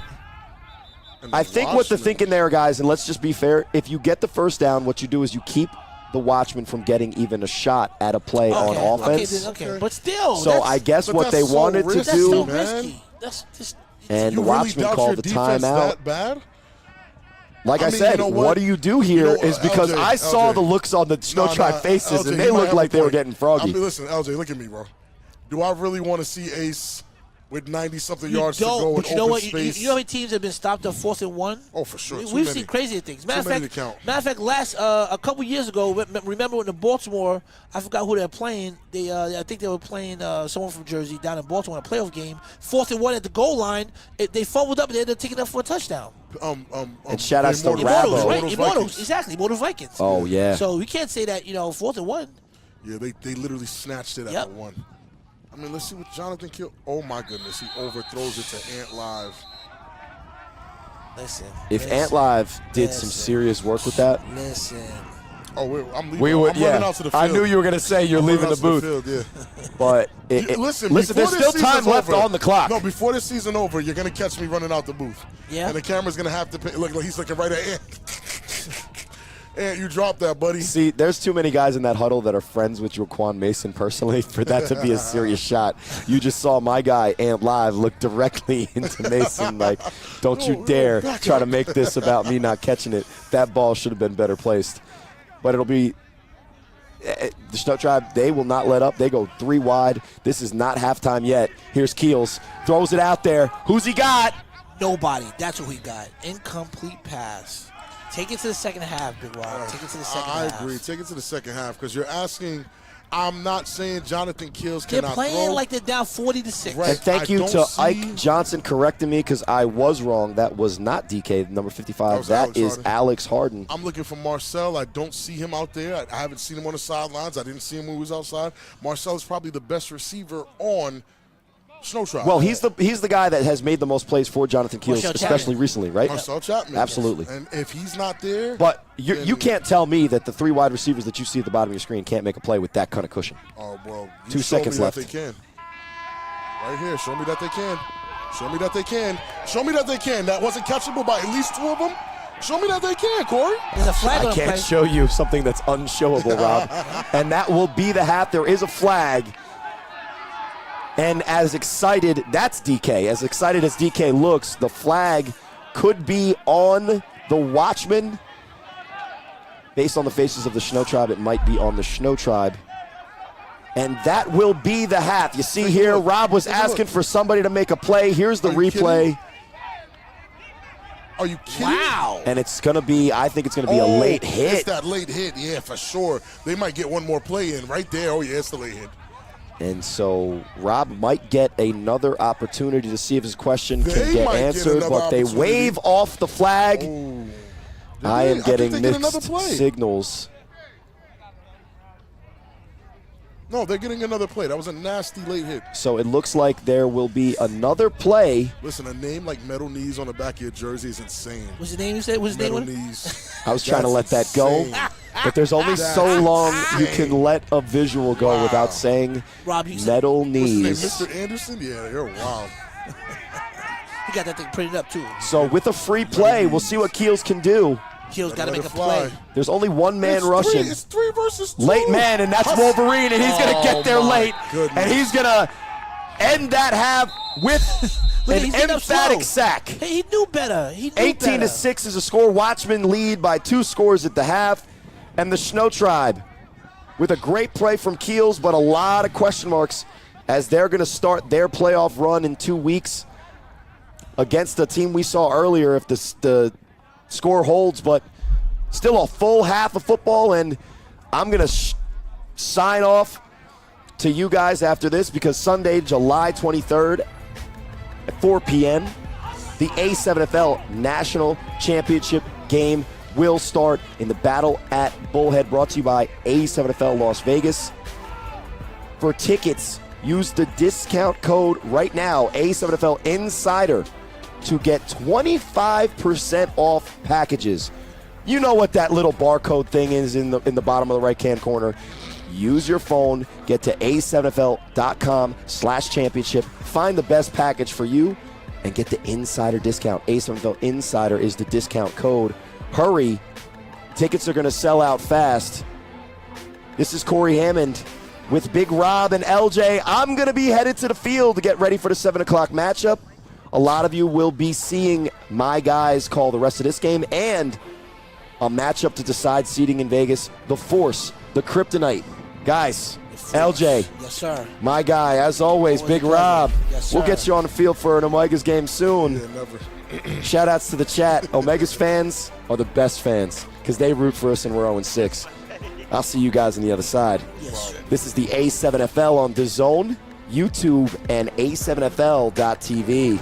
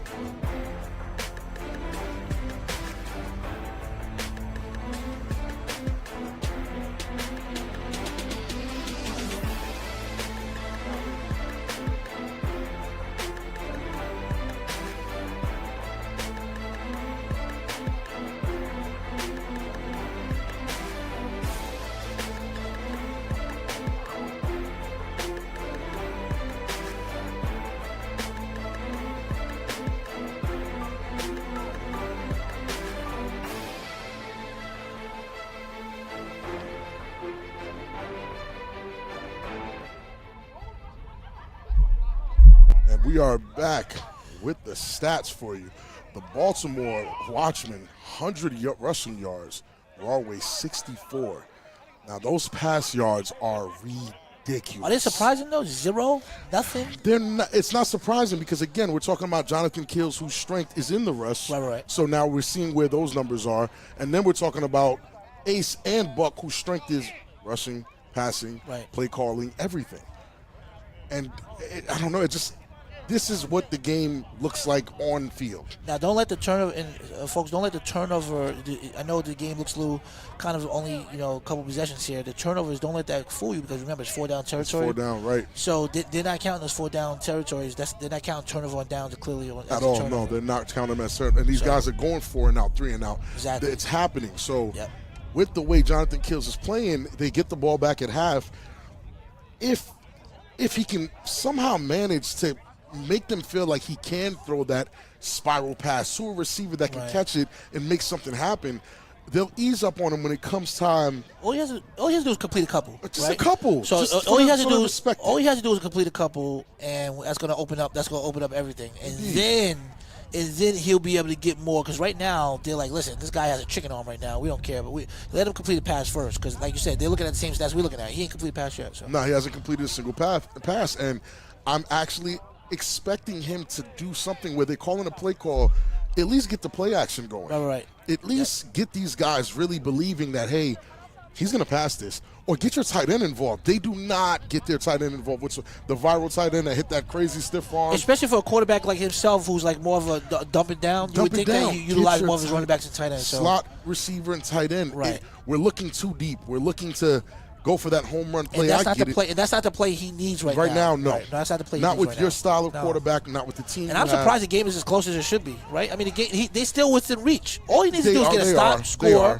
Right? Because teams start playing a little differently. Get a stop, get a score, you get one possession game. 100%. They also have one fumble, the one missed catch. And it could be anything. Anything can happen for them to actually get back in the game. Yep. But the main thing that has to happen is Jonathan Keel has to find another way to score. He got to do something, right? Yeah. He has to. They said last week or the week before that was his best game he had as at quarterback, yes. right? Yeah. So he needs to look to himself and say, okay, what did I do then?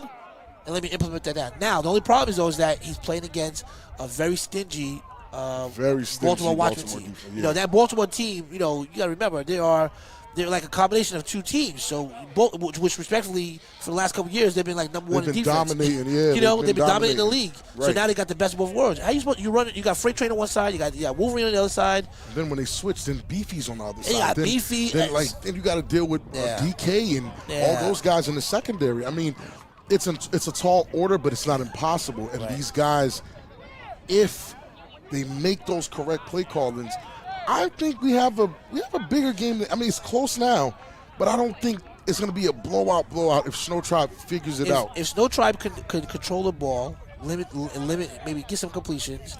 If they're going to do 4 down, if they're going to go for the 4 down, go for it like in the red beyond the 50. Go into the fourth quarter, early in the fourth quarter, they could be within a touchdown.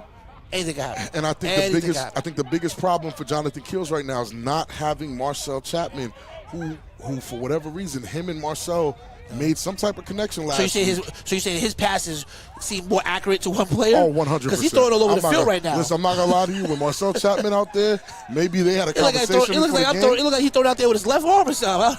Listen, they did something. Something happened. There was some type of connection. Maybe they had a secret handshake or got Mike secret. One of those. Marcel and Jonathan Keel were just on point. Last week, Marcel had 5 receptions for 86 yards and 2 touchdowns. Wow. That's that now right listen, there. Now listen to the crazy part. Remember what I said? He had 5 receptions, right? Jonathan Keel's had 5 completions, 9 attempts. So that all his completions were to one guy. Yeah. So now without that guy, he looks a little worse for the wear, but it's not. I can't really blame him. Someone else.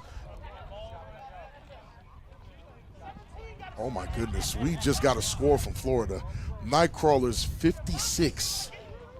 Orange 37. Florida has made it. Cold-blooded. Yeah, Florida has made it. That's that. 56 on top of your head? 56 to 37. I mean, it seemed like it might have been a fun game. It seemed like it might have been a fun game, but yeah, that's scary. While our score here at Asbury Park Stadium is 18-6, Watchmen up. And again, the Watchmen have made a few mistakes. This is not the cleanest game we've seen from them, but the intensity hasn't changed, whether they made the mistakes or not. Well, for me, watching the Watchmen, right? I think number one, when talking to John earlier, Ace Boogie, they didn't bring all their stars, obviously, right? They brought just enough just to compete. And then most importantly, a lot of teams that are new because they're new kind of gelling, they play to the competition, right? Indeed. So I believe that they're playing to the competition. I believe that what they're doing is they're playing Down to the competition, right? Because had they been playing someone else, they'll be more turned up. And I think that's what I it is, agree. you I know? agree. I mean, Jonathan Keels is trying to give them a little something, but Right. I mean, think about it. Offensively, Jonathan Keel is all he got. Little Bo's not getting nothing. Look at that man. That's a bad man. look at that stat line. Let me tell you 5 something. sacks, 5 tackles, 1 sack. Let me tell you something about that man right there. That's a grown man right there. You see that man, you run. I faced that young man a few times in my heyday, and I think I got the better of him a few times. But he's not an easy guy to block, deal with, game plan for. He's the total package. He has the aggression, the speed, the strength, in a smaller frame. I thought he was a weaker guy when I lined up against him. Wolverine is a very strong Well, you guy. know what he does? He tackles low. Very right? low, Because yeah. he tackles low, and that's where that's what you lose all your strength at, right? So just think about it right there. Right. As we go on a 3-on-1 throw off here, and look at him, Wolverine, and he is ready. Freight train is ready, and here we go, folks. And Tom Dev with the turn. And let's see if he's going to try to return that thing.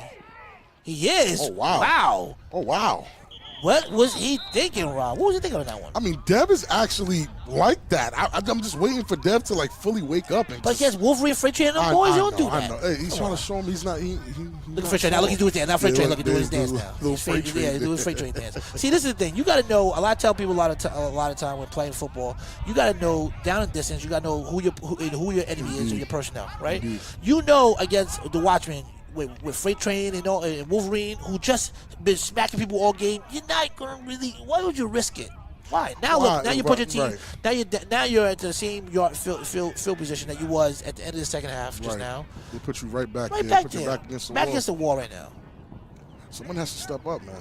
Well, listen, he got to make a play right now. You got to use, like you said, and Little Bo. I don't know for some reason every time they hand off the ball to Little Bo, number 83. But a shotgun set, one receiver, one running back in the backfield, and Little Bo. When I tell you about that man, Wolverine, he is everywhere. Somebody got to block him. Who gonna block him? Man, I mean, Rob, who's gonna block him? Someone has to, and this is what I did tell Isaac. I told Isaac in these crucial games, I know you are the former defensive player of the year, but you might have to take you behind the offensive line and help out on that side because they're not making the required blocks to get these plays off. And look at that replay here. Game's about 1 yard in a play. I never really enjoyed this play. Because Wolverine is wide open. No one ever touched Wolverine. Wolverine chooses there's few players that chooses violence. Yeah, he's one of them. He chooses violence. Him and Freight Train. He doesn't want you to pass. He wants you to run. He wants you to run. I think he waits for the run. You He think does. He can cover? I talked to him earlier. He said, I anticipate the run. I look forward for the run. 2nd and 9. Ant Live checks in at tight end. Shotgun set. And another inside end of the little boat. And who is that again? Oh, man. That's Wolverine again.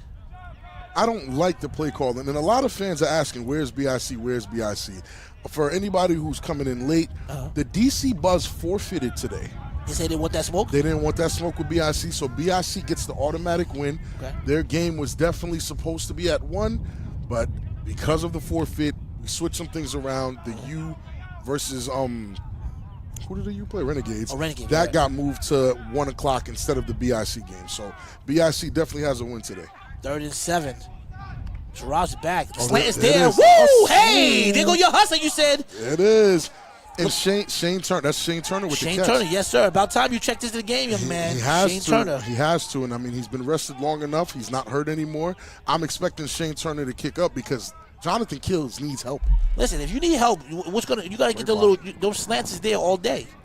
They're challenging Jonathan Keel to throw, so his receivers really do have to wake up here because Wolverine is playing pure spy. Right. Look at the size of 21. Why is he not on the field? 21 is the tallest receiver in the league. He is sick. Look at this man. Look at that guy. He's like 6'5", 6'6". And that's a first down, folks. 1st and 10. You just tuned in. I'm LJ Smith live with Big Rob Fabian, the Watchman in the yellow. Scores 18-6. And the Shnow Tribe in the white. And there go the leg. Woo! And what I tell you, hey, LJ, what did I tell you about this young man? Like you said, that use line of legs. scrimmage, once he gets past it, that man is dangerous. Once he gets to that second level, start getting to them backers and them, that secondary, he is very explosive, very dangerous. And Ethan Cross, indeed, just a simple completion, and everything will open up. And that's what we're waiting for Jonathan Keel to do that. But this is great blocking, terrible tackle attempt. He actually gets past Wolverine just a little bit. Wolverine gets to that shoulder, but if Wolverine doesn't grip that shoulder up, Jonathan Keel is going for another 10 to 15 yards. Yes, sir. So that's another first down for Rahway. And now they're saying 21 is a created player. Listen, I'm a different kind of guy. If I'm Jonathan Keel, knowing my skill set, 21 is at the top. I need big fella Kevin at the tight end, and let's go crazy. Max protect. Right. Shotgun set. Ooh. Looking for that pass right Shane. back to Shane. Hey, there goes another one. Listen, get Shane involved. Okay, Shane. There you go. Okay, Shane. Come on, cool it down, fellas. Hey, let's talk about our favorite ice cream flavors later. Come on, fellas. Let's go. Yeah. Right back to it. Well, guys get into it. Play football right there. So that's another first down. Listen, that's exactly what he needs. And that's what's going to open up. Yes, right. that create a drive. Let's not look for the home run. It's the start of the third quarter. Correct me if I'm wrong, but these are first catches that Shane. Yeah, that right? Shane had. I want to say almost all season, but let's be nice here and say maybe this game Shane is starting to wake up a little bit. So this is like every time I always talk about Jonathan. I always talk about his. I call him he reminds me of like a Cam Newton. I can see why. Because John Keels. I've heard that a few times in comparison. Because his arm, as Cam Newton got, I'm talking about older. I'm not talking about MVP. Yeah, not MVP prime Cam Newton. He's talking about Patriots Cam Newton, which hurt me because I was a Patriots fan. Yeah, I know you celebrating. You won a few games. I was so happy when Cam went to the Pats. But he back there. Okay, now let's see screen over here. Look, good pass. Shane Get a Shane again. There you go. There you go. Okay, and now that's 3 in a row to and Shane. That's 3, and Shane's the hot man. And again, it seems like Jonathan Keel has a favorite receiver. But you know what? But Shane, but he had 2 options on that side. He also had the running back over there on the wheel. And I felt like he had the tight end as well. Yep. So listen, they're looking good. It's looking smooth. Every down, every time they've hiked the ball so far in the second half, with the exception of maybe once on a run, they've got a first down. They've gotten a first. And I like it. I'm not upset at it. They're creating a drive. They're being patient. Right. They're letting it come to a Rondo, who is a former wide receiver turned defensive back, who was a number 1 receiver on his former team, the Renegades. So let's see what they can do here. Shotgun set, one twins down to the bottom of the screen. 1-on-1 coverage. You got the legs. Pressure. Oh! Wait a second. Did he go down? He's down. Catch was made, and that's a phenomenal tackle. That's a big tackle. I'm not gonna lie to you. Huge tackle. Phenomenal tackle by number 26, Chops. Phenomenal tackle. That could have gone crazy. Listen, he threw that as a dangerous pass, though. Very dangerous. Very dangerous. And I do think that the Watchmen have the better DBs in the league. I would not want to see one of those guys catch one. Oh, my goodness. Rondo got completely destroyed out there. Yeah. If you looked, DK didn't let him get anything. Wow. I don't know if they'll be able to show it. Rondo ended up on the floor. Yeah, that's a very risky pass there. Look at big fella. And again, nothing. Goodness. 2nd and 10. 8 minutes of change remaining in the third.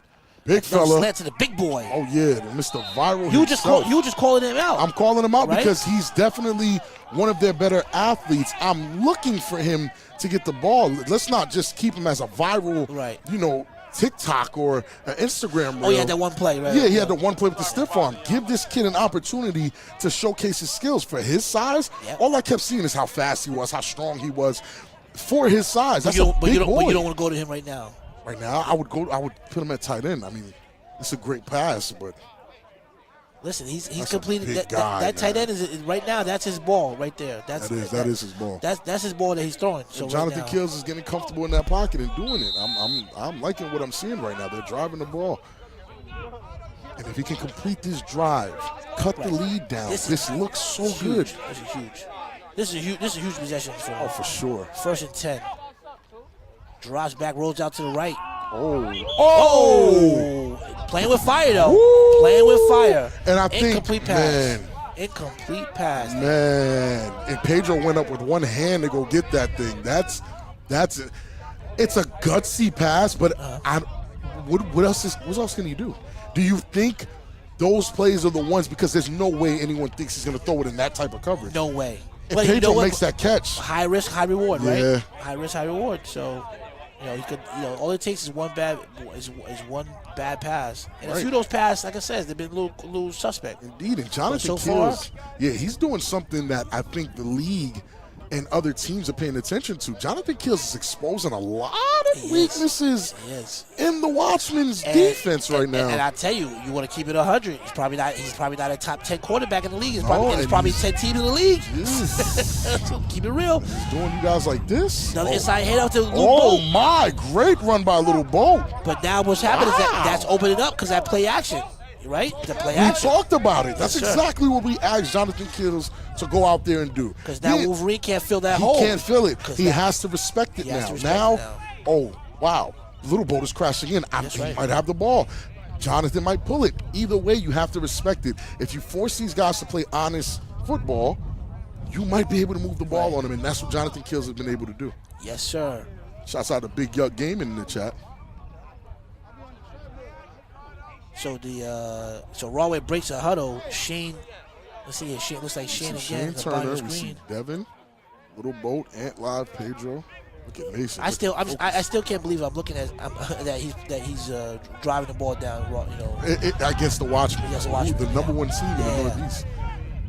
Shotgun set. What you gonna do with it? Got some time. Whoa, there you go, Wolverine. Right. Set him up for the kill. There it is, man. Oh, wait, is that smart? What you going to do? I see. Oh, he's broke that speed. Ammo got too much speed out there. Ammo's going. You're not catching him. That's a touchdown. Ammo. Got hit the Ammo. Touchdown, Watchmen. Hit your dance, young man. With a hey. Oh, great. Listen, and this is what we kind of talked about. High risk, high reward. Yes, sir. You take a chance, and you kind of bail on what makes you good. I'm not saying throw it the whole way. But you're just not going to keep throwing slants. Don't keep throwing the slant and think they're not going to adjust. You just don't think that Wolverine's just not going to pick off that thing one time. Yeah, right? I mean, so. And this hurts because this is the drive I thought was most important. That was a backbreaker. Because look how much time they took off the clock. Yeah, you're right. Time of possession. They took off the clock. And they got nothing out of it. Still a lot of football to be played. It's a lot of football left, and being that they were able to drive the ball like that, it's still not over in that sense, but that's crushing. That's definitely crushing. And the thing is, the good thing is that they kept because they was a quick score, they kept Baltimore's offense off the field, so they're still in rest mode right now. I mean, they're coming out here for conversion. Right. But they're still resting. They're resting, just like their defense. So they're going to be pretty much rested. They're going to get the ball back. Mm-hmm. A whole third quarter going. They've been resting. And Ike Johnson, who seems to be able to see the future, called it in the chat before it happened. Every play that they called, let me tell you something. Ike Johnson. Ike Johnson said he was going to throw a pick, and that's exactly what happened. So every time something happens, I remember he called out the play with Ike Johnson. So the score is now 24-6. It is late in the third. The Watchmen just look like they're just having too much fun. They were smiling. I gotta love it, man. I love it for him. And this is a run. Look at all that space. Yes. But in his mind, it's like, I have to throw it. No, but look, he threw to Shane. But they sat back on Shane. They did it again. And that's what I'm saying. Right there, if they replay that again, all that open space he had to at least get 5 to 6 yards to make them respect the run. He stopped. He decided to throw it to Shane again. And it's not his bag. It's not saying he's bad at it, but they adjusted to it. Now it's your turn to adjust to what they're doing. Yeah, Watchmen just stole that. Oh, for sure. And who's that on the sideline? Is that Mike gonna make it on the sideline running with him? Look at the space. Come on now. Look at that seam to run. Don't do that. No way. No way. Jonathan Keels is definitely taking that for at least 15, and he just lets that thing fly. And here we go, folks, on the 3-1 throw-off. Oh, and that's Rondo, if I'm not mistaken. There we go. Oh, yeah, you go. Be smart. Man. Yes, sir. Be smart. Yeah. And Carlos Croslin, you're 100% correct. He 1,000% had his mind made up. He was going to throw that ball no matter what he said had. That football's going to Shane whether you no like it or not. No matter what. Yeah, listen, I'm throwing you the ball. Whether you like it or not. And that's what it is about this league. A quarterback has to be able to make that call on the fly in the middle of the action. Jonathan Keels, when me and him talk after this, because he calls me Stephen A., and that's the conversation we're going to have. John, you should have ran on this play. You should have tucked that rock and gone. Yeah, and I'm going to say, I don't care what anyone told you, who you thought was open, you were open. You take that. He got to realize, too, like I was talking about earlier, about understanding his opponent, right? These are veteran players. Veteran players. You know Wolverine's just not going to keep sitting spy you in the middle of the field. No, not at all. And not jump on that slant. Eventually, Shane coming off that same run, that same route. You know Wolverine's going to pick that thing off. So come on. Yeah. I mean, I told you, I feel like this is the DBs in the league. Now, you know, they're still energetic because you have to remember, they might not even look at it as like it's a mistake they made. They'll look at it like Jonathan made a mistake. We were blocking properly. We were driving the ball. We can do it again. And let's see.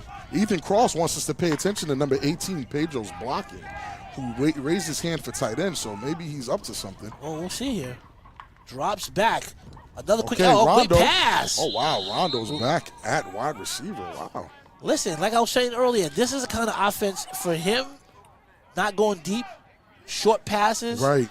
Don't be so, don't be so illustrative. Meaning, like they used to have that Madden years ago where you had a little quarterback vision. Yeah. It was really small. He's locked in. He's locked in, right? It was his cone, his little cone. It was a cheat code because Peyton Manning was the whole field, but the bum quarterbacks was like so thin. They were so thin, you could move it around. Yeah, no, it's terrible. So that's what he's doing. So don't be predictive. You know, his cone is pretty small. Yeah, nah. Drops back, slant again. Oh, big fella, you got to reel that in. Got to bring those down. Now. Get your hands. Come on now. Get your hands on them things. Yeah, hands like feet over there for that one. You got to catch that. So yeah, so if he could get, like I said, if he could get right now 4 minutes, it's 4 minutes left in the third. If he could get, like I said, 12-24 in the fourth, that's still. Not.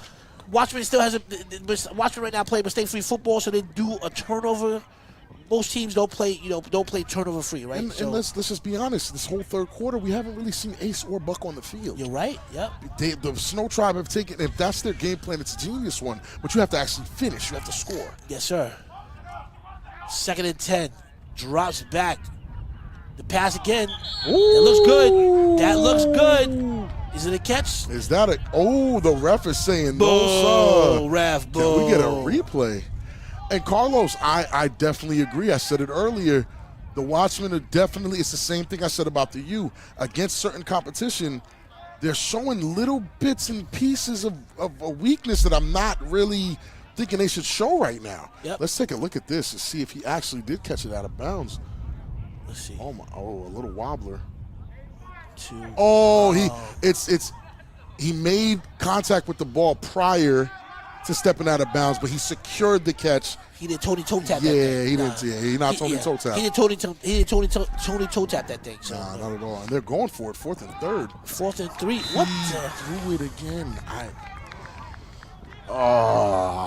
That's not. I would have taken my time. If I'm going to go for it on 4th and 3rd, I'm taking my time here. Listen, if I'm a Raw Wave Shnow Tribe fan right now, I'm losing my mind. Yeah, I'm a little disappointed. I'm losing my mind. If I'm a Shnow Tribe fan, I'm a little disappointed. Furniture. I'm bringing same stuff in my house. He got to make better decisions. Yeah, that was, and that's again, that's it. That's the conversation I'm gonna have with Jonathan Keel. It's like the decision making here might have cost you 2 series back to back. I don't think we rushed that. But this is the thing, right? So for my things like this, right? He drove. He just had a nice, decent few plays, right? Right. Then he drove down a whole possession and threw a bad pass. That means he has potential. He has a lot of potential. He has a lot of potential to move that ball against them. That's why I'm like, get a stop here, score, and let's figure it out. You know, a lot of football left. And the money man. With oh, the wait a second. They got OG Buck in the game. Nice. Oh, there man. We go. Never mind. Yeah, you only need 1 foot in this league, and he just didn't have possession until out of bounds. Shotgun setting up my man OG Buck in the back. Is back at quarterback, folks. All he does is throw dots. Drops back. Pump fake. Up top, chicken my box. goodness. Overthrew. Maybe Buck ate his Wheaties this morning. He's putting a lot of sauce They put a lot of sauce behind those throws. It's impressive he can get it out there. His receivers might have to realize he's really letting that thing fly and go get it. Yeah, they're looking for those quick, those deep balls. Pause. They're looking for those. So the Watchmen, all these Baltimore players, all the Baltimore quarterbacks have just been known for throwing, being able to convert they're going crazy deep with passing. Yeah. So. And it's a lot of people in the chat saying what they feel like, the raw way Shnow Tribe need. They're not far. It's what I anticipated early in the beginning of the season. I feel like they have even enough now to compete with some of the best teams. Oh yeah, they got enough right now to be able to be within a touchdown. Absolutely. I feel like Watchmen's they're a touchdown away. Watchmen's not playing out light. They're not playing lights out football right now. This is not the Watchmen I was bragging to Vegas about at all. This is not. If it is, then they'll be in trouble. Right. So back to live action. Shotgun set again. Beefy lined up in motion here. Time to get it back to my man Beefy. Play action. Beefy was good some blocking. OG Buck. Oh my OG Buck putting people in the blender. Oh my goodness. OG Buck putting people in that blender. Incomplete. And again, a little too much sauce on the pass, but being able to get out of the pocket, reset, come back into the pocket, right, to then try to make the good throw. I mean, we're seeing the Buck that we know is one of the best quarterbacks in the league. Yeah, he's not. A lot of people don't refer to him as being the most mobile, right? No, right. Speed-wise, I don't think Buck's like the fastest. But Buck he's elusive. He's like you're not getting him, Right. You're not getting him. It's just because he doesn't run as much, but that's because he chooses not to run. Shnow Tribe only got 2 DBs. The rest are linebackers and defensive ends. Man, the chat is mean today. The chat is mean today. I hope we don't call Corey Hammond's game, because I think you guys are going to really let him have one. Oh, let me tell you right now, guys. Let me tell you something. We better call that Vegas game. Yeah.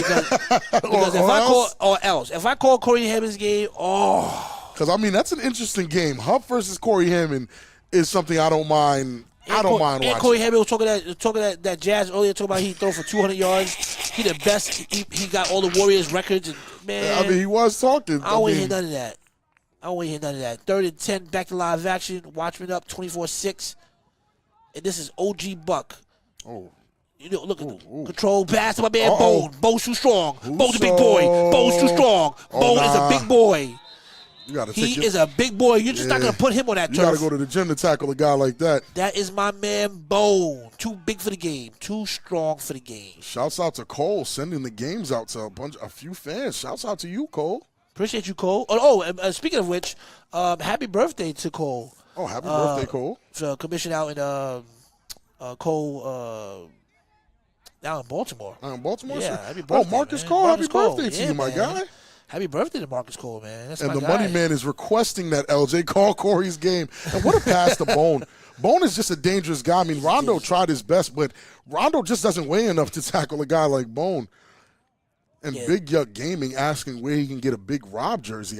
You can call Ryan DePaul personally and see if he can have one made for you. And folks, that is the end of the third quarter. Score remains 24-6. Watchmen up big.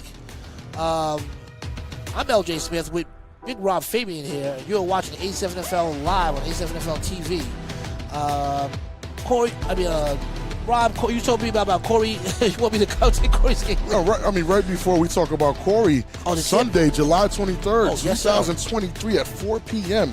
For the first time ever, the A7FL championship leaves the Northeast. We head to Nevada for A7FL Championship Weekend.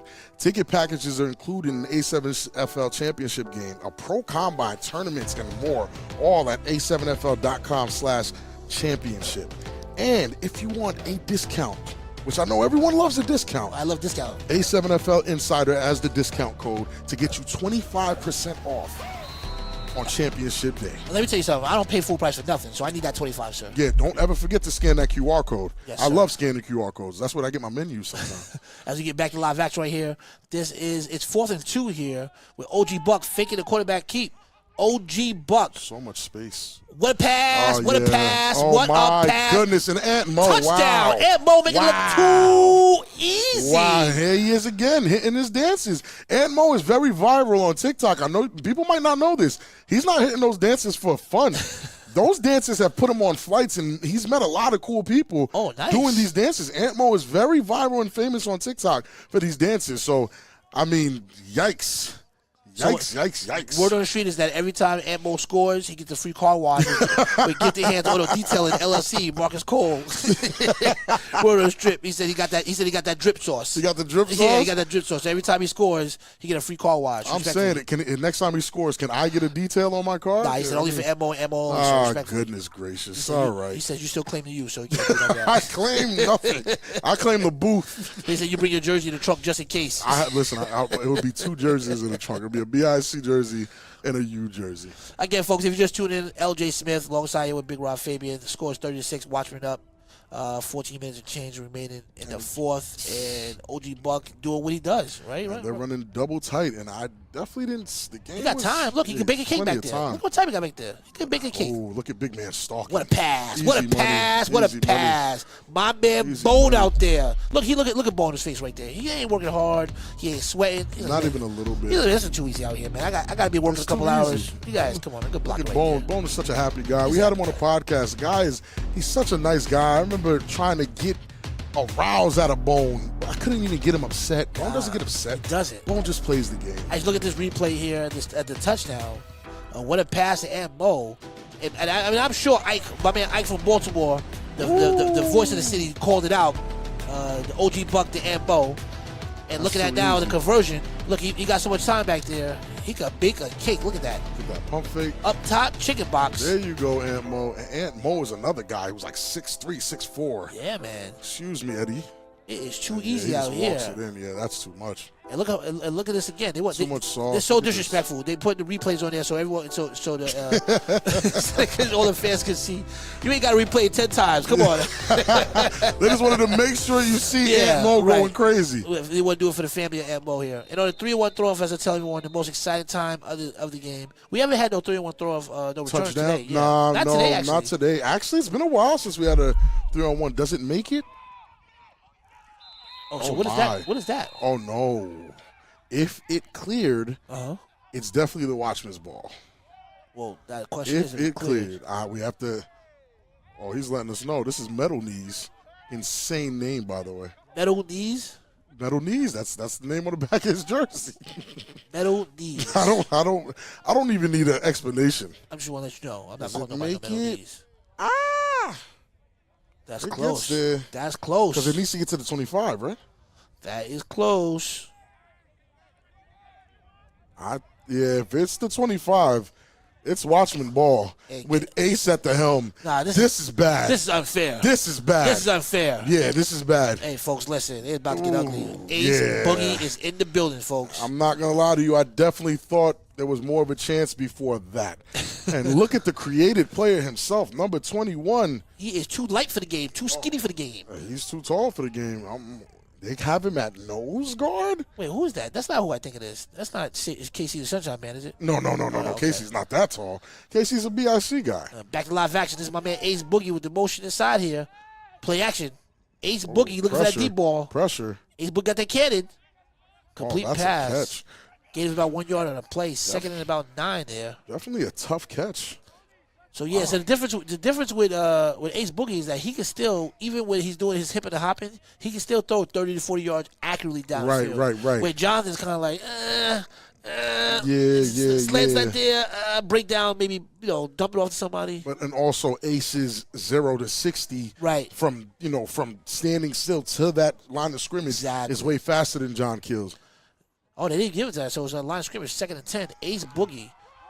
Look it up top, chicken box. Ball looks good. Ooh, just a little too much. A little too much. They might have all either had an oxygen tank in their bag or somebody had some Cheerios or Wheaties this morning. It's called Pick on DB Day. Listen, the quarterbacks in Baltimore are showing extra strength on those arms. What's going on? Yeah, listen, like I said, I talked to them earlier, and they said it's Pick on DB Day. They're just picking up random DBs. Oh, we're getting from Robo Scola, Alex.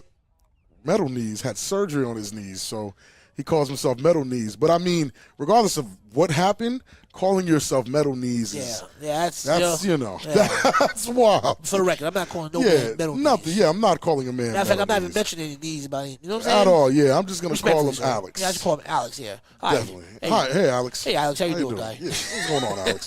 Back to action here. 32-6, 12 minutes of change remaining. 3rd and 10. And this I'll tell you again. Look, Ace Boogie, he is my fan favorite. Yeah, right. But he got to complete that pass. Play action. Oh, he likes that one. Oh, wow. Ace Boogie got them legs. Now he going to use them legs. Now got that speed. Out of bounds. And he can remain untouched. And the thing is with Ace is you think he doesn't want contact. No, he loves contact. But Trust me. the thing I noticed about Ace Boogie previous years is that he has his injury. He gets injured. Quickly, right? Yeah. So he gets he will fight through it. He likes the contact, but he doesn't. He has a tendency of getting injured more rather than less compared to other quarterbacks. Which is why I think this situation here, I was trying to explain that to Corey.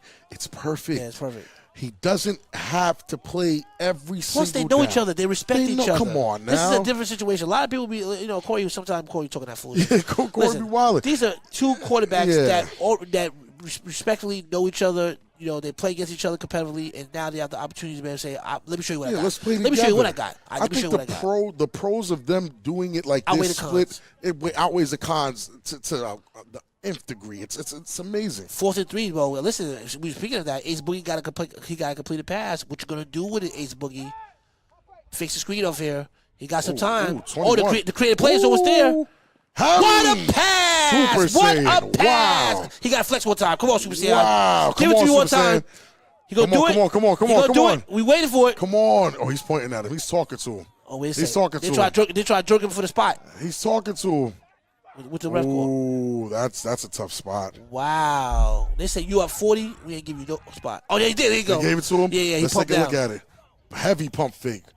Ooh, a nice pressure too. Creative player. 21's there. I like him there. Oh wow. Okay. That's not yikes. That's not a first. Where is it? He got it. Oh, he did get it? Yeah, I'm getting back from the booth that he got it, so it looked like a questionable spot though. Very questionable. I mean, I wouldn't waste a challenge on it 32-6. Yeah. Now if the game was closer, if it was 18-6 like it was, then yeah. Well, look at the spot, right? The spot's at the hash. Oh, he got it. Yeah, he definitely got it. Right? The spot's at the hash right before. He barely got it. That is a phenomenal throw. Yeah, that's what I'm saying. Great pressure. Look. He caught it here. Oh, yikes. That's questionable. Nah. That's questionable. Ooh, that's tight, man. But again, with a closer scoring game, yeah, we're gonna see if they're challenging it. But I'll challenge that regardless. I don't care. Just for moral victory. Because look where it is. If I'm Shnow Tribe, if I'm Shnow Tribe, I want it all. I want everything. I want all calls. So we have confirmed that it's 100% a challenge, and we're gonna see, and it's very close. Let's take a look at where the ball was. He catches the ball. But look at his knee. His knee. His knee was down before it. Come on, man. I do this. You might not have. Yeah, you do this. Yeah. And Live's not here to fix it. And Live's not here to fix it. The fix is in. The fix is in, sir. Respectfully.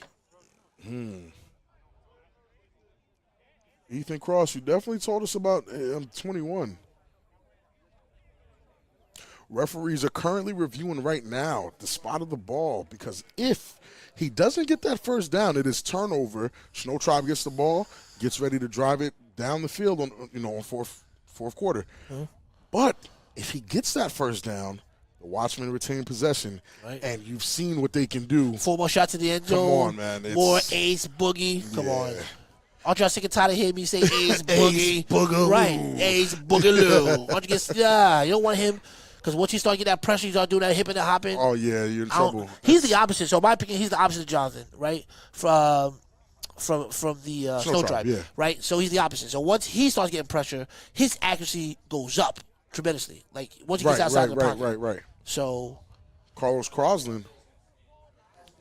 The call on the field stands. First down, Watchmen. And I think we know that before they do because they don't seem excited.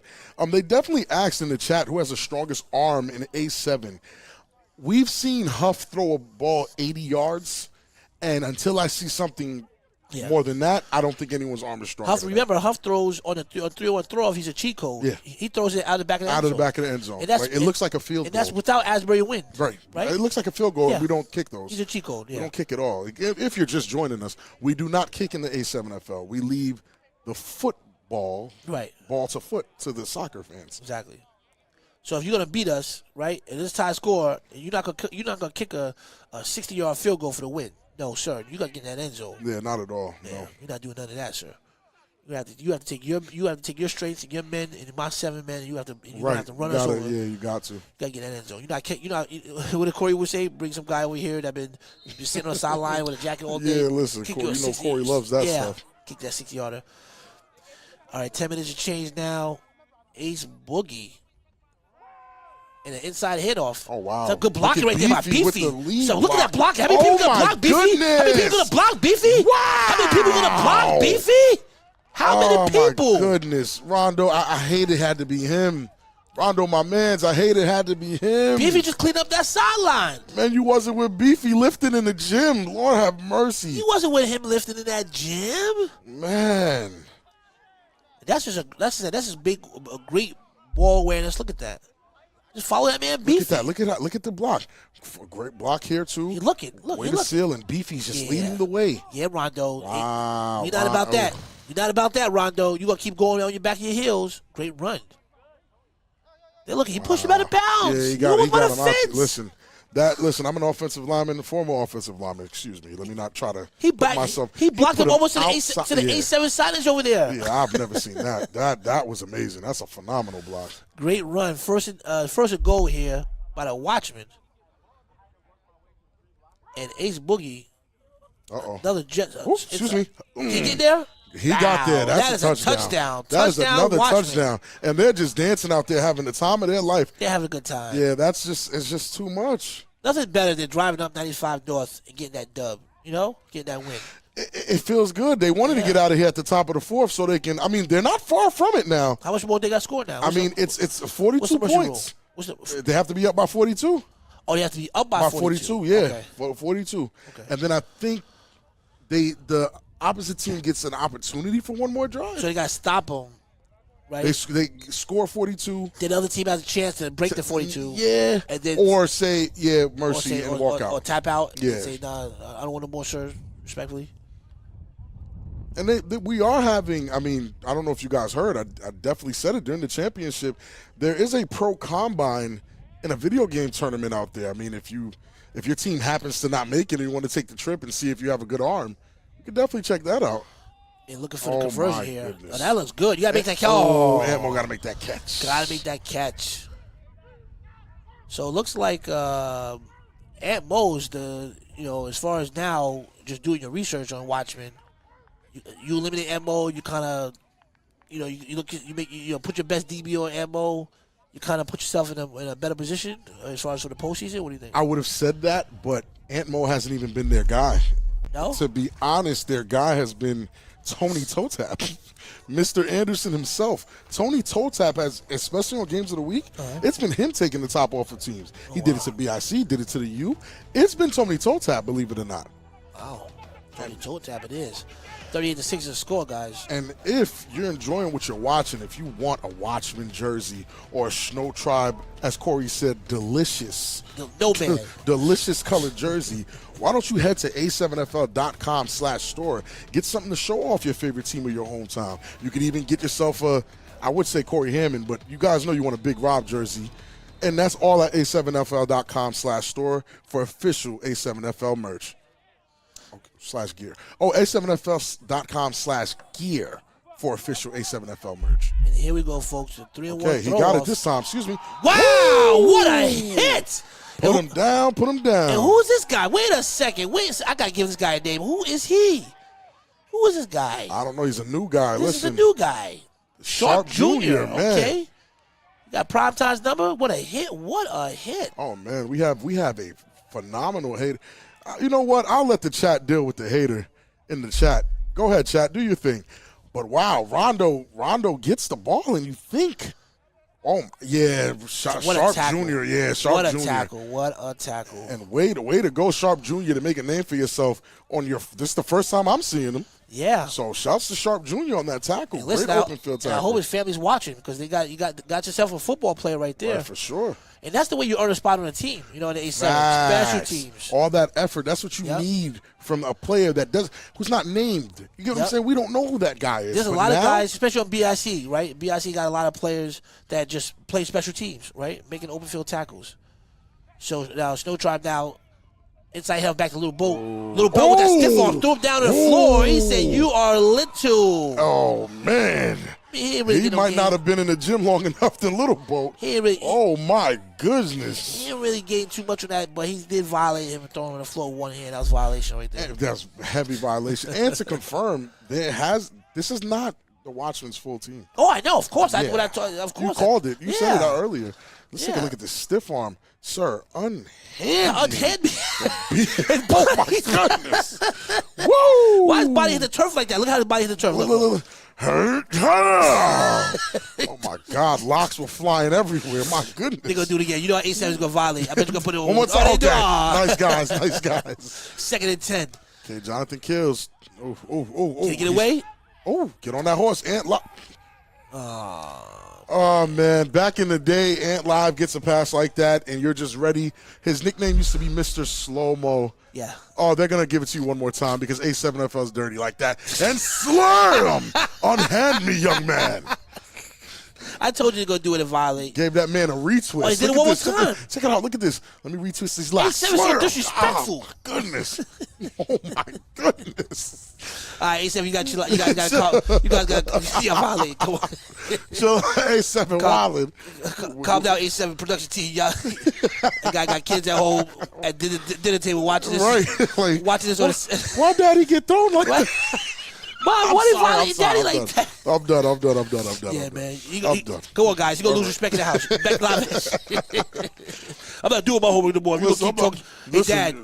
I'll get Little Boat again. I'll get Little Boat. Back live action. This is my man J. Dot. Did he forget he could run? Went right through his hands, too, for that money. Did it hit him in the golden bag? It hit him in that golden bag. It might have hit him in the golden bag. Yes, sir. Oof. 4th and 13. I guess at this point, down 38-6, you're going for it in any situation, right? I mean, I'm not going for it here, but it seems like Jonathan Keel's abandoned what got him here. Once Wolverine picked off that slant, right, his confidence went way down. But he kept throwing it. I'm saying, but that slant, he was throwing like outside outs and little outside routes. That's a big guy to fall like that. They're throwing it off. Yeah, they're throwing it off. Smart. Very smart. But, I mean... You know what Baltimore run up scoring you? You don't want that. You know, they try to put 80. You know Baltimore, they drive it off. They try to put 80 on your head. Yeah, they're trying to... Yeah, they're good to go. I mean, it was a valiant effort, you can say, from Shnow Tribe. And, again, they are in the playoffs. Every team you're watching right now is locked for the playoffs. Right. He lets that fly. Does it get there? And it doesn't get there. Okay, it's a punt anyway, so that doesn't even matter. You gotta find out who this guy is, though. I gotta find this guy who he is. Somebody called him Jesus in the chat. No. And no, it's not happening, but Sharp Jr. Wow. Looks like my man Snow. Remember Snow? Oh, yeah. The reggae singer? I don't know. I want to see. Listen, we're gonna gotta give him a chance. Are you going to give him a name? Yeah. You got the legendary. I got to give him a name. Gotta give him a name. Listen. Yeah. Gotta make a play, though. You got to make a – listen, that is legendary. defense. Now he's on offense now. But now he's on offense. Let's see what you're going to do with him now. Let's see what he does. They might have to give him a little quick toss or something. Clear that thing out. Again, folks, just tuned in. I'm LJ Smith. We're live right now at Asbury Park, New Jersey with Big Rob. The Watchmen's up 38-6. Watchmen also on offense. You got the new guy right here, number 21. I don't want to upset you, LJ, but someone said to let you know Vargas said hi. Who, my man Mariachi? Yeah, Vargas said hi. It's funny, I saw him in Lake City not too long ago. Really? Good guy. Yeah, good nice. guy. Yeah, good guy. OG Buck. OG Buck. You know who's getting that rock right now? Did I tell you? Okay. Young boy. Oh, he got a little speed. Whoa. He got a little speed. He got a little speed out there. He got some speed. Oh, my goodness. He's fast. That boy's fast. Wait a second. Oh, my goodness. He just, his dress was in the air. Wow. He's fast. Oh, yeah. He's fast. You figure they gave him number 21. He got to be at least He got a to little be bit fast. something, yeah, right? They would never give me 21. Man. Plus, he's on that roster. My You know, goodness, you know, yeah. the Watchmen not letting. They're not letting anybody. Nah, you go play with the Buzz and the rest of them. And you see a guy that look like that with locks, he's dangerous. Look how much Look speed at he his got. speed. He took off on them. Oh, Man, yeah, good he put blocking. the burners on. That's a Great good blocking. Some good He's blocking seen him. downfield. And that's a touchdown saving tackle. That's a touchdown saving tackle by Rondo. Oh, they want to keep it back there? All right, let's wow. see. We're going to see if someone gets Oh, he's here here to get busy for real. Yeah, he trying to get busy. Sharp Jr. Oh, LJ, you got to find him a name. I got to find him a name. Shotgun set is my man OG Buck with Sharp Jr. back there. Got to give him a name. And they're calling him Flash Jesus. in the Flash chat. Jesus? We'll see. Faked it. Hold on. Sweep right. Flash Jesus. We're going to see if that works. Flash Jesus. Ooh, Flash Jesus, maybe. I don't know. I don't know. Wow. I don't sound right, Flash Jesus. I don't know. We'll see. That was, wow. He's fast. He got some speed. And you know what? He reminds me of a light-skinned, dreaded Snack Sosa kind of. Right. A little bit. Snacks is a little more, like Snacks is not falling off of the first contact or that push. But I'm saying Snacks just the way is he a runs, the way he that runs. explosive Right, step. the explosive step. Baltimore always be finding these little cheat codes. Find these players. Yeah, they always find them somewhere. And I was looking for the next generation of Baltimore. Right. And Sharp Jr., a.k.a. Flash, or Flash Jesus, whatever they call him right now, he's looking like that new wave of Baltimore that we were looking for. Listen, if you're a Shnow Tribe, if you don't know who's getting the ball right now, shame on you. Flash, or Flash with Jesus, whatever you want to do. So you get that rock. So you get that rock. So you get that speed. He got too much speed out there. Oh, man. Now that's what I'm talking about. He's like, listen, Flash. Listen, Flash, smash. What you mean? He's like, I'm going to put that hurt on you, young man. Oh, my goodness. It don't matter what the score is. We hit over here. Yeah, nah, Snow Tribe, we was hit nice. over here. Good That was hit. nice. Listen, like I said, he just got the ball 3 times in a row. Oh, the chat is going crazy. Look at this. This is a great run. The chat's going crazy. Biggie gets off the block and bam! Bow. Oh, wow. That's a great tackle. Body on body, too. Pause. Yeah, listen. Yeah, Flash Jesus is crazy. Flash Jesus is crazy. That's what it is. Flash Jesus is crazy. They said Flash roster. Flash roster is nice. They said Vanilla Snags. Vanilla Snacks. I think I like that. Vanilla Snacks is Let me see. nice. Let me try it. This is my man Vanilla Snags. I like that. Vanilla Snag with the dread. We'll see. Man. Who you think's get that rock, ladies and gentlemen? Vanilla Snags. Oh! What a pass! What a pass! Got him! You thought so. Oh my! Listen, that faked a Rastaman Flash got them going. And Buck, I'm thinking Buck was gonna run it. He faked me out twice. But Listen, that's what OG Buck does. Yeah, that's he what has makes him so 3 dangerous. options. You know, Buck Yeah. never calls one play; he calls 3 plays in one play. Listen, the chat is giving him every name you can possibly give him. That's what you get in A7FL. This interaction right here. They said Rasta Flash, Flash Rasta, Vanilla Snags, Vanilla Snags. I like guys. Listen, I like Vanilla Snags. though. Locks and Flash Pasta after that. Oh Woo! man, Rasta Man Flash. Rastaman Flash. Listen, I'm not mad at it. Now look, they got him at the Now, bottom screen. If he cooks over Oh here, no, they got Rasta. Hey guys, listen, I'm probably gonna just give him random names every time. Yeah, All the names every you guys, time, right? Till something sticks. Yeah, until something sticks. Rasta Man Flash on the bottom of the screen, folks. I like Rastaman Flash. That sounded good. Rasta Man Flash. This is my man Rasta Man Flash. Look at Rasta. Oh, what a sack!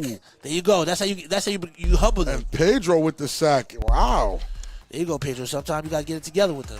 And there it is, guys. If you want to see those hits, those scores, if you want to see me sometimes, they be posting me up there sometimes. Yeah, a little bit. If you want to see LJ sometimes, A little something. check the socials. A7FL on Facebook, Instagram, Twitter, Snapchat, TikTok, and YouTube, which some of you guys are watching right now. Don't forget we're on the zone. Yes, sir. Don't forget we're all over the country. All social media platforms, right? Every social media platform you can think of. And Yes, that is sir. a great pass, great fakes. Rastaman Flash was pretty much the entire drive.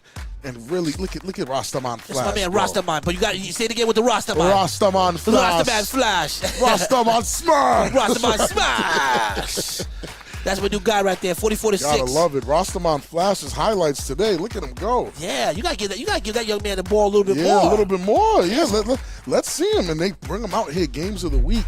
And there's the throw off. Listen, I like Rastaman Flash. I want Shnow Tribe to score real quick so we can put Rastaman Flash on 3-on-1. Right back on the 3-on-1? Yeah, man. Yeah, I like it. I want the Rastaman Flash, man. I need him. They called him Riff Raff, and I will never. I would never. I will never. Listen, I know too many people in Baltimore. I will not disrespect I will that young never man. call that man Riff Raff. Riff Raff. That's right.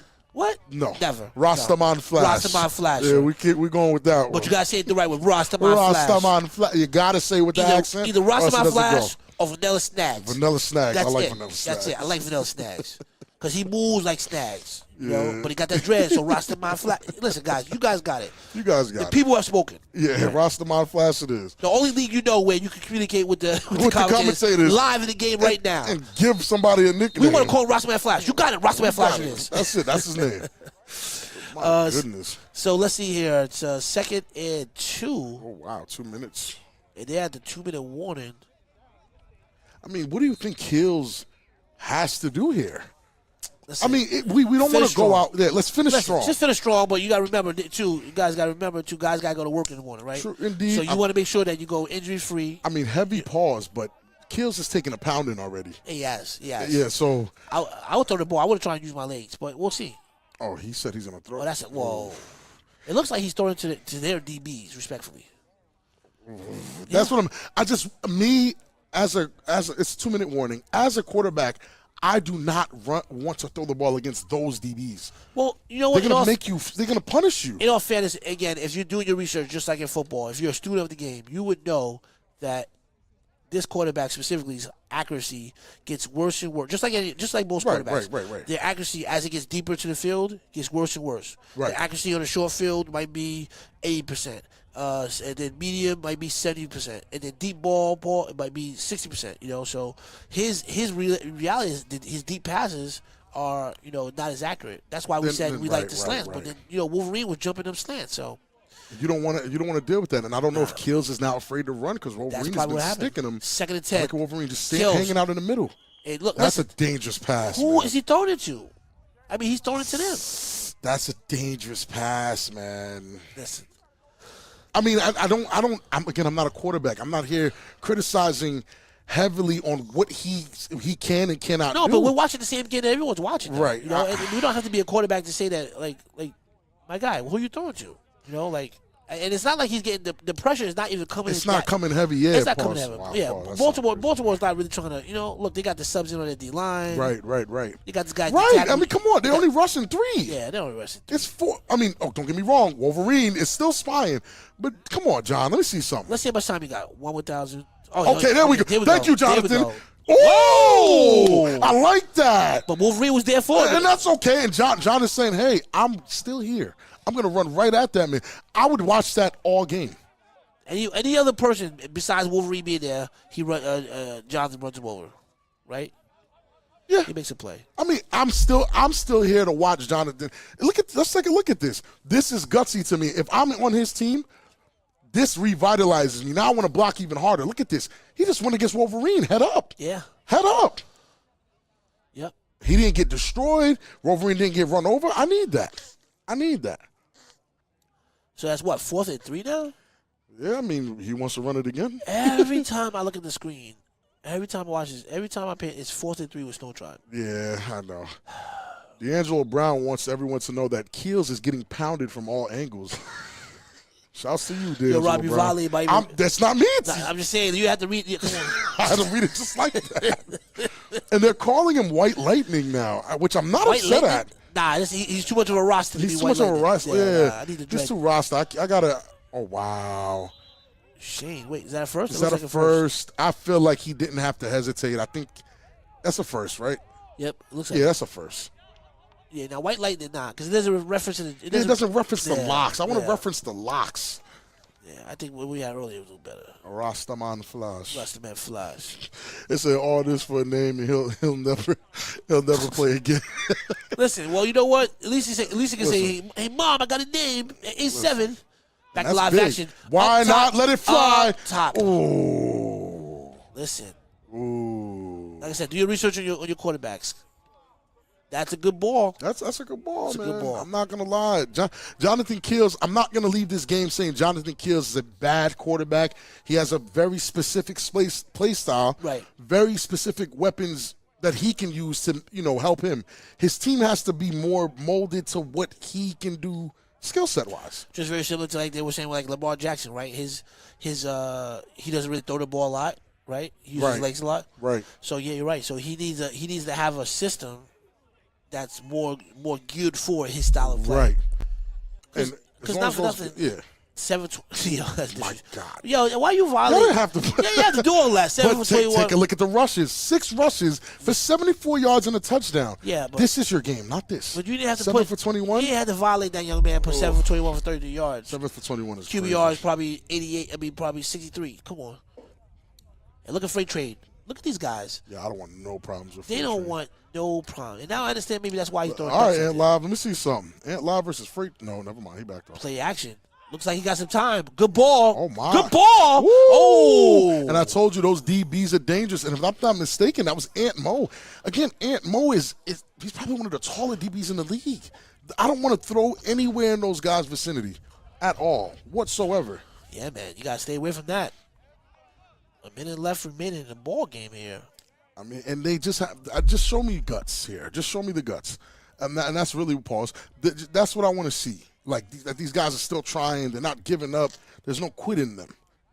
And that's what this throw is. But Ant Mo is the wrong guy. Like, he's just too tall, man. Yeah, good defense. Yeah, that's phenomenal defense.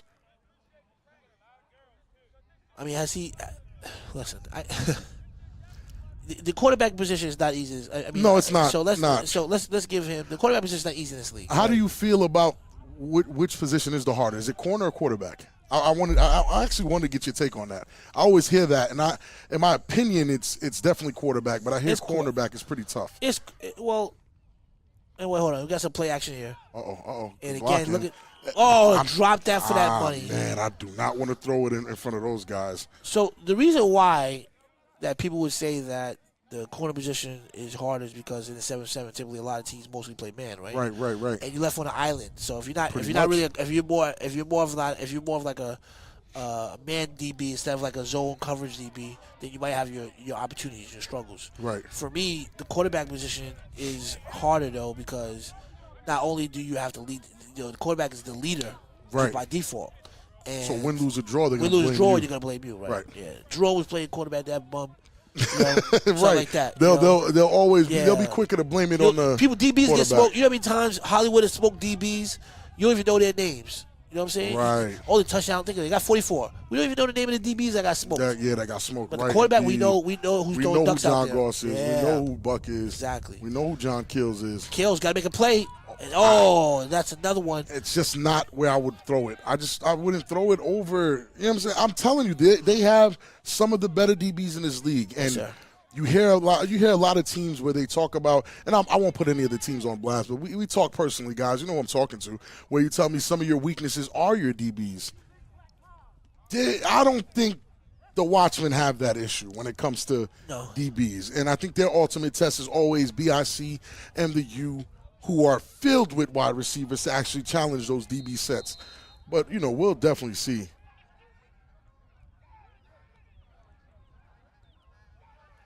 Let's see. Jon Gause is back out there. And my goodness, with 53 seconds, this is enough time for them to score. 53 seconds, you know what he's trying to do. Up top chicken box. Exactly what he's trying to do. Let's see it. And wait a second, hold on. Wait. Who's that? Think they got another one? And Beefy's on the bottom. Of course they got another one. That's why they got in the huddle. Shotgun set, drops back, got the pump fake. Whoa! Ace Boogie. Ooh. He anticipated the tackle. If he took off, I don't think Isaac makes that sack. No. Great sack. Yeah, great sack. Great sack by number 52, my man Isaac Negron. Man, these comments are wild. I just want you to know I'm acknowledging that I see some of the comments. You guys are wild, man. Corey Hammond looks. What is Corey Hammond in the purple people eater outfit, and he's ready. And he's wearing. And look, he got Corey Hammond got the Aaron Rodgers number.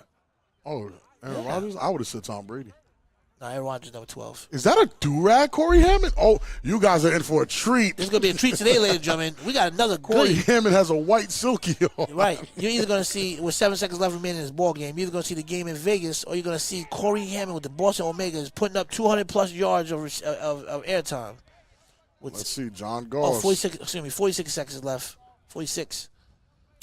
Ooh, and that's beefy. Excuse What? me, sir. What? You gotta Was wrap that up. tackle? Was You that a gotta tackle? wrap up. You gotta wrap up. Touchdown, beefy. There's nothing down there on that floor, young man. You gotta wrap up. He's too little. You're too little. He's a Come baby. On. He's a baby. Goo He's goo too little. gaga. He's too little, man. Yikes. And I'm not gonna lie to you. That's definitely mercy, and that's 50. That's a 50 burger. That is a 50 burger. Imagine getting 50 on you. I don't want to imagine those things. Those things give me PTSD. I think the highest score I had to deal with was 40. Yeah. 40 love. I don't think we scored. Or 40-6. You got some more lasagna? Appreciate you, brother. And look, is that the ball game? I think that's the ball game. Can we get a confirmation on that? And it looks like those guys are lining, and there it is, ladies and gentlemen. That is the ball game. Your final score is Watchmen 50, Shnow Tribe 6. Yes, sir. Score was a lot closer in the beginning, but LJ, the Shnow Tribe just couldn't hang on. Listen, you can't expect, especially at the quarterback position in this league, you can't expect to compete at a high level versus a high level team and not be able to get and only be able to get 0 pass yards in the first half. Right. From your quarterback position. Got to mix it up a little right. bit, man. Yeah. It didn't lead the rush yards from the quarterback position. Leading team rush yards comes from the quarterback position. Indeed. As well. So again, I'm not saying it was a complete trash performance from Jonathan Keel, because that's not how I feel. I feel like he came out. No, I wasn't. Yeah, I feel feel like he played a very tough game. I feel like there's a lot they can learn from this. The beginning, the Watchmen showed a lot of little mistakes that I feel like better teams can definitely exploit. Right. Shouts out to Dot Boss, of course. Of course. That's my man. The Dot Boss. Oh, of course. How are you, my guy? Got you. Hey, guy, what's up with you, man? What's up with you, man? Thank you, sir.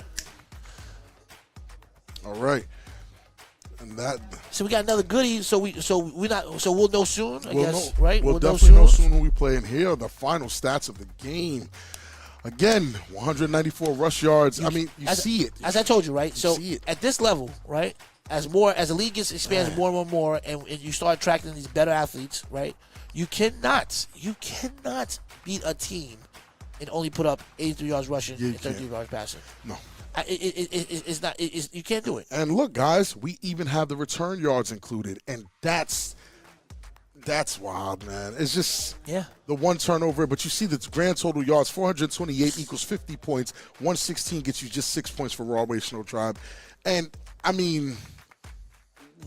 It's a telling tape. It's a telling tape. Now, 194 yards rushing, 226 passing, and 50-6. Yeah. And sit tight, guys. We're either going to give you the Kryptonite versus the Force, which is a big shakeup game in Las Vegas, or we'll come back here to the Animals versus the Omegas. But stay tuned, rock with us, and we'll be right back. Yes, sir.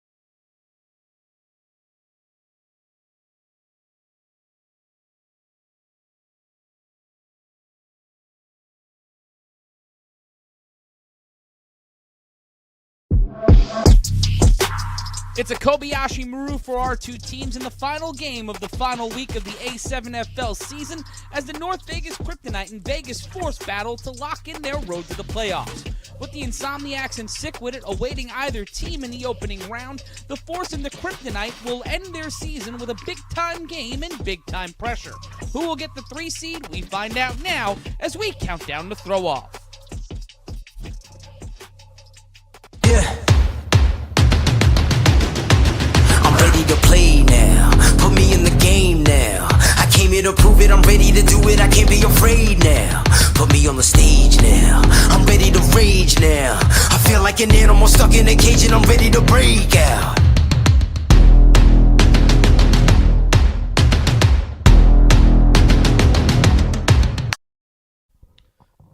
From Sin City, we bring you the final regular season game of the A7FL season, and it is a big one. The Vegas Force and the North Vegas Kryptonite are battling for the 3 seed out west. I'm Matt Ryan, and we are counting down to throw off. LJ Smith and Big Rob Fabian will call all the action for you in just a few moments' time, but let's get you locked and loaded for this matchup. First and foremost, what is the A7FL? The A7FL 7-on-7 football. No pads, no helmets, all action. And folks, that's right, we've got rid of the kicking. No kicks or punts in the A7FL. We have the 3-on-1 throw-off, the most exciting play in football. You're not going to want to miss that on the other side of this segment. And folks, we've got 26 teams. Both of these teams are locked into the playoffs. They want to make their way to Anderson Automotive Fieldhouse, and you can too. Go to a7fl.com/championship. That's a7fl.com/championship right now to buy your tickets and join us where one of these two teams may be representing A7FL Nevada and the Western Conference in our 9th title game. And we got to talk about how these two playoff teams got here today in this battle for the 3 seed. First, let's talk about the 4 seed. That is the Vegas Kryptonite. Lex Luthor behind the play of Darnell Richardson at quarterback.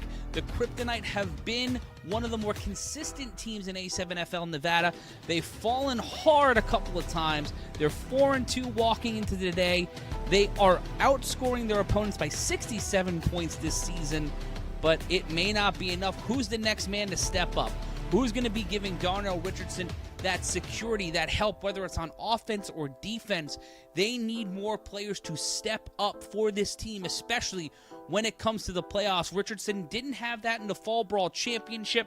They lost sight of things, and they ended up falling to the Pit Bosses, a team that won't even make the playoffs.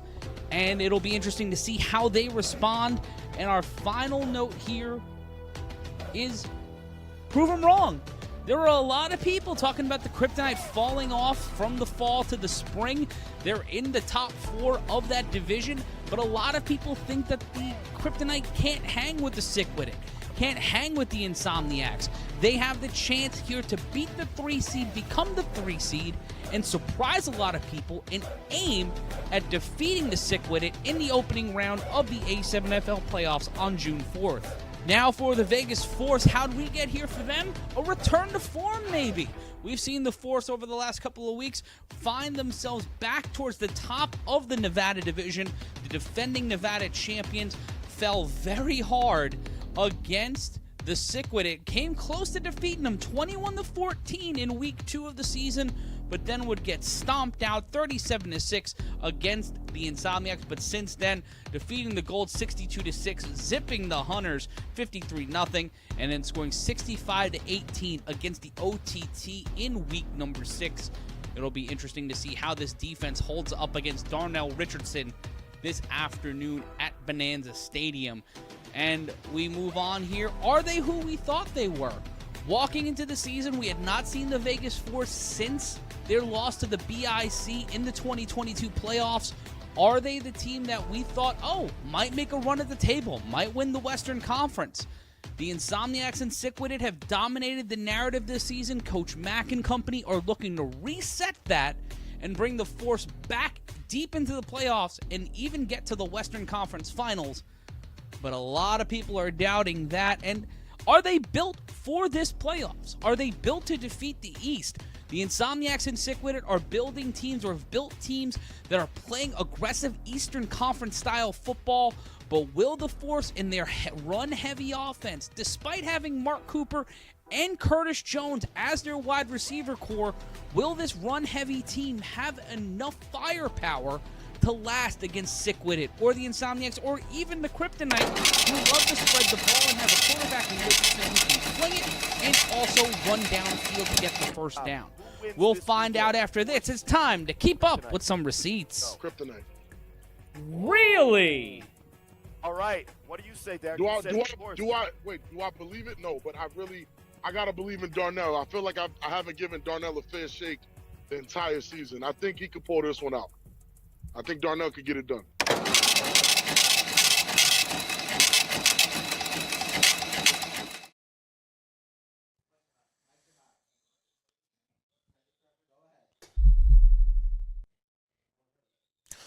Welcome everyone to A7FL Games of the Week.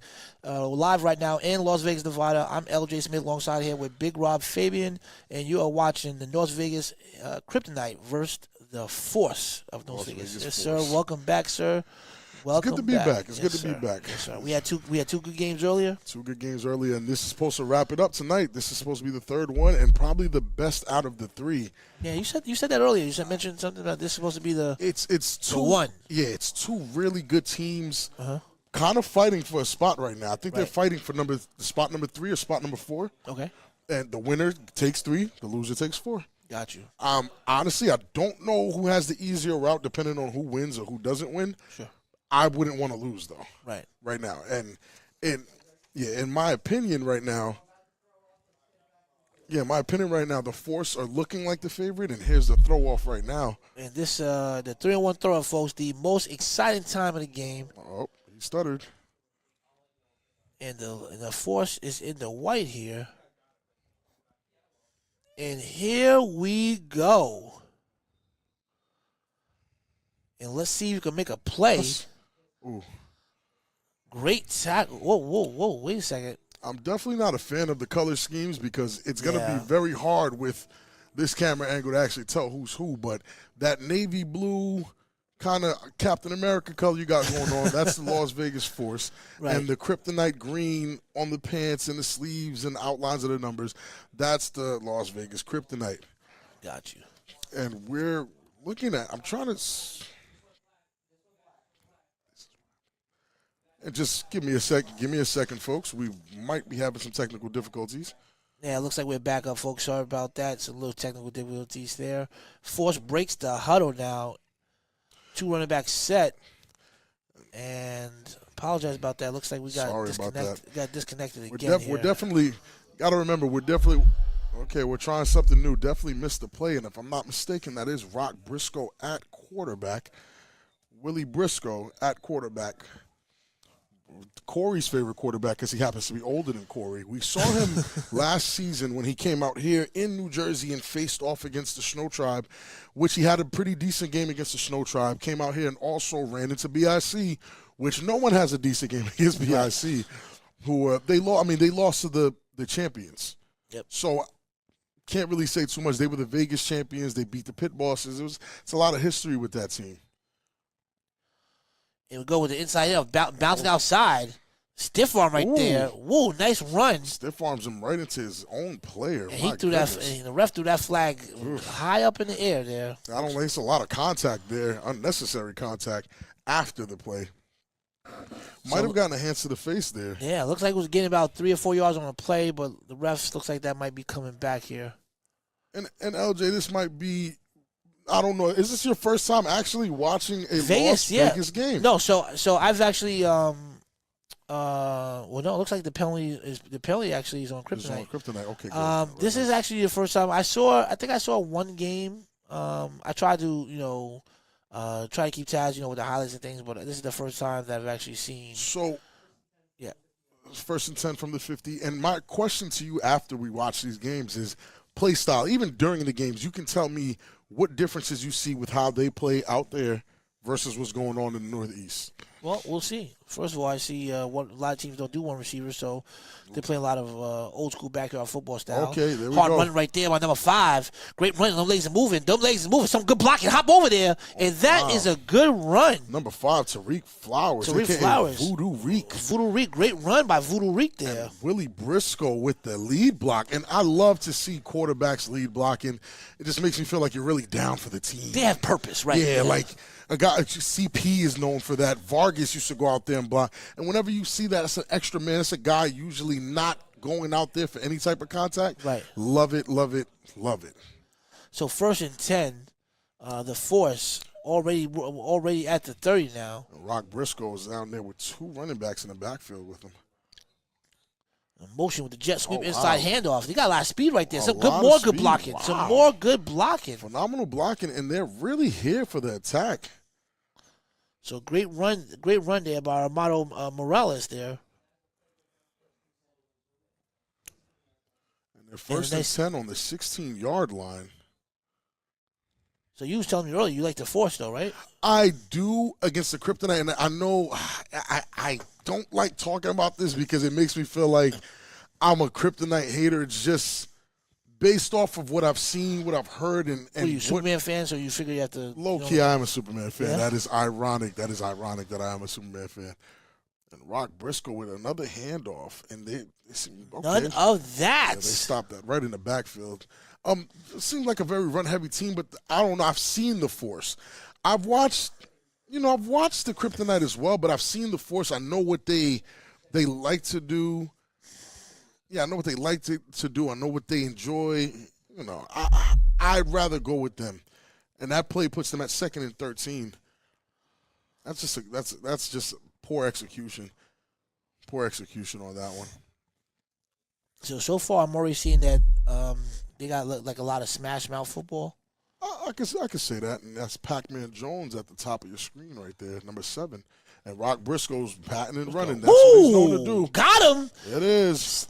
Man, oh man. And those are the plays that got Rock Briscoe and company all the way to the Vegas championship last year.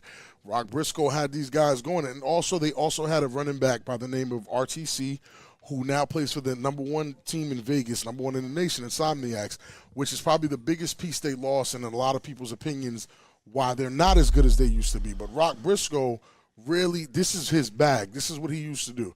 He'll drop back to throw, then take off on you. Tough running. Huss. Bye-bye, sir. Excuse me. Oh, he's on the back pedal. And you could already see, like, they don't attack. Right. They don't come down. Like, Rock Briscoe is heading out there. These guys are backpedaling to try to line him up. Oh, wow. Right there. Ooh, and Tariq Flowers with the easy touchdown. That counts? Oh, no, that counts. Voodoo Reek, 6-0. Las Vegas Force. Early. Touchdown. Now, it's crazy because like they're like their scheme, like you said, it's a little different. It's a little different. And you as an A7FL vet, a legend even, everyone knows about you. You're that famous guy who you name people. You give people names. Yeah. This is Voodoo Reek right here. Voodoo Reek. Yeah, just there's no attack coming from the Kryptonite, which is where they'll critique. Well, they'll have an issue with me critiquing how they play and how I see them stacking up. But a guy can't run that open with no one actually pursuing or attacking that spot. And there it is. But you see it. You actually see where they hesitate to take the step in. Right. Okay.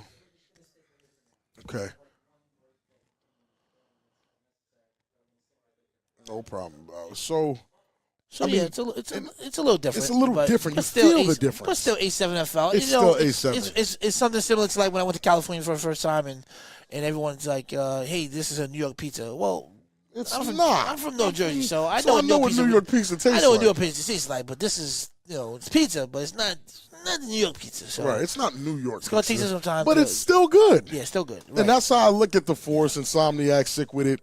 They're not New Jersey A7, but they're still good. I like those guys. Well, Force don't think I like them at all. No? They think Rock Briscoe, I think Rock Briscoe thinks I hate him. I don't hate him. I think he's making bad decisions? No, I think he needs more to beat those teams. And here's the throw off. Here we go. Why not let it fly? Kendall Burrow. Yeah, looks like that's Kevin Burrow. How many cheaters we gonna have in the league? Too many cheaters, and none of them look fast.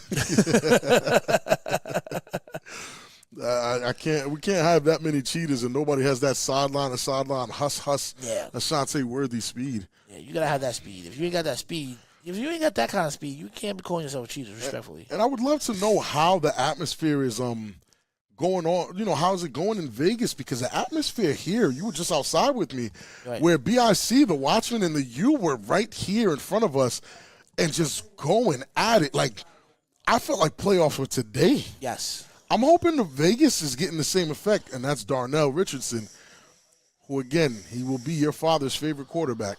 Oh, good pass. Good pass. Good pass. And I would like to introduce you to Darnell Richardson, who is probably most people's favorite quarterback in the A7 in Vegas, because he's a pure quarterback. He can run. He chooses to pass more often. His play style is very unique in that sense. This is a great shot, by the way. He looks to extend the play, and he's always on target. He's pretty accurate. Shotgun set, fake screen over here to the right. Looking downfield, up top, chicken box. Can he make a play? Incomplete. He was there. He was there. That was an interception. Doesn't matter what area code you insert. Doesn't matter what time zone you insert. I need my push-ups for drop passes, sir. Respectfully, you had a play right there with your hand, and I just milked away that couch. So I need my push-ups, sir. From time to time, we will be checking in on that Animals Omegas game, but right now we are locked in with the Vegas Force and the North Vegas Kryptonite. Yes, sir. We got 2 games, 7 o'clock games, kicking off right now, playing right now here.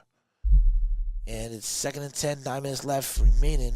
And on the top of your screen, you'll see the key players: 15 Johnson, Elise, Pigeon. Oh, up top. Let it fly. Ooh. Good defense there. Ooh.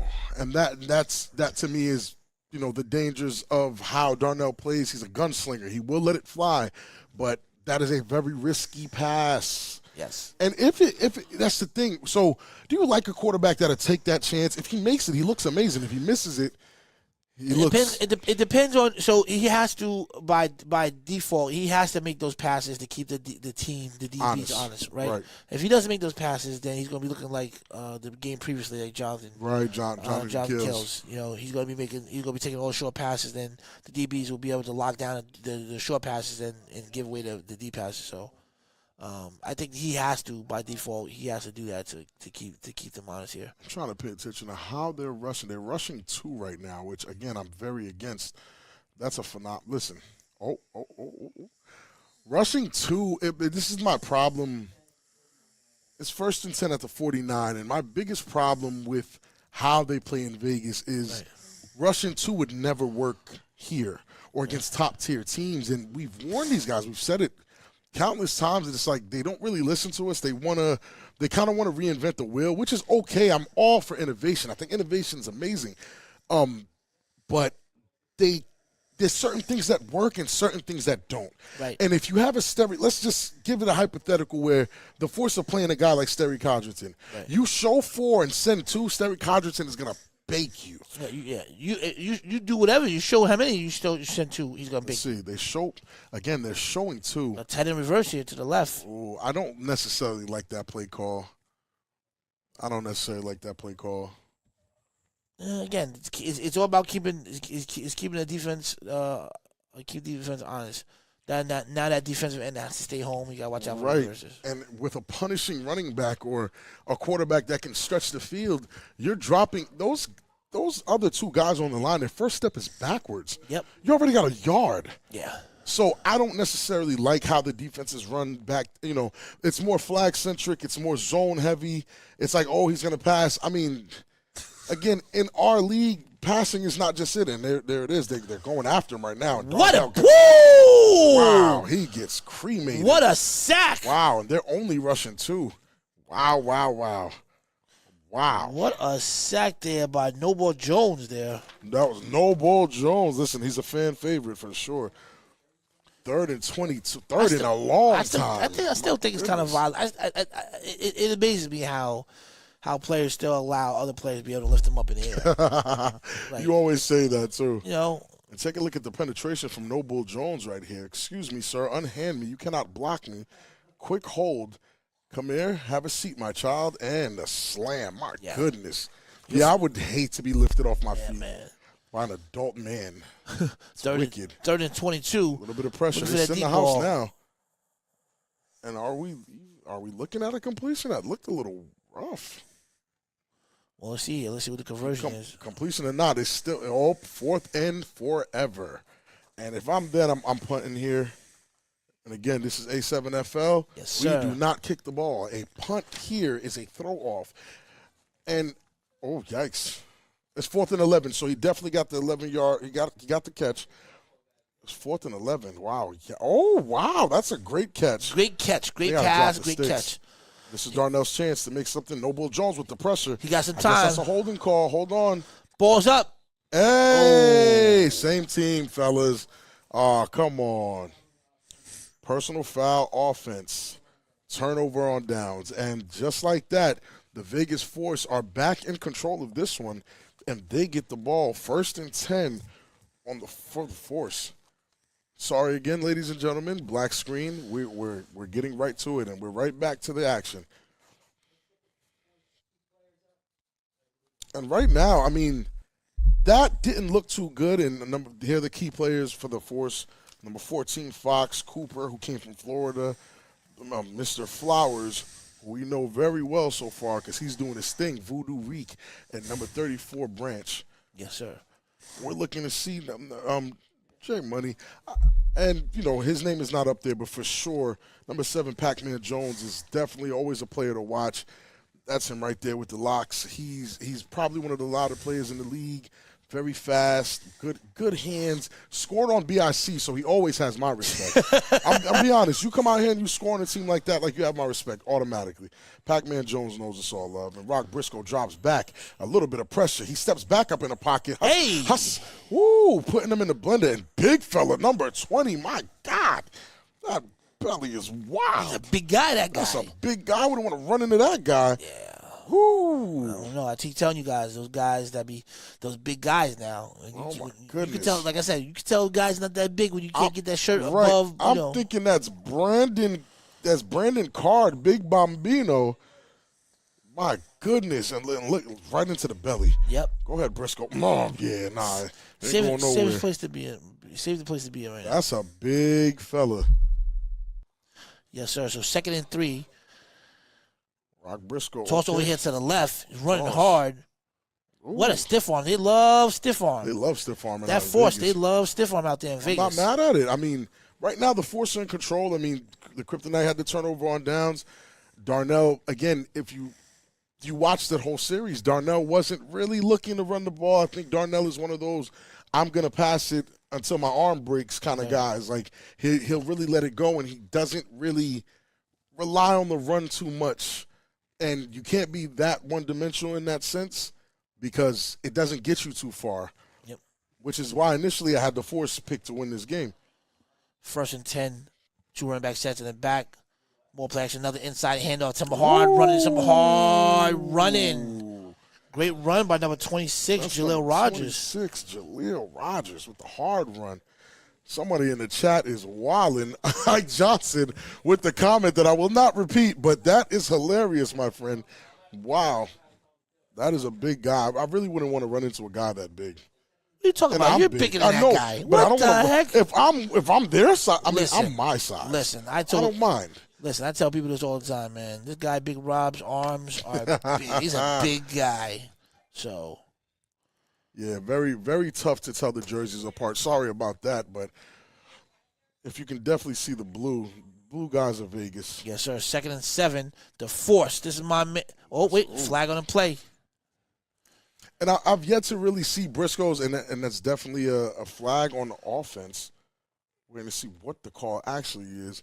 I'm really here to watch Rock Briscoe's arm strength and how accurate he can throw. Okay. That's what I'm paying attention to because I really know Rock Briscoe is more of a runner. And then you got a guy like Pac-Man Jones that can stretch the field. So Pac-Man is going up for flies and taking it for 6 because no one can catch Pac-Man. Pac-Man is that fast. So, and you see their running back core is pretty good. Tariq Flowers is doing whatever he wants out there. Voodoo Reek is doing whatever he wants out there as well. 2nd and 12, and here we go. Drops back. Biscoe Great got some blocking time. and ooh, Overthrew. lets it fly. Rock Briscoe lets it fly. Don't have number 80. But that's going to be a 3rd and 12. And again, if you're just tuning in, I'm LJ Smith. We are live right now. You are watching the A7FL North Vegas Kryptonite versus the Vegas, how you say it? The Force. Yeah. Right. Or as Corey likes to say it, them forces. Them Forces. Bonanza High School, Las Vegas, Nevada. That's right. I know they're not gonna like the way I say Nevada, but The Force sounds like a private security team, like a private security team. Right. Las Vegas, the Las Vegas Force. Back Briscoe live, dropped back. 3rd and 12. Ooh, pressure. Mr. Willie got some time. The gun's up, lights out. He snags What a that pass! off the sky. Wow. What a pass! Wow! What a pass and what a catch! Wow! Oh wow! Armando Morales, back to him. The young man made a catch. Armando, way to go! Sometimes you got to put that ball up there and allow your people to make a play. For 100%, and I'm guessing that's Rock Briscoe's game. Drop back. He definitely evaded the pressure, stepped in the pocket, and let that thing fly. Let me tell you something. That quarterback, he got an arm. He got a jersey A7 arm. He definitely got it. Yeah, he does. He got it. That arm is there. As long as he's protected, I'm guessing it's there. Excuse me, Rock Briscoe. I wasn't familiar with your game. 1st and 5. Looking for that conversion. He lets it fly. That's just too easy. That is too My goodness. easy. And that is a thick boy season touchdown if I ever seen one. Number 87 for the Force. Not a roster.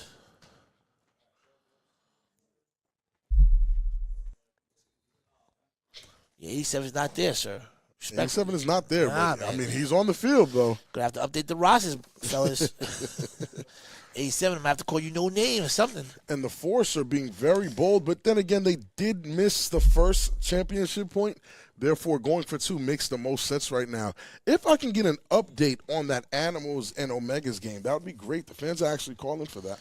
So if I can get a score update on that. So hold on now. The score says 12-zip, and then Mr. And Willie there he Biscoe. is. There goes Rock Briscoe. Excuse me, sir. Ooh. No good. Now, listen, one thing that I will tell you this. Your boy, Willie Biscoe, got himself a cannon. He got an arm. He got an arm. He got an arm. arm. I just didn't see it much when he was here. No? So in New Jersey, it's 14-6 Animals, which means Corey Hammond somehow got the Omegas in the end zone. And I'm hearing number 3, the Omegas in the end zone, number 3, Euro got up in there and did work. Allegedly, that's what he said. Allegedly. I sir. call him red hair. He's the red haired gentleman with the locks. I hope to get my locks that red one day. 12-zip score. The Force is up early. And guys, if you're not doing anything, July 23rd, for the first time ever, the A7FL Championship leaves the Northeast, and we're headed to Nevada for the A7FL Championship weekend. Yes, sir. The ticket packages included the A7FL Championship game, a pro combine, tournaments, and more at a7fl.com/championship. And we have the throw-off. And here we go, folks. Again, the most exciting time of the game. And let's see if we get a little, like you said, a little huss. Hit that sideline. Can it get away? No, none of that. And guys, don't forget to scan that QR code whenever you see it. And once you get in that information and get 25% off, just type in A7FL Insider. That's just between me and you. Go make it happen. This is a secret. I'm not supposed to be telling you they say that. full price for suckers, right? Yeah, full price. I need that 25% off. 25% off the tickets. I'm not A7 is giving away free money. I need my 25%. I need that. I need all that 25%. So Sir. 12-zip second quarter. Early. But you said the Force was they're the favorites, right? That's the team. That's how I feel. Based off of what I've seen, what I've heard. Right. So it looks like it's the end of the first quarter. Score still, again, remains 12-zip. The Force with the lead. And right now they're just switching sides. And you guys know the vibes. If you want to rep your favorite team, you want a Las Vegas Force jersey, you want a Kryptonite jersey, anything from your favorite A7FL team. You just head to a7fl.com/gear to get something to show off your favorite team or your hometown. Even get yourself a vintage Corey Hammond jersey. Those right now are on clearance, guys. So you might want to grab them while they're hot. Go grab those Corey Hammond jerseys, man, and that's at a7fl.com/gear for your A7FL merch needs. Yes, because the Corey Hammond, the Omegas, right? Yeah, Omegas. The Boston Omegas, Corey Hammond's jersey right now is supposed to be leading. It's supposed to be a top-selling jersey. Back live action here. Okay. Look, screen pass. Nice. Ooh, great defense by the Force to cover that. What did you say, LJ? None of that. None of that. Yes, sir. So you attempted a screen pass there. And that was one of the unique formations that the Kryptonite did introduce last fall, where that guy you saw make the pass, he plays like 9 yards off the ball behind the quarterback. It's a very interesting formation, and it got them pretty far in the fall. You see where he is? Yeah. That's the uniqueness of He's Vegas. 15 yards off the ball. Right. You see it. This is very unique. It's just to them. I've never seen this in Jersey, never even seen it attempted, but it's something that the Vegas guys are very used to. Listen, I just think that they bring that hocus pocus to Jersey. That's going to be shut down. 15 yards off the line of scrimmage. I try to tell them that all the time. You know, they don't like listening to me. They think I'm old. They think I'm washed, and they're like, he's their champ. He's not our champ. Well, listen, hard head, right? They'll learn. Stupid games with stupid prizes. I tell my kids that all the time. So they'll learn. Sometimes you got to learn the hard way. And C.J. Smith in the chat letting us know that tight end was Big Rohan. 3rd and 2. And the tip. The ball's up. Ooh, and no one gets it. Wow. 4th and 2. What are you going to do? Let's see. That was Big Rohan on it. And there's the belly man right there. My goodness. It's a big guy. A lot of big guys. That's a big man right there. Like they were telling me earlier, LJ, you want to play a little bit? You look a little bit. I said, listen, man, I don't care about playing. I just don't want to be tackled by a guy like that. Yeah, me neither. I'm okay. That belly hit me? No, sir. I got to be at work tomorrow morning. Yeah, indeed. A7FL Mondays, I feel good being able to wake up on a Monday morning, not sore, not beat up, and not destroyed. It feels good. Ankles aren't sore, back ain't sore. Listen, I don't envy you guys. Darnell is surveying the field. He drops back, pump fake, quick pump fake. Up top. He doesn't run. LJ, he does not run. Darnell Richardson better figure something out. He better use them legs. I'm telling you, he doesn't run. In a play like that, 1st and 10 for the Force, and you give the ball back. You give the ball back to the Force, where they've already been able to score in 3 possessions straight. Right. So now you're putting yourselves back into a corner where it's possible that these guys can go up 20 or 18 to zip on you. Wow. And it's not looking too good. And this is why a lot of the scores in Vegas are so lopsided, and a lot of these guys are getting mercy ruled. At some point you have to really figure out that you can't just be one-dimensional here, whether you're a good passer or not. And definitely a change at quarterback. My man is tall. He's super tall. Number 44, Gary Weaver. Yeah. What you going to do with it, Mr. Weaver? Let's see something.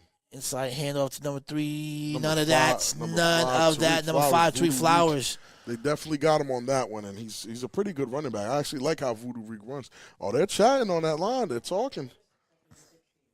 And there's number 7, Pac-Man Jones. It's 2nd and 16, so they lost yards on that run. Yes, sir. Those guys penetrated way too fast for those guys to see something. I want to see what Weaver has. Don't just put him here for fun. Got to make a play. This is the stage, right? This is the 100%. stage that Vegas asked for the stage. They got the stage. They got LJ and they got Big Rob. Listen, we're here. Weaver, you said, right? Oh, 100%. Got to make a play. Play action. Got some time. Looking up top. Got to make that catch. Oh, dropped it for that cash money. I was talking you up, Pac-Man. You can't do me like that. Pac-Man, you can't do me like that, man. Listen, I need my push-ups. Man. That slant goes wide open. Yeah, Pac-Man, I need 10, man. I need 10 push-ups. Look at that. Oh, that's amazing. Wow. That's perfect. That's perfect. You can't put the ball. You can't. What more can you do? You can't. You can't ask for anything better than that. No, you can't. Pat-Man Osdo, I need 10 push-ups. I'm about to text him. Yeah. Pac-Man, I need 10. Yeah, you got to knock those out, sir. I need those, sir. Thank you, sir. For sure. Let's take a look here. And he's all the way at the top of your screen right there is Pac-Man. Let's see here. With tree flowers in the back. Oh, you got a little pump fake up there. Ooh, Balls why not up. Let it fly. Pac-Man. Oh. Pac-Man, I need another 10. I'm not going to lie. I need another 10, Pac-Man. I don't care. You went up with one hand. You are a wide receiver. I expect you to catch that. Leslie Powell in the chat. Grip boosters. He definitely needs some grip boosts, man. I'm not going to lie to you. In stride. He keep pump fake. He keeps it in there. Look at that beautiful pass, man. And Pac-Man, touch. Man, come on, Pac. He got to make that play. Number 14, De'Aaron Fox is 100% looking like a creative player. That's the second and third grade play we've seen all day. Yikes. Oh, De'Aaron Fox, the third. Number 14. Come on, Pac-Man. We gotta do better than that. Maybe Armando might be the answer. He did catch one earlier.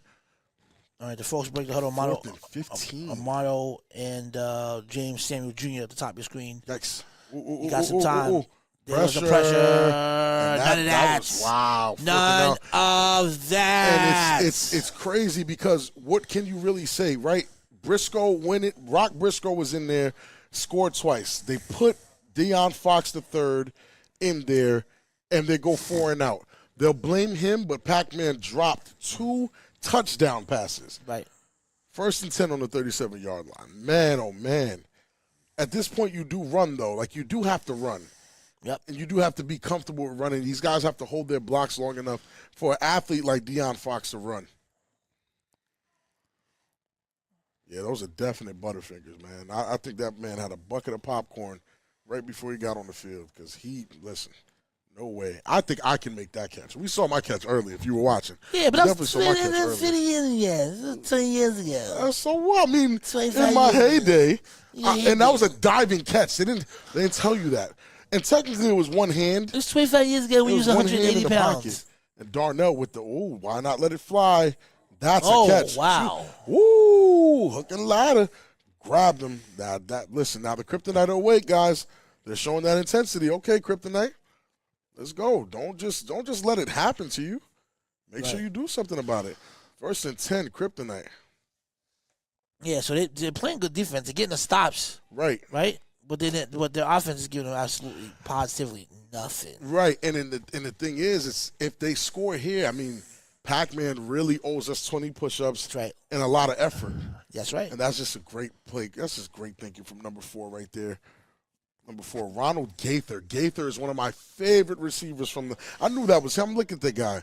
15-yard penalty against the Force. My goodness, they didn't need that. But Ronald Gaither was one of my favorite receivers in the fall. And that's just high IQ to pitch it backwards to his teammate and get those extra chunk yards. Yeah, so high IQ play, get those extra yards. But again, who knows? They still have to get it in the end zone. Yeah.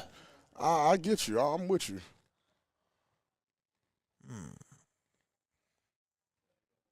Darnell's back there again by himself. That's how he likes it. 1st and 10. Oh, no, he's not by himself. It's that wild play again. Oh, yikes. And that looked like he was about to throw an interception. And again, there's that play again that I'm happy you get to see it, LJ. Right. This is what I was talking about with what they do different. I mean, you see it. Yep, I see it. Definitely. You see it.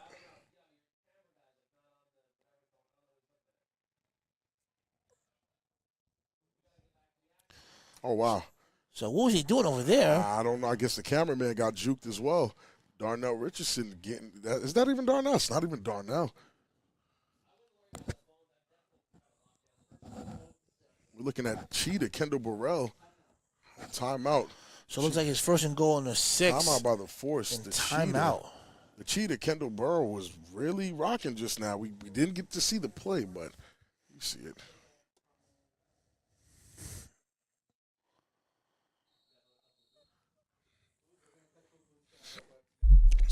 So again, how do you feel about what you're seeing? Listen, it's still early, 12 zip. I like both quarterbacks. I like the fact that They're both looking for that. They're looking for that money ball up top. So you have to respect that. I'm enjoying what I saw from De'Aaron Fox. Right. I really do wish that Pac-Man caught at least one of those. Right. It would make him look better. It doesn't look as good when it looks like you get out there as a quarterback and you got a drop. You know, 2 drops. I don't know, man. I like what I did see. Briscoe looks good. Briscoe, I'm sorry, buddy. I didn't think you looked that good when I saw you in person. I heard you've been better. I heard your stats have gone up. I'm liking what I see from Briscoe. Darnell from the Kryptonite, which is the only issue I have with him. He still seems very one-dimensional. Yeah. You know what I'm saying? It's not runs. It's a lot of, you know what I'm saying, quick throws to the back, 15 yards back. How do you feel about that play? Listen, I feel that if they try to use a little trickery,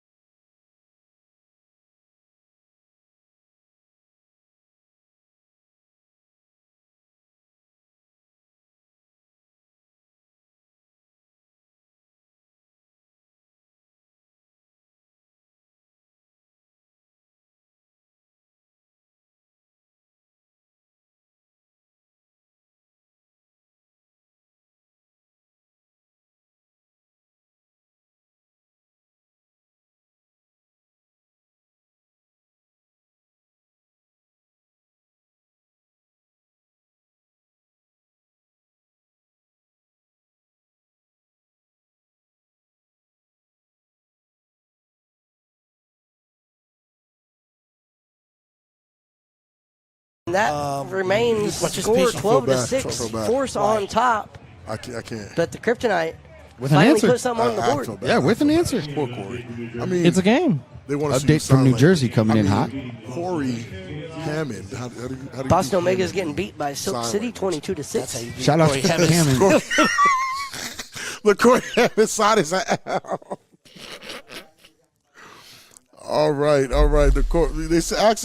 They asked us to use sign language, and L.J. Smith put up the L and said that He was that's talking crazy. He Then was. to find out that he's winless. Yo, my man, sit down. What are you doing? You ain't got no wins all season. Yikes. You can't beat the Renegades one time. And if you can hear us now, the Force are up 12-6. The Kryptonite were able to score while we were, dealing with this outage. And the sign language, I guess, for Corey is the L. And why not let it fly with the throw off? And here we go, folks. Okay. Uh-oh. Hit that sideline. The hair's in the air. The hair is in the air. He was hitting some speeds out there. And Mark Cooper is the Florida transfer. He was actually a Florida player that went all the way to Vegas to play. And I don't know necessarily what his impact has been since moving from Florida to Vegas, but I know the Force are glad to have him. Right. And you see how fast he is. So the speed is definitely there. Listen, you hit that sideline, you're gone. You hit that sideline. You just gotta find a way to keep the 3-on-1 defenders Right. in the middle of the field. In the middle of the field. Yep. And again, guys, I'd like to apologize for the sound issue we did have and the screen issue we did have. We are hard at work trying to make sure we can give you the best content we could possibly give you. Please work with us. And De'Aaron Fox is right back at it. And another inside hand. That's some hard blocking. That's some hard running Big there. body. He's a big boy. I like it. That headband came off. That hairline was exposed. Yikes. Yikes, man. Big Rob said he need that. He said That's a phenomenal run. He said he need that fitted. William Alexander with the run. It's a great run there, Is it though. Rogers Alexander? I think 26. Jaleel Rogers. Okay, Jaleel Rogers with the run. That was some hard yards, man. I like that. That's how you run the ball. That's the running back I block for. Like I'll be excited to put hands on somebody and drive into the dirt if I know my running back is getting those tough yards. And it looks like the Force haven't really missed a beat at running back. Nope. Force breaks the huddle. 2 running back set. Wide receiver to the bottom of your screen. Another inside again, help. Rogers again. Rogers runs hard.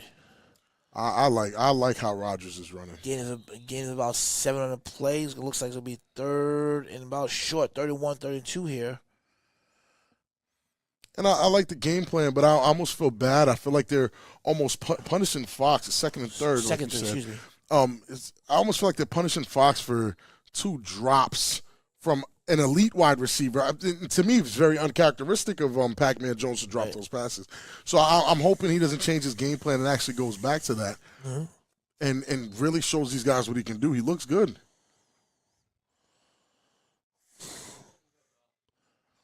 And here we go, folks. And another inside handoff, and that's what they like to run. Wow. Get off and me. Voodoo Reek. Touchdown. Wow. Voodoo Reek is impressive today. There you go. Do your dance, Reek. Voodoo Reek is very impressive. Wow. Bouncy. Very bouncy. So I like this Force team. I you know what? I like this Force team, too. Well, more than they're going for 2 from the 10. And I like this Force team better than like the Kryptonite team. And again, it's not because of a bias. It's just because I know the Force team is the 3rd best Vegas team right now. Right. And there's no question, in my opinion, who's good. It's 4:48 left on the clock. They're going for 2 right here, which is the smart thing to do. They have to get it, though. I'm really hard on people about these championship points because BIC will tell you, the U will tell you they lost championships by just 2 points. That's right. Just 4 points. Yes, and sir. those are the extra points that they gave up thinking that, hey, we don't need them. We don't kick in this league. So That's right. it's necessary for you to capitalize on those free points and even 3-on-1s on occasion. So this conversion here. Crucial conversion. Play Let's action. go, Deion. Let's go, Deion Fox. Got some time. Good throw, That good catch. conversion is I good. like it.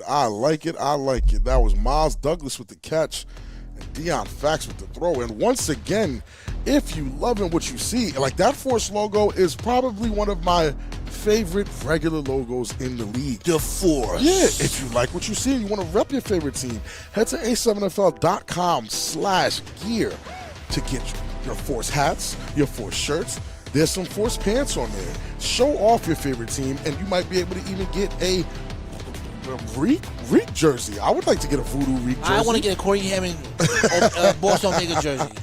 A big Corey Hammond Boston jersey. That's right, folks. But again, if you're interested in any A7FL merch, head to the A7FL.com/gear for any and all your official A7FL merch. And that is just a phenomenal throw. I would take a Deion Fox jersey.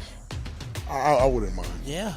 And they're back at the throw with Spanish Corey Hammond with the throw off. And here we go, folks. Oh, that kid has an arm. That's Armando, if I'm not mistaken. Oop, it's inside. And it bounces right out. I thought it was bouncing inside. That angle fooled me. Fooled me instead as and well. Ike Johnson asked who did the Force play in the playoffs last year. Well, the Force, they handled business out in Vegas, came out here and defeated the Shnow Tribe. Once they defeated the Shnow Tribe, they then came back out here because they're the first team from out of state that came to New Jersey and beat a team. Yep. Doesn't matter who the team was, they did that. So he came out here. They then ran into BIC, and that first and 10. This is a throw off. And it's a 3-1 Here throw we go. here. Hold on. Oh my. And he got a lot of speed. Oh nah. Can he get away? Oop. And they corral him right there, looking like the 45-ish. But yeah, the Force came out here and they actually lost to BIC. It's a lot of viral clips that came from that BIC game against the Force because if you guys remember last year, the Force were doing a lot of, internet bumbo jumbo. They were going back and forth. Talking crazy. Doing celebrations. BIC pretty much turned the Force into a Sports Center meme. And I'm pretty sure they wanted to run it back and go against BIC, but they have to deal with the monsters in Vegas right now. Yeah. You know what I'm saying? They have to deal with those monsters in Vegas. And the Force, they're not having a hard time with the Kryptonite, but right now, people can agree they're the third best team. And there's Lex Luthor again with that screen that patented play. Hey, good spin there. It's cool, but it's so much yards to make up being backwards about 5. I don't like it. Well, again, they go back 5 to get 15, right. So it's really like a 10-yard pass. Deception is the key. So yeah, and they did have a different QB and Darnell with the snap again, and that's what they do this for. Yikes! That double pass is nasty. That's nasty. Yeah. Is that a touchdown, by the way? It looks like a touchdown.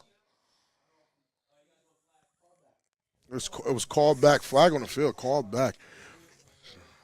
Yeah, Ike Johnson, if you remember, definitely they had a second down. Yep. They had that Ashanti celebration and went crazy.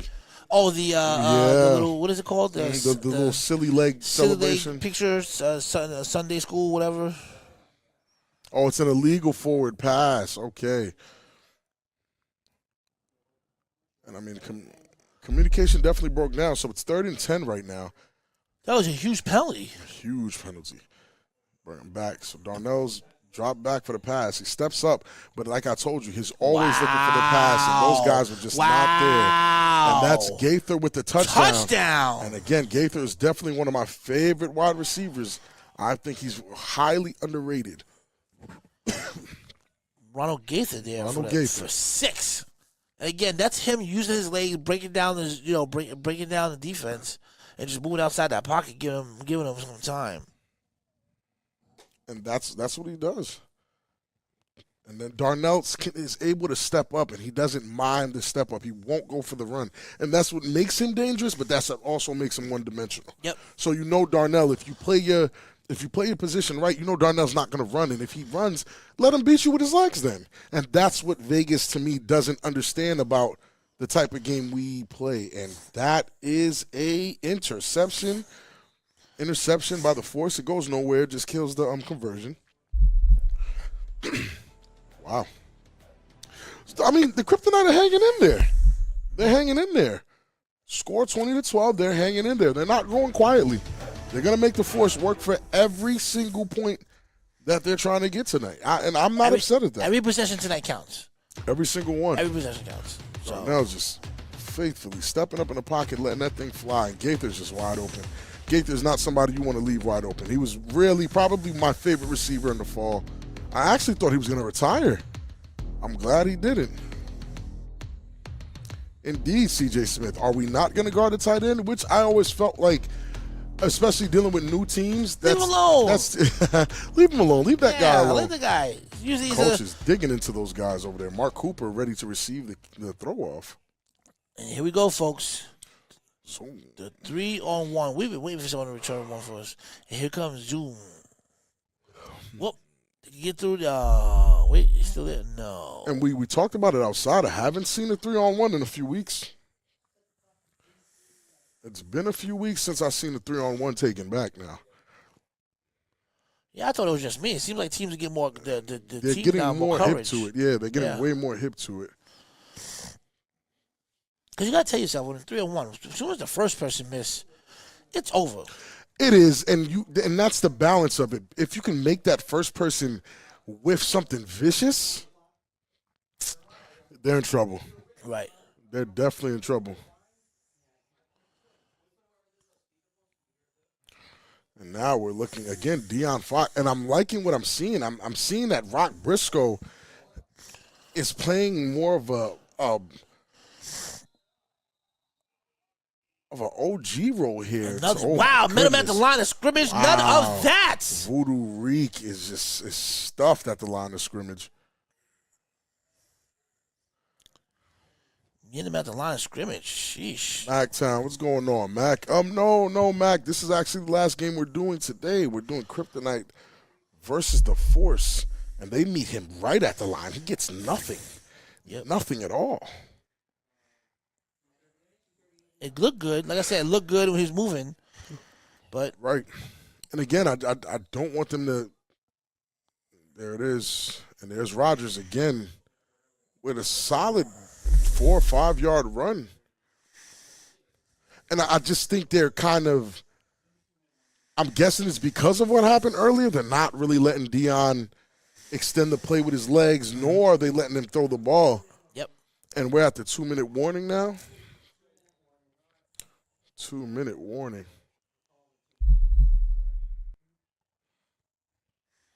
And I'm just wondering when they're going to let that boy use his arm again. Honestly, let it fly. And let's take a look. And again, we're looking at the number 4 Kryptonite versus the number 3 Force right now. Mm-hmm. Winner of that game wins the number 3 spot, which is the Force right now, and stays at the number 4 Kryptonite if they lose. So if everything goes the way it's supposed to go tonight, this is exactly what you'll see. When the Kryptonite are going to probably have a pretty hard path having to deal with the number 1 team in the nation, the Insomniacs. And then, the Force might have to deal with the sick with it. But I think that's what they want. And Pac-Man Jones is hyping himself up, letting you guys know this is his game. And it is his game. He has to show me something. He owes me 20 push-ups, by the way. That pass, you dropped that for that cash money, sir.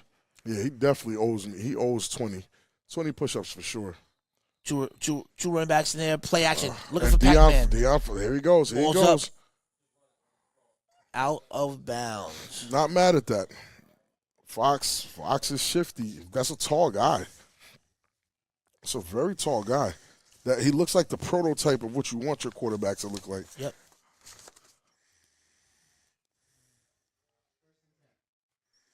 I think he's 6'5". Whoa, my God. Sheesh, 6'5". Whoa. He looks tall. He's popping off on the screen. He's 6'5". De'Aaron Fox, 245 pounds, Southern born and raised, and I play a balanced and dual threat role as a quarterback. Wow. And I'm seeing the balance. I'm hoping they let him loose a little bit, though. 6'5" quarterback? Oh, there it is. Oh, my goodness. Very run-heavy offense. And Rodgers refused to be taken down. Yep. 2nd and 6. A little less than 2 minutes left in the first half. The Force, as you say, the Force. The Force. With the 8-point lead here, 20-12. And they're looking to make that statement because, again, both teams have tough games first round of the playoffs. So this is a tune-up for both of them, if I'm being honest. Oof. Ooh, play action. Why Up top, not chicken let it box. fly? Make a play. Wow. Touchdown. Wow. Armando, listen, hold on. If that, That's who is Armando that? again, Armando Morales. again? Yeah, Armando. Armando Morales. There's wow. dots everywhere. Dots over here. Wow. Dots over there. Dots everywhere. Dots. Armando with the touchdown. Wow. And De'Aaron Fox, again, a 6'5" behemoth, letting that thing fly. Listen. On a dime, and Armando just catches it. It has a seat. He just beats them deep. And Wow, he beat a safety, too. There's a safety in the middle, too. Cooked the safety. Look at that arm strength. Wow, man. Right on target. Right in the bread basket. He just Right sits in the down bread with it. basket. Wow. I'm actually impressed. I'm actually impressed with Very. Because remember the first time that that Florida, I remember when Florida originally got, they started expanding with Florida, the teams were, they were a little, Yeah, right? they came out here in 2021. You see what we did to the Florida team. I didn't even leave my house for that game. I didn't play against them. I stayed home. But with Vegas, they look like they got, if you have a decent line, Yeah, you got a Vegas has quarterback. improved. Vegas has improved. Yep. And they're going for 2 right now, which I think is the smart thing to do. De'Aaron Fox And here. De'Aaron Fox is just going to walk. That is a big boy. Wow. Two-point conversion is good. 26-12. 26-12 is the lead with the Vegas Force here. Kryptonite got to bounce back right now. They got to figure it out. They got to fight back. I mean, they're doing the best they could, but Yes, sir. it's looking a little dark out here. Yes, sir. If you're a Kryptonite fan. Listen, Kryptonite is gonna follow the same script as we're looking at this replay 100%. here. Play action, looking up top, got a little pump fake in here. And at halftime here in New Jersey, it is 30-6. And yikes. Yikes indeed. Corey Hammond is probably having a very difficult time out there. 36 already? Yeah, it's halftime. He ain't been going for more than 10 minutes. He was just in the booth right now He talking really to us about was. he leads this team in passing. Now he's down 20. What? See, my thing is 30-6, you gotta be consistent as we get back here on a 3-1 throw off here. Hustle. Woo! Got him. Ooh. Can you get away? Run, hit that sideline. Uh-oh. Hit that side. Oh no, good tackle. Good tackle. Yeah, Good tackle. Mark Cooper is one of those guys. That's Florida speed right there. That's that Dade County speed right there. Oh, listen, that is not Dade County speed. I don't want to No? see them boys. I don't know where he's from, but I know that ain't Dade County speed. Dade County speed is D1 NFL level speed. Yeah, sir. Timeout by the Kryptonite. Time out there. So 28-12 here. I mean, this is like I said. You anticipated the Force should have a little. bit, I right? did. I think the mistakes. I know they'll say, okay, well, it's 12 points, but I feel like the mistakes from the offense Right. is what put the Kryptonite in position to score as quick as they did. Those 12 points, though scored on the defense, I feel like it's because the offense of the Force wasn't able to produce the drive before that put the defense in a bad space to allow the Vegas Kryptonite to get those 2 scores. But regardless of how I want to cut it, the Force came here to play, Right. and the Kryptonite don't have quit in them, so I can appreciate that.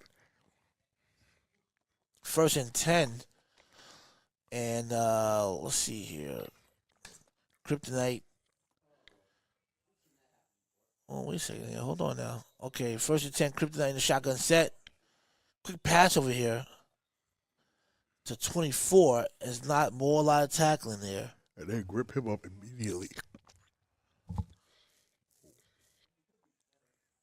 A little less than a minute left. Again, if you're just tuning in, we're live right now. I'm LJ Smith alongside with Big Rob Fabian. You're watching the A7FL on A7FL TV. Quarterback Pump change, fake. and that's Snoop, if I'm not mistaken. He Incomplete. just Snoop. overthrows it. That is definitely Snoop, who's probably even older than Rock Briscoe and Corey. That's saying a lot because Corey is old. I mean, he's old, but he's seasoned. Corey's very seasoned. He's seasoned. Just because his hairstyle is changed with the gray, he's seasoned, right? I'm sure if he played with a team that was more system team, he'll be doing much better. Corey, in order for Corey to do well, it has to be his system, not a system. Okay, well, his system, this system, yeah, that system, a system. 37. Let's see what Snoop got for us. Ooh. False start on the offense, 5-yard penalty, which they did not need. Snoop Gregory Smith there. 3rd and 12.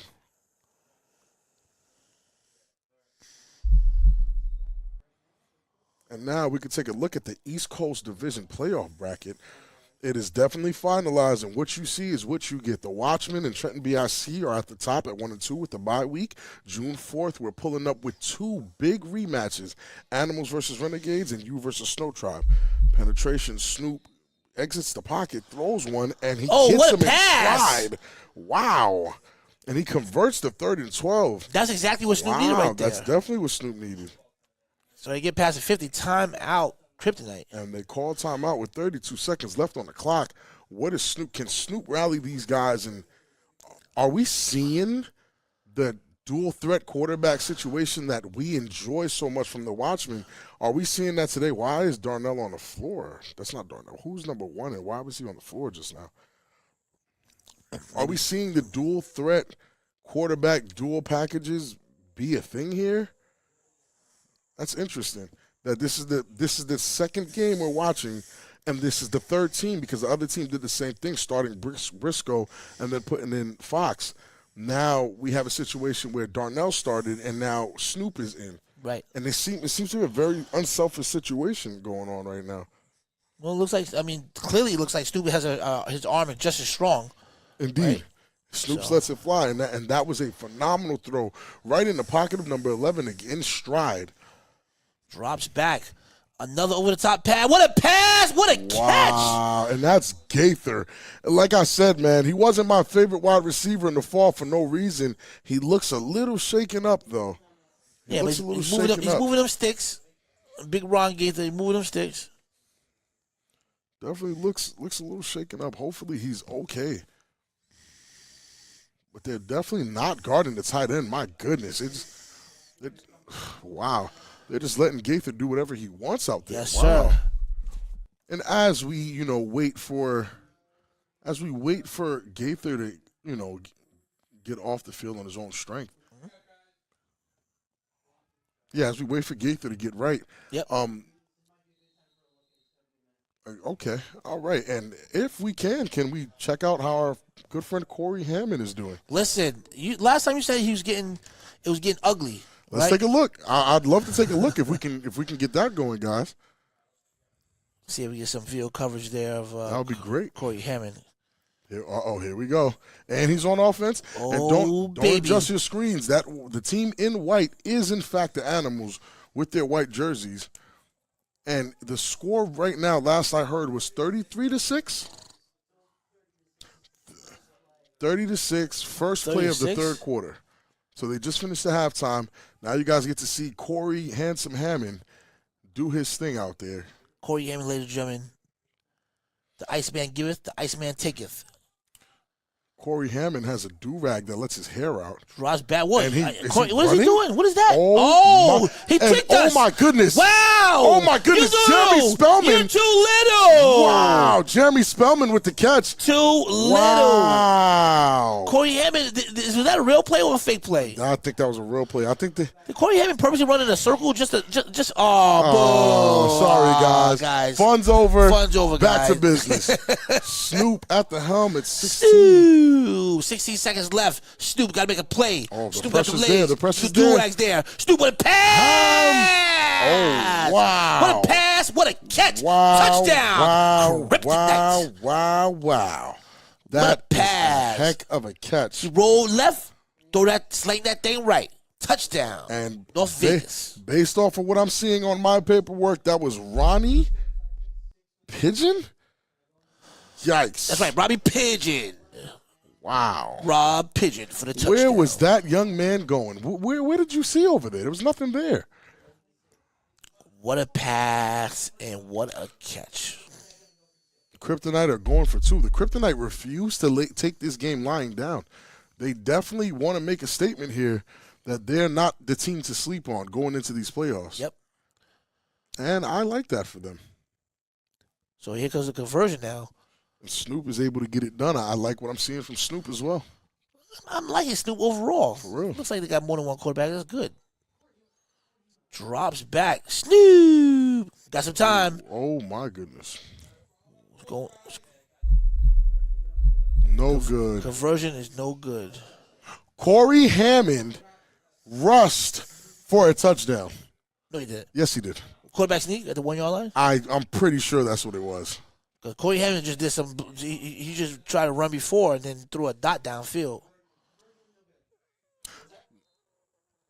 So your score here at Bonanza High School is 28 forces, Kryptonite 18. In a very good game. What Ike Johnson saying, Corey Hammond looks like Ben Stiller in dodgeball. Insane. Insane. Oh, man. Ben Stiller, and that's cold blooded. You guys are foul. And it's very high scoring in Vegas in the sense that we didn't see two teams going against each other today. That one team had 28, the other had 18, kind of gunslinging it back and forth, back. We haven't really seen that today. So the score is 28-18, and here we go in a 3-1 throw off the force. Let's see if they can make a return here. Here we go. Whoops! Oh. Can he squeeze through? I need Mark Cooper to break one so I can believe in the speed, that Florida speed. Come on, Mark. You was just on Facebook talking about. He was just on Facebook talking about. Yeah, man, I'm faster, man. I'm lightning and quick. And Yeah, nah, Mark. I think Mark Cooper. If I don't see Mark Cooper break one today, I'm calling it. Mark Cooper is gassed. I'm calling it. He's gassed. Like they put a little too much on who they think he is, and he hasn't really lived up to what I thought he actually was. So we're saying he's all the hype? I'm starting to feel that way. I haven't really seen the difference that adding a guy like Mark. If let's say they added an Ashanti, a Savion Cunningham, these guys, they add them immediate effect. I thought Mark Cooper was on that level. Mark Cooper's not on that level. That's blasphemy. I thought he could this have guy's been. Mike. He stays on Ashanti levels. Oh my goodness. All right, if Ashanti's at 10, I thought Mark Cooper could be at 8. What? An 8. Mark Cooper. I don't know what's going on. Maybe I've been going too long. Back to live action. Deion Fox. Deion Fox got that cannon. Using them legs. 12 seconds to get out of bounds. Out of bounds. That clock stops. You really see how tall he is when he runs. It's like it's not quick steps. Those are some big steps. A 6'5" A7FL quarterback. So it's second. Looks like it's 2nd and 9 here. And with the pressure that I'm seeing that the Kryptonite are able to get on Deion Fox, I would worry about Deion Fox having to face a Northeast team. Northeast guys, doesn't matter what you think you're doing. If you show 4, they send 4. Right. You show 2, they send 2. You show 3, they send 3. They match you no matter what. Deion Fox is always responsible for a guy. And the way these guys in the East Coast are, they're keeping up with Deion's speed. He's not as fast as some of these defensive linemen that are chasing after him. Drops back. Squeezing through. Hit that sideline. Oh, he should have just ran through that, man. Out of bounds. Good move. 4 seconds left remaining in the first half. 1st and 10. You think they got it 2 seconds? Nah. No way.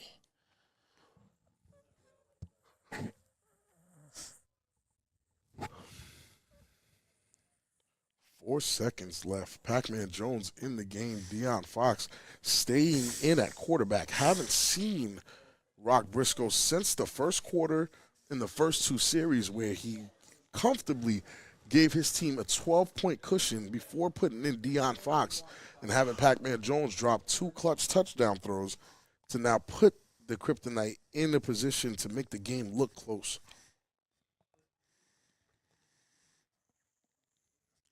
Let's see what you're going to do with it, sir. Drops back. Survey. And there's the pressure again. They did not fall for that pump fake. Oh, my goodness. The double B button spin. The mediocre block from the offensive lineman. And he hustles this guy out the way. Gives you the blocking. Oh, my goodness. This lineman is going for it. At 6'5", I mean, he tried. I like what I saw. I see the potential there. And that is halftime.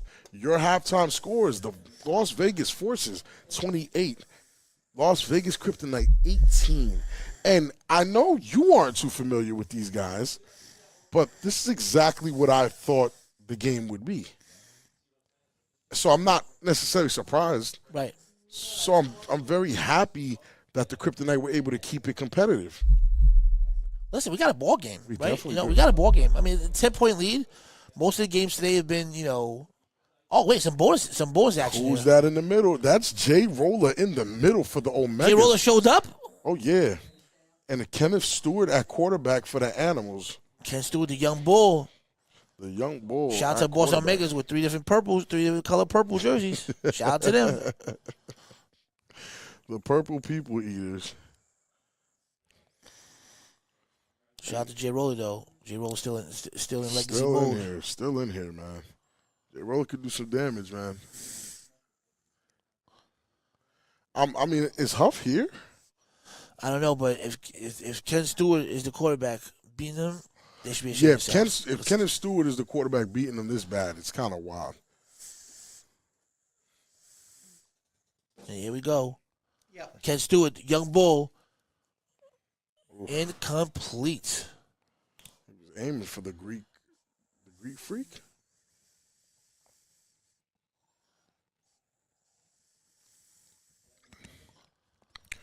$30-12 is nasty work. It's very nasty, especially when he was talking. Well, I mean, actually, not really. 30-12.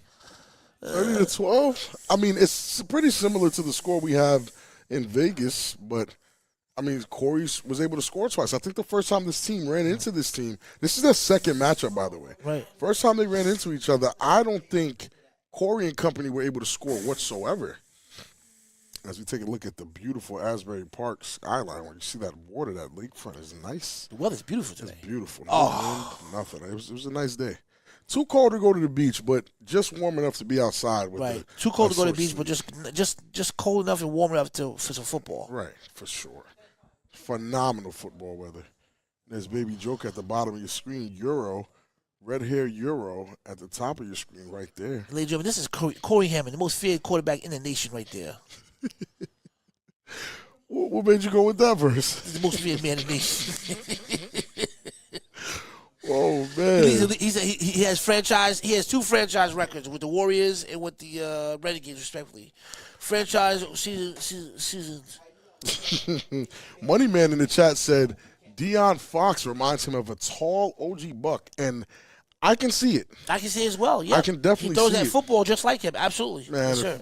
if listen, OG Buck was 6'5", he'd be playing basketball somewhere overseas. I promise you that. Let's go back to live actions. My man, the Iceman, Corey Hammond, looking for pump fakes, looking for the deep ball up top. He throws Corey it to Hammond. Incomplete. That's good defense. That's a great defense by That's the great Animals. defense. And that's Syer Gain, if I'm not mistaken, who is also one of my favorite players this year. Rookie. I think that's Syer Gain. I think so. Definitely tougher to see that jersey at the angle he is. But that was a phenomenal defensive possession. Corey with a good throw. He had a little bit of time in the pocket this time, so I'm not trying to hear that he doesn't. Right. Definitely not trying to hear that noise. Corey will definitely get in trouble. So Omegas break the huddle here. 2 receivers on the bottom screen, 1 at the top. And Corey is 4 wide. Corey says, listen, I don't care about your rush. I got everything under control. Inside motion here. The Iceman, Corey Hammond, got to make a play. Drops back. Hammond. Good ball. Good catch. Good ball. Good catch. Oh, my goodness. Oh, my goodness. With fire. Come Gambling on, with fire. Goose. Come on, you guys gambling Come with fire. on, Goose. Don't do it. And Goose is number 1 on the Omegas, who I definitely watch play and think that he's definitely New Jersey good. He can go to any New Jersey team and actually make a difference. They can rely on him. He has sure hands. I can see him at a tight end spot. He'd be a threat at slot receiver. If you remember Terry Rowland, Goose reminds me a lot of Terry Rowland. Yeah, Terry Rowland. Terry Rowland in his prime, there was nobody else I would throw a slant to. No one. No, what's the guy's name? Jay Wissing's brother. They played for the Bombers. Remember he played for SWG that 1 year. Tall kid. You should run tight end. Oh, Big White. Big White, right. Oh, wait a second, hold on. This is Euro. Euro using his teammates. Look at Corey Hammond back there. Look at Corey.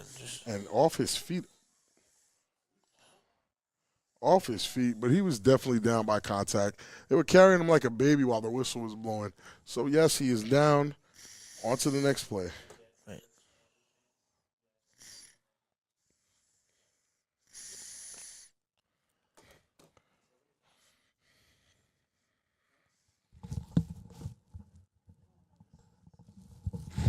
And we're still live with you at Asbury Park. It is your boy, Big Rob, alongside the legendary, I appreciate the that, voice, I appreciate the that. A7FL voice himself, It feels good to be LJ back. Smith. It feels good to be back. And they missed you, LJ, and you're covering for our guy, Matt, who's out there doing his thing right now. Yes, sir. And we're both in here rocking out, covering for Corey, who's getting, I mean, he looked okay so far since Listen, we've been watching. He didn't look too bad. He I'll didn't tell look you too this. He bad. didn't look too bad. He don't look like he should be down 30 to whatever it is. 30, No, 12. not at all. It doesn't look like that. But he don't look that bad. Corey Hammond A little again bit now. of pressure. Oh, he got has time. Oh, my goodness. Corey Hammond is running. Slam! Ooh. He ran into the right one. Man, his name is Man. It's spelled MANN. That's who tackled Corey. Number 21. Man is actually one of those guys. He's definitely tough. The score, I don't know where the score is, but I can tell you what the score is. Right. Definitely 30-12. And let's take a look at that again. Corey and shifting it in a turbo right here. And here he goes. And I know his son's going to be proud his dad didn't fold up or after that hit. Because I know I'd be proud. I'm proud of Corey right now. Back to live action here. Corey Hammond, the Iceman, trying to make a play. He has Goose wide out. And I think that's Inside motion. And Hammond with lets it that fly. play out. And that throw is probably why that pass was Questionable. Yeah, that throw was pretty behind the receiver. I can't say, like, the miscommunication there for him to have to reach back and go get that. Right. Yeah, that's a little tough. And I usually don't like blaming quarterbacks for certain throws. He had the time back there too. It's not like the pressure is really Indeed, getting I there. do, and I'm gonna be pretty harsh on him about having that much time and still throwing that, because he says all he needs is time. I mean, he's marching the ball downfield. I'm just saying he got time back there. I'm gonna do one Mississippi, two Mississippi. See how much. Look. Let me see what. Oh wait. Hold on. And this is the toughness that we're always talking about, that if some teams, if the Shnow Tribe had Omega's toughness, they don't lose games. I'm going to be honest with you. The Omegas, this is their last game of the season. They do not make the playoffs. They're still out here with the same guys they started this with, and they're fighting to the very end, where the Animals would think they're going to get an easy ride. They beat the Omegas already. The Omegas they're not babies anymore. They've done a full, okay, Corey Hammond drops back. Hammond. He should have let it go. Oh, my God. He still gets it off. And not intentional grounding because his tight end was in the way. Very smart play by Corey Hammond. But the Omegas are definitely probably, and that's why I would love for the Boston guys, again, I'm gonna pitch it out again. Guys, if you're in Boston right now, this is your home team. Right. They're out here, coming out here with 6 people from Boston, giving it their all. Yep.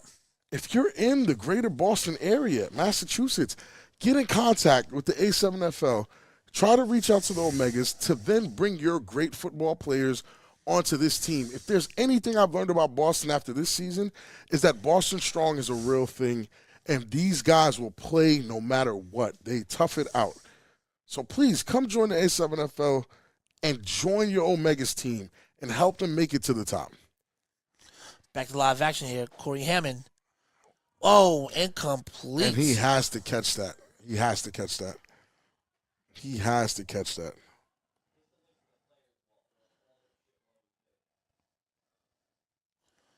And he has to make that, like, those cross pass. They got to find a way to come down. They have to catch those, man. Those are unforgivable to me because Corey hit the man in stride. Just catch the ball, man. I mean, I guess it's easier said than done if you're a lineman, but if you're a receiver, there's absolutely no excuse. You put your hands on it. Put your hands you up, bring man. it down. You have to. can't have your quarterback taking hits, throwing you the ball, getting you a stride. And don't do him like that. Corey Hammond out there running for his life, you know. Definitely 2 minutes left in the third, and I'm pretty sure we're going to be switching to Vegas soon. Probably switching after this play. Let's see what we got going on. And Chuck Hayes, we talked about this. If you'd like to donate, Hammond. Hammond, great catch. And if you'd like to donate, guys, I think the donations are open on YouTube. If you'd like to donate $1 to the Get a Corey Alignment Fund, I mean, be my guest. We're definitely accepting donations for that. Go pay some offensive linemen to block for Corey. It's a phenomenal thing. We've had a few donations already, believe it or not. Believe it or not.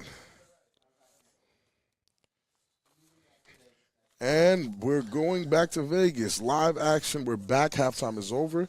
Let's see if these guys can clean things up and get things going.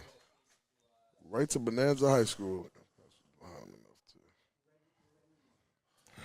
The 3-on-1 throw off here, folks. Again, one of the most exciting times. Allows the chance for a player to be able to, right from the return, go on an untimed down. Untimed down. Be able to see, you know what? He catches that ball, and here we go.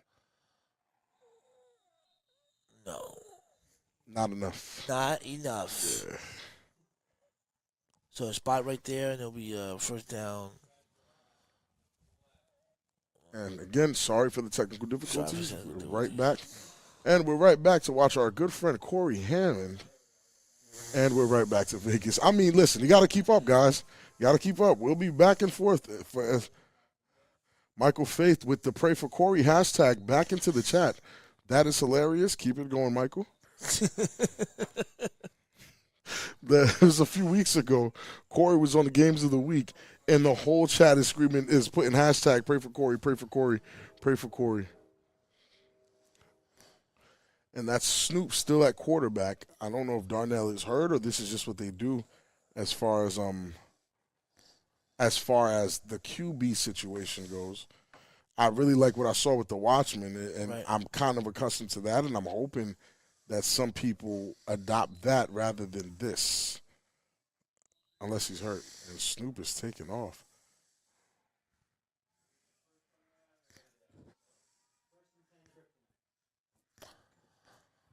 First and 10, Kryptonite. Yes, sir. And they have the ball, so let's really see if they can capitalize here, score, and actually make this game a whole lot closer than we thought it was going to be, especially me. Didn't think it was going to be this close. I almost thought we were about to be singing Mercy Rule praises at the start of the third. You mentioned that earlier. That's right. You mentioned it before the game. Yeah, definitely nowhere near it. Some good passing by Snoop. Yikes. Listen, Snoop's in there trying to make everything happen, so don't be mad at him. Michael Faith with the question for me, do I think the East Coast teams have more hus than the West Coast teams?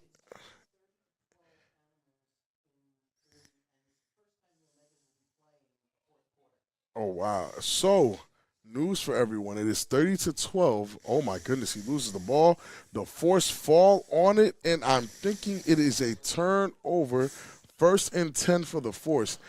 Congratulations to the Boston Omegas for making it to their first fourth quarter. Yo, I'm dead serious. Disrespectful, man. I'm serious. It's 30-12, and the Boston Omegas have finally made it to a fourth quarter. So you say they're being They've never made it every game? Every week. Shouts out to them. That just means they're getting better. And again, Leslie Powell with the grip boost. Those guys need grip boost. Oh, wow. That's something else, sir. Listen, never made it to the fourth quarter. Couldn't be me, man. They're good guys, though. Good guys. I like it. They're good guys.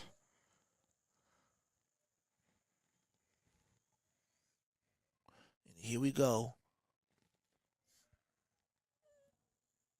And that's a pass over here to the left. Oh my goodness! Can he get his And hands on him? And I think that's Armando again, who's just been nothing but a standout for the Force this game. Definitely not the name I thought I was going to be calling over and over and over, but Armando is just really separating himself from the pack, so to speak. I'm liking what I'm seeing from the guy. And Michael Faith in the chat, hashtag congrats Corey, and I like it. The Force called a timeout. You know how disrespectful it is to give someone a congratulations to make it to the fourth quarter. Oh, goodness. Congrats. Hashtag congrats, Corey. No timeout. Timeout definitely canceled. The Force break the huddle. Tariq Flower in the backfield with Willie Brock Briscoe. Right back at it. Play action. Right, And Tariq. right back to Tariq. Oh, my goodness. Put him in the blender. Put him in. Oh, my goodness. And he dribbles the ball. Hey, he got a lot of agility. Oh, my got a lot of goodness. speed. Touchdown. Come on now. So disrespectful. Wow. He stiff-armed him and then he do a dribbled backflips. the ball. I just don't understand how Yeah. Vegas is really being disrespectful right now. I think the Force have their game breaker. They're in trouble now. Yes, it's gonna be it's in this trouble, sir. He ran back, stiff-armed him. Yeah, that was nasty. That was ugly. I know you remember the street days, the football street game we used to play. Right here, he's just running. You think We'll he call it got out. him? You think he got him? Yeah, man, I'm about to get this tackle. Stiff arm, 1,000 points. And he- Dribble the football, Dribble 1,000 football. point. Juke, put on the turbo burners. Here we go. That's another 1,000 points. Excuse me, sir. 2,000 points. Right. Game breaker, and now they're going for 2, which is still possible. Very possible for them to be mercy ruled now. I mean, what is it? You said 42? Listen, yeah, 40, but you got to be losing by 42 points. I don't know if she rolled. They're not even up to 42. It's not, Listen, Vegas likes putting up 80, 90 points on people. Think so? Yeah. Oh, yeah, they enjoy that. He dribbled mid-play and crossed over, stepped back. That's hilarious. And Rock Drops Briscoe back for drops conversion. back, and he's just going to take it himself. Excuse me, sir. I am Rock Briscoe. And that's 2 points. That puts them at 36 Forces, 18 Kryptonite.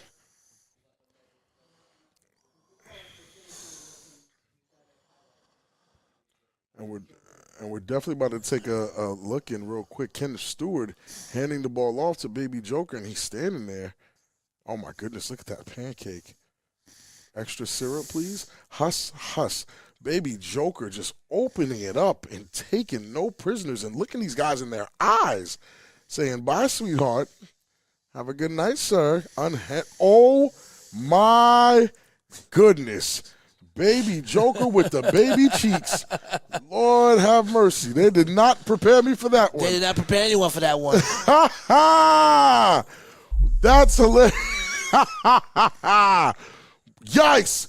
Mark Cooper with the speed. And that is Force football. Wow. Wow. To see cheeks and then see speed? Listen, you can only get that in the A7FL, man. You can't get that anywhere else. And he got that from pure hustle. Pure hustle. Look at the speed on this guy. And that's just a perfect throw. It makes it and takes that unfriendly bounce. And this kid just does not gauge where it might be. He gets it with a baseball slide. Oh, yeah. Listen, guys, you know what it is. Can't forget about this. Sunday, July 23rd, 2023 at 4 p.m. in the greater Las Vegas area. The A7FL.com/championship. Tell me you're going to be there or tell me you're going to be square. And if you'd like to be there with a 25% discount, please, guys, it's a secret. I'm going to get in trouble for telling you. Use the discount code. You sure you want to tell him? I have to tell them. Sure. A7FL Insider for the discount code. 25% off, please, or else Ryan DePaul is going to fire That's me. better than employee pricing. That's better than employee pricing. 100%. And I think that's Rogers running it up right there. Fumbleaya? Yeah, Whistle definitely, blew. yeah, whistle definitely blew. Whistle definitely blew. Yikes. But yeah, for that A7FL Insider, you got to get that 25% off that corporate, 25% corporate off discount is there, sir. Crisp. Yeah, I need that. Yeah, I need that, sir. I need that. You be able to get all that live action in person. Indeed. 2nd and 8. Everybody in the chat saying, "Whoa, Rob, pause." But hey, my God, I didn't show the yeets. Is it pause because you guys enjoyed it? I didn't. I was surprised. Like, see, hey, yo, pause. They showed the yeets and they knew. They knew it was. Listen, I can't say the word on live television, but you know what I'm talking about. Yeah, man. He's you know what, out. You know what I'm saying? He's out. He's, cheeks out. Double cheeked up on a Sunday afternoon. Oh my God. Double cheeked up on a Sunday evening. Mom, was that Dad's cheeks on the TV? Hey, listen. Oh, we lost him. Listen, you should have seen my face when. Yeah, you know what? I don't want to talk about it anymore. Yeah, I don't want them to get any wrong ideas here. And we're coming right back into the action. He's double cheeked up on a Sunday evening. How dare you, baby Joker? On a Sunday evening, sir. And the Omegas, I'm thinking right now with that score from Baby Joker, I would put them at what, 36? Not enough. 12? Not enough. Yeah, not enough. Definitely not enough. Rock Briscoe is back out there with our two favorite running backs today. Rohan Walters checked in that tight end. Oh, here we go. We're going to keep it now. Briscoe! Nah, he's a hard runner, man. Yeah, nice run there by Willie Briscoe. Money Man said it's the way I said cheeks. Listen, man. Is it the way I said cheeks, Money Man? Listen, if you said cheeks in a questionable way, you never know. I didn't think I said it in a questionable way. You might have done it in a questionable way, so respectfully. It said Baby Joker double cheeked up on a Sunday evening. Hey. Carnell Wachter on the check-in. How's the vacation, good sir? How does it feel to get that bye week? Oh, man. Yeah, we're going to have a great time in Arizona, Rope. Can't wait to get out there. Shotgun set, Willie Briscoe with the jet sweep over here. Excuse me. More hard running there. And that's Armando again, who's really turning out to be one of my favorite players right now from the Force. He's just a tough player. Just every yard he gets, every catch, it just looks like, it just looks good. It just looks good. Looks very young, too. Yeah. 5 yards. It looks like about 5 yards in the play. I'm not sure why it says 2nd and 10, though. Definitely change it soon, but I like what Rock Briscoe got going on right now. I'm enjoying the offense that the Force have. Do I think it's enough? I think it's a start, especially with the playoffs being as soon as they are. Why you do that, K-Wack? Why you do that? And there he is, Voodoo Reek, taking this man for a ride. My goodness. How much did you pay for that ride? That's tough. I don't think I've ever in my life, LJ, you have a request? Yeah. Yeah, Carnell Wachter, K-Wack is asking for, why you do that? K-Wack, why you do that? Why'd you do that, K-Wack? Why'd you do that? Classic. And Rock Briscoe keeps it and just runs through the pile, runs through his own teammates for another Force touchdown. Touchdown. My Force. goodness. And that's all they do is score. Listen, I'll be honest with you, Rob. So, like you said, this is actually one of the first times I've actually been able to watch the Force. Yeah, it's going to get a little exciting watching them, against better teams. Better teams, yeah. But they look good. Yeah, they look really good. I see them. They probably picked to come out the West, right? They're actually the third best team. The third? Yes. And they look good, right? They look good. This is what I'm telling people, that this is the third best team. That's the fourth. Do you see the difference? Do you see the margin? But there's a major gap between the third and fourth, clearly. And that's the same thing that's going on here in the East. Unless they did a lot of Renegade don't come to the game. Don't come to the game. Dental appointment type the stuff. Kryptonite. Who told you? Someone told you there was a dental appointment on Sunday? Someone said, yeah, I didn't. I never heard of a dental appointment on a Sunday. Come on, sir. Someone said a tooth hurt. Oh, what a catch! Did he catch that? Yes, he did. That is a catch. Oh, my goodness. Wow. Way to put your body on the line for the catch. And he might have hurt his shoulder or knocked the wind out of himself on a stretch-out catch like that. 44-18. Wow. Wow. Let's take a look at the stretch he put out there to catch the ball. They refused to guard that guy right there, too. Good catch. Phenomenal catch. Wow. And we're gonna check on Boston. Well, we're going to Asbury to check on Boston. Right. See how our guy Corey Hammond is doing. Score is 36-12. They made it to the fourth quarter. Congratulations, Corey. Hashtag congratulations, Corey, for making it to the fourth quarter. No mercy rule. No mercy no rule. No mercy rule today. Yes, sir. Proud of you, Corey. It's just these guys are getting better and better and better.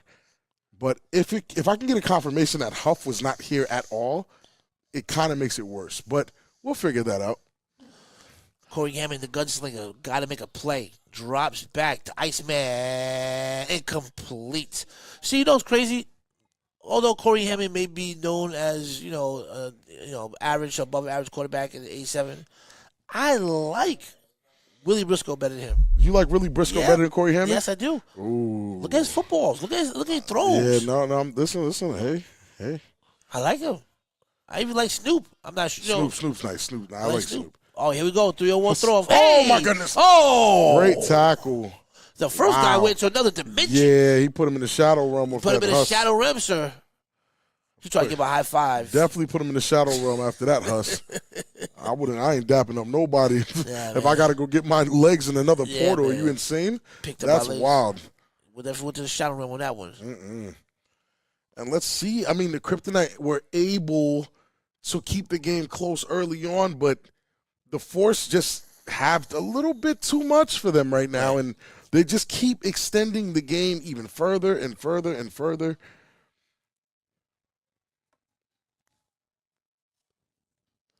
TRC, who is my team? You said, Big Rob, your team gave me the works. Got to get used to that.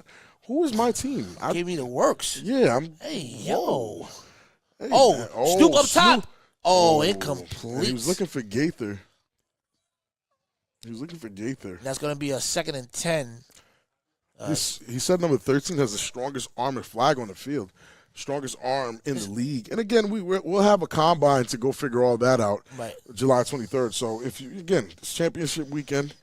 It's a lot of things set up. I think Matt Ryan is going to set up a yacht party for us. Spaghetti and meatball Sunday, something. Matt said he has a lot, and I think he's getting bagels. So, Matt, I'm excited. Sometimes you got to follow up on those bagels, sir. Yeah, you got to follow up on the bagels because the bagels that they brung before were delicious.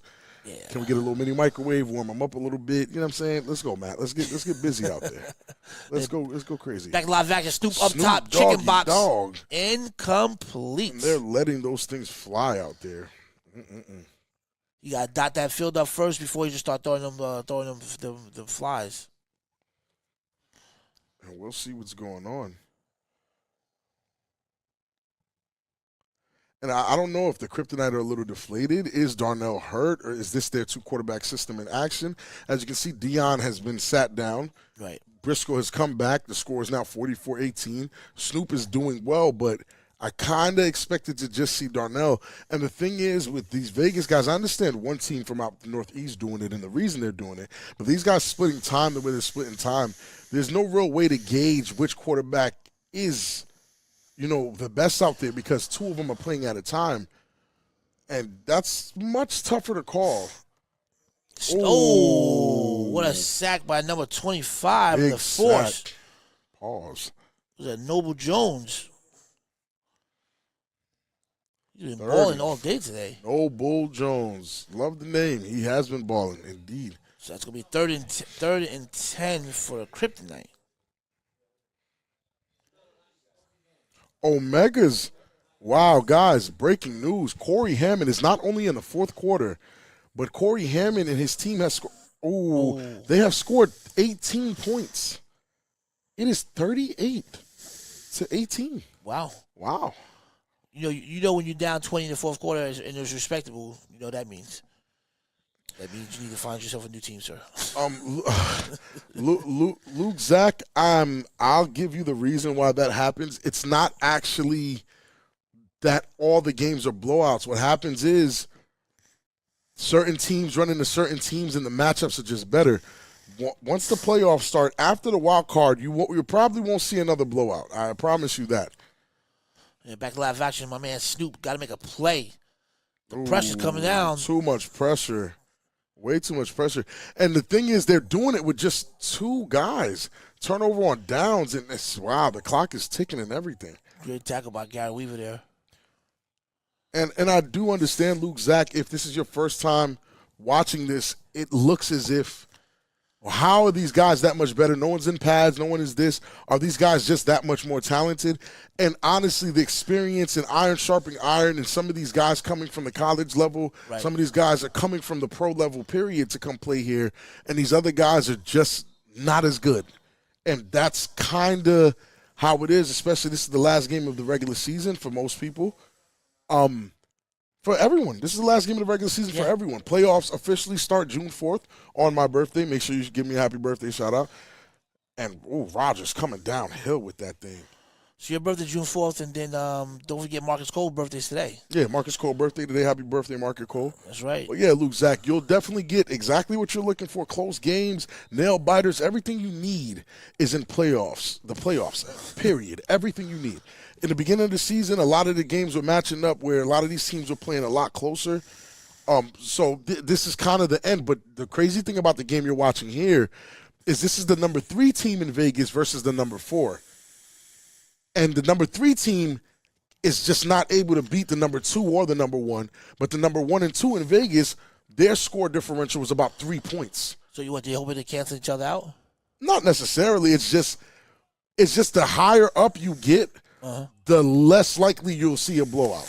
Okay, makes sense. 1, 2, and 3, those games were pretty close. Makes sense, okay. By a touchdown or less. Mike Jones, happy early birthday to Mike Jones. And if I'm not mistaken, it's Gemini season, Mike Jones. Happy birthday, brother, man. All right. Number 23 is Cheddar, not Rogers. Thank you for that. Thank you. Let's see if Cheddar got the cheese. And they give it to Armando again, and he looks for a seam and he powers to Armando. Looks good. First and goal for the Force right now. Armando was able to get that first down, so it's first and goal from the 4-yard line. And let's see what Rock Briscoe is cooking up right there. Let's see if he gives Cheddar the ball. Or let's see if he goes for Rogers here, or even Armando, because Armando's still on the field, and that man is a weapon if I've ever seen one. Respectfully, of course. Respectfully, of course, yes, sir. I think he's going right. He's going to number 23, William Alexander, right there. As I said, Alexander wrapped the middle, touchdown. And he gets it. Good looks. The Force. Yeah, the Force they're really making a statement here. And the Force have unlocked the 50 burger badge token, and it's spinning right now. Healthy 50 burger. Ain't nothing wrong with a 50 burger, you know? And I do see everybody in the chat, if you could wish Mike Jones a happy early birthday, that would be amazing. So the BIC will have 4 straight bye weeks before they play in the – yeah, it's tough. And that was Cheddar that scored, right? That was Cheddar? That was definitely Cheddar that scored. Cheddar, get the cheese. Yes, sir. Cheddar, get the cheese. BIC, I mean, they earned their bye week, so I wouldn't – they earned their bye week. They're healthy. They're happy. They can run a couple of practices. They could definitely come to the wild card games, and Briscoe is just taking off. Oh, my goodness. He's still on his feet. And they got him. Wow. Fought tooth and nail for that one. BIC is going to take care of themselves. People are very concerned with surprises and all that. BIC got it. But the Force dominating at Bonanza High School right now versus the Kryptonite. And you didn't think you'd see a score so crazy against the 3rd and 4th best team in Vegas. And it just shows you that there are levels to this, and the Force are maintaining that they are the 3rd best team and will not be stopped. And if you love what you're seeing and you would love to be there in Arizona with us, for the first time ever, the A7FL Championship will not be in the Northeast. We are headed to Vegas. So to join us, go to a7fl.com/championship and please secretly use the code A7FL Insider. You'll get 25% off. It's the greatest deal ever. Come on down and rock with us and get a couple autographs from autograph from Corey Hammond. Autograph Corey Hammond hat, an autograph Matt Ryan twerk shirt, anything, man. Ryan DePaul, he'll be out there smiling. That's all Ryan does is smile, brightens up your day. Listen, we'll be out there, guys, enjoying the Las Vegas heat, which I'm not ready for. They told me I will not be ready for it. So anybody out there, make sure you guys. You never been to Vegas? I've never been to Vegas. Oh man, no. it's different. Yeah. Yeah, it's different. Yeah, that heat's different. Yeah, the heat's different. Ooh, Yeah. I'm not looking forward to that. Yep, there in Arizona too. The heat is like a dry heat. So. Yeah, I'm not ready for that. My heat is usually moisturized in New Jersey. Yeah, well, everyone's heat is usually moisturized. My heat's moisturized. This guy's, I don't know about this dry heat. This guy's walking around with moisturized. Let's go back to live actions. My man Stu making plays, trying to get back on the board here. Quick screen pass over here to 24. None of that at all. He's not having it. And right now the point differential is 32, so 10 more points, and it's looking like a mercy rule if the Vegas Force are able to score 10 more unanswered points. So we'll keep an eye on that as well. We'll call the mercy tracker. Right. Cross pass over here to the left here. And I know the Force have definitely – they made a statement today, man. I mean, the 3rd and 2. They sent a message to the league. They have. Sent a message to the league. They're basically saying, hey, we're coming into these playoffs hot. I don't know about you guys, man. But they have something to prove. They definitely have something to prove. Snoop drops back, looking for that deep ball. Good pass. Ooh, ball's up. flag. Definitely a flag. Oh, tons of flags on the play. Oh, my. That hit made me feel like I need a chiropractor. I don't know. I need I don't even want to say what I wanted to say. That's such a pause. Oh. Yeah, I'm not even going to say it. Oh. So this was Kenneth Stewart before his game today. Shouts to Kenneth Stewart. Listen, if you're Kenneth Stewart's friend on Facebook, go check out his story. That's what he was doing before his game today. Great catch, and he's getting busy right there. Wow. Wow. Great catch. Yeah, Kenneth Stewart's going crazy. Gotta love it. A little less than 20 seconds left in the third here. Snoop, also known as Gregory Smith. Good pass. That's an interception. Interception. And that's not good. And I'm thinking that is the quarter. So it's definitely fourth quarter, and they're still 10 points away from a mercy. So we will be seeing a fourth quarter. And that is officially the end of the third quarter. Score remains 50 for the Las Vegas Force. North Vegas Kryptonite 18, 15 minutes remaining in the fourth right here.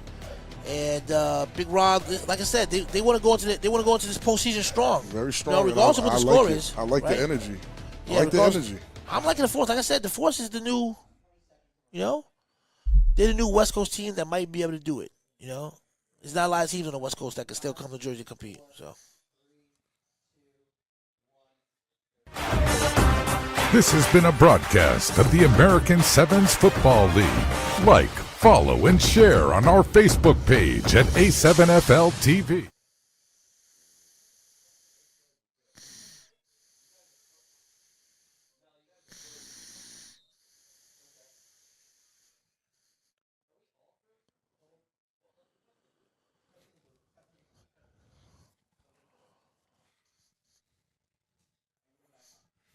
And we're back with your boy LJ Smith and your boy Big Rob. Yes, sir. Yes, sir. And again, I keep asking you because again, this is your first time. It feels like I'm very eager to get how you feel about Las Vegas and how they fare against what you know is going on in the East versus what you see was going on over there. So as I mentioned earlier, other states joining the leagues, A7, they usually typically are a little bit slower pace, right? Still learning the rules, still kind of right. But like the Force looked really good. You like what you see? I like what I see. I like what I see with the Force. I think if it was my first time watching the Force, I'd be pretty impressed as well. Yeah. I'm not going to lie to you. First time I saw the Force, I was impressed. Certain players stood out. Like today, Armando standing out. Something vicious. Armando's going crazy. Armando's going crazy. Oh, yikes. Okay, Armando's going crazy. Briscoe's going crazy. Briscoe's definitely going crazy. Yeah, the switch between him and Dion is going, Dion, I don't see A lot from Pac-Man Jones, Right. but that's okay. His team is showing up. Cheddar got the cheese. Cheddar got the cheese, baby. Rogers, Tariq, Flowers. I mean, I'm seeing a lot. So they look playoff ready to me. Yep. They look playoff ready, and like I said, there's a lot of teams. It's going to be some surprises in the playoffs, especially with especially what I'm seeing. And especially with what I'm hearing. Yeah. Definitely a lot of surprises in these playoffs. I mean, who doesn't look ready, though?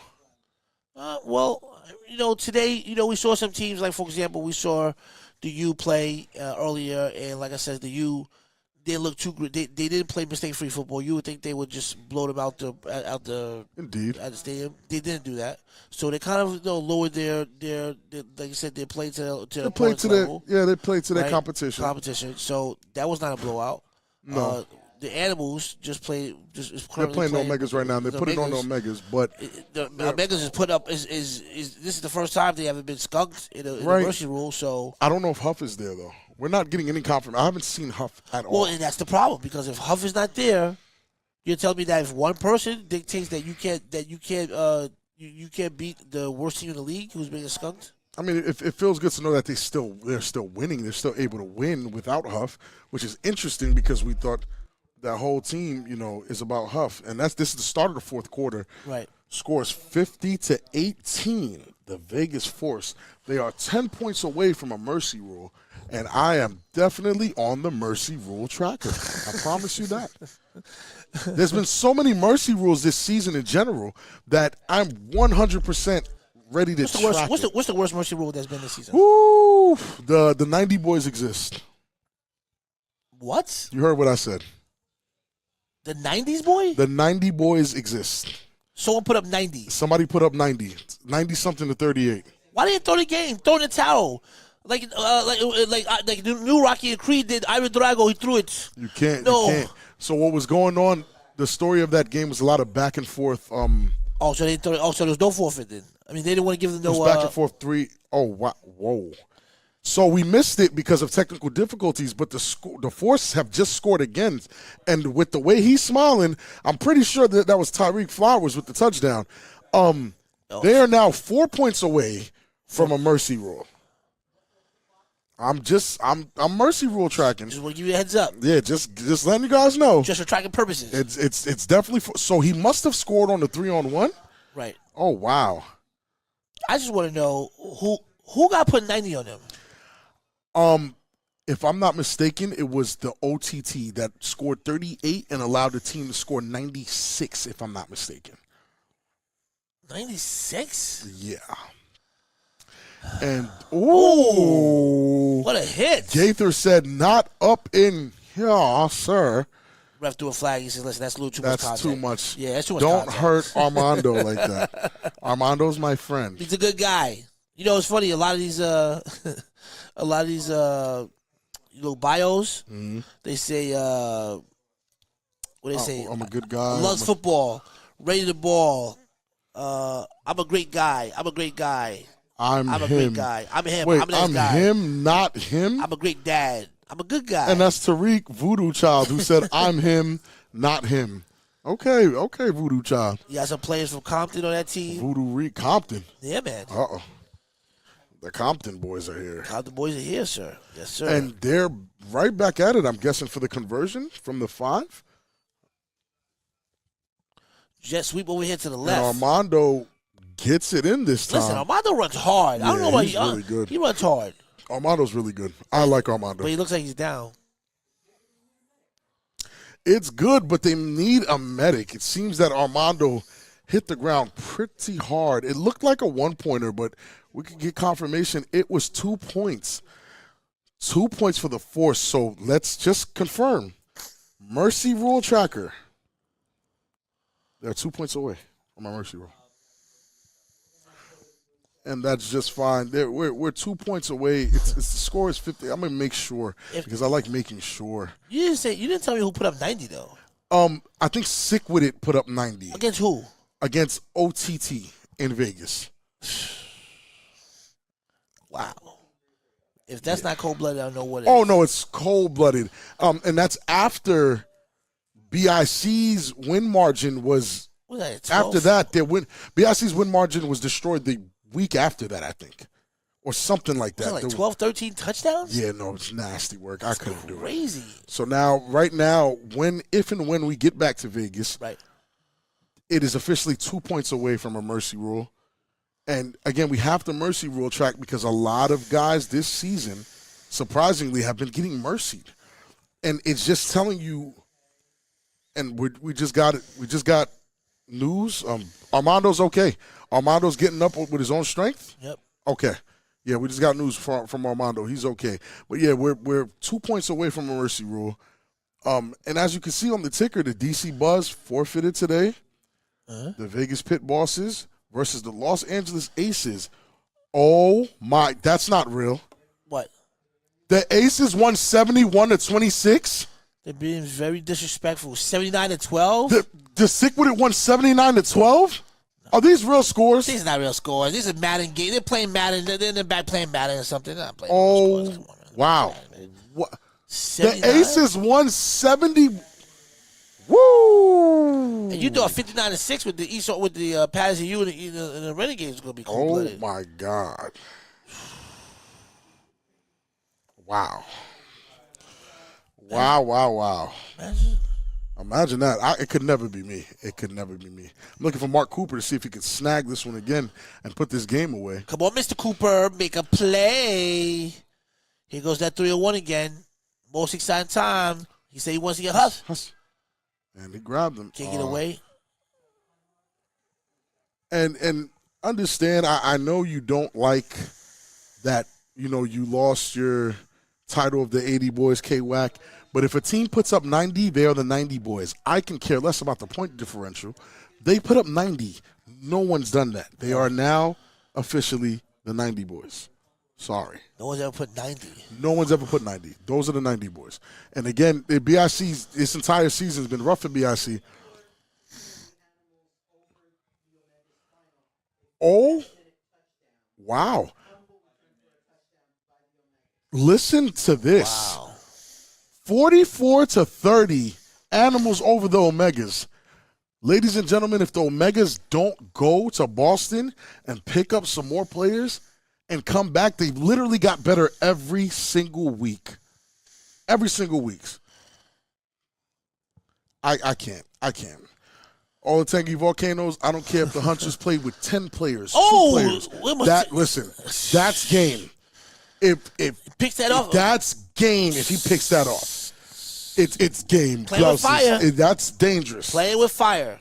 Listen, all the Tangy Volcanoes, I don't care if they showed up with 2 people. I don't care. That doesn't matter to me. You do not go out like that. You said the 90s boys. The 90 boys. That's crazy, man. K-WAC, you keep saying we can't play 4 quarters. They're doing that in 3. I need you to understand that. They're doing – these mercy rules are happening in 3 quarters. They're not playing 4 quarters. You think for some reason playing 4 quarters will get you 90 points. It won't. They're doing it in 3. So it's something wrong with you and your team. I love BIC, but still. Well, respectfully, sir, yeah. Respectfully, K-WAC. Respectfully. Why you do that, K-WAC? Why'd you do that? And Snoop is back there struggling a bit. I'm not really a fan of this guy hanging out back there. It's like he's like Snoop. A bailout route, and he hits him in stride. Snoop's been very good with this. Hold on to the ball, young man. Whoa, got some speed. Oh, my. Yeah. He points at him. He's like, looky here, boy. You can't touch this. Listen, Snoop's a decent backup quarterback, right? But I just realized Vegas is putting up 58 because of him. You think so? Yeah, all these turnovers, right? All these turnovers. They stopped scoring. They shut out the second half. No, they had 18 the whole second half. They have. Wow. Yeah, where's this energy? Darnell hasn't been back in since, and I have to assume that Darnell is hurt right now. I haven't seen him since. Oh my goodness! And he gets sacked again. Wow, and that's his 3rd sack of the day. No, I'm thinking that's his 3rd sack. Yeah. Oh wow. Wow. Corey Hammond's gonna come in here smiling. Because he scored 30 points against the Animals. Corey Hammond's going to come here smiling because his team didn't get skunked. Yeah, right. What part of the game is this? Now we can start celebrating. We can start celebrating losing. Not me, man. What's happening? I told Corey, I'm like, listen, I lost. He said during the season he played with us, we were 5-2. I said, Corey, I lost 2 games that season. You think that's okay for me? That's not okay for me. Losing 2 games for me is not normal. Draws back, Snoop. Slant cross the middle. Good pass. Gaither's been a target for him all game. And Gaither's one of those guys. I mean, people wouldn't like to admit it, but we went, if I'm not mistaken, since I joined the U, after our loss in 2019, we went on a 21-game win streak. Wow. We didn't lose for 2-3 seasons. So I'm uncomfortable with losses. I'm sorry. It give me PTSD from times when I was trash. I don't want to go back to that. Look at that catch from Gaither. Yeah, what a pass. Gaither's a special player. KY, come on. Mercy rule is definitely in the playoffs, but nobody's getting mercy ruled in the playoffs. Great pass, great catch. 1st and 10, Kryptonite. They don't want to get mercied, man. They're fighting for it right now. They're 2 points away from a mercy. And all that 2 points is, it's the Force being able to convert the championship points that I'm always talking about. Because, again, we're talking about big teams here that lost championships because of the 2 points they could not convert. Yep. And here we go. Back to live action, folks. Can he be back. mistake-free here? Oh, my goodness. Great play call. Wow, and we're going to play the call. 4th quarter. They're not going out without a fight. Touchdown Kryptonite, and they're not going out without a fight. Someone just said they messed up their parlay. Oh, yeah, my parlay's done. I'm hurting. Mine is done.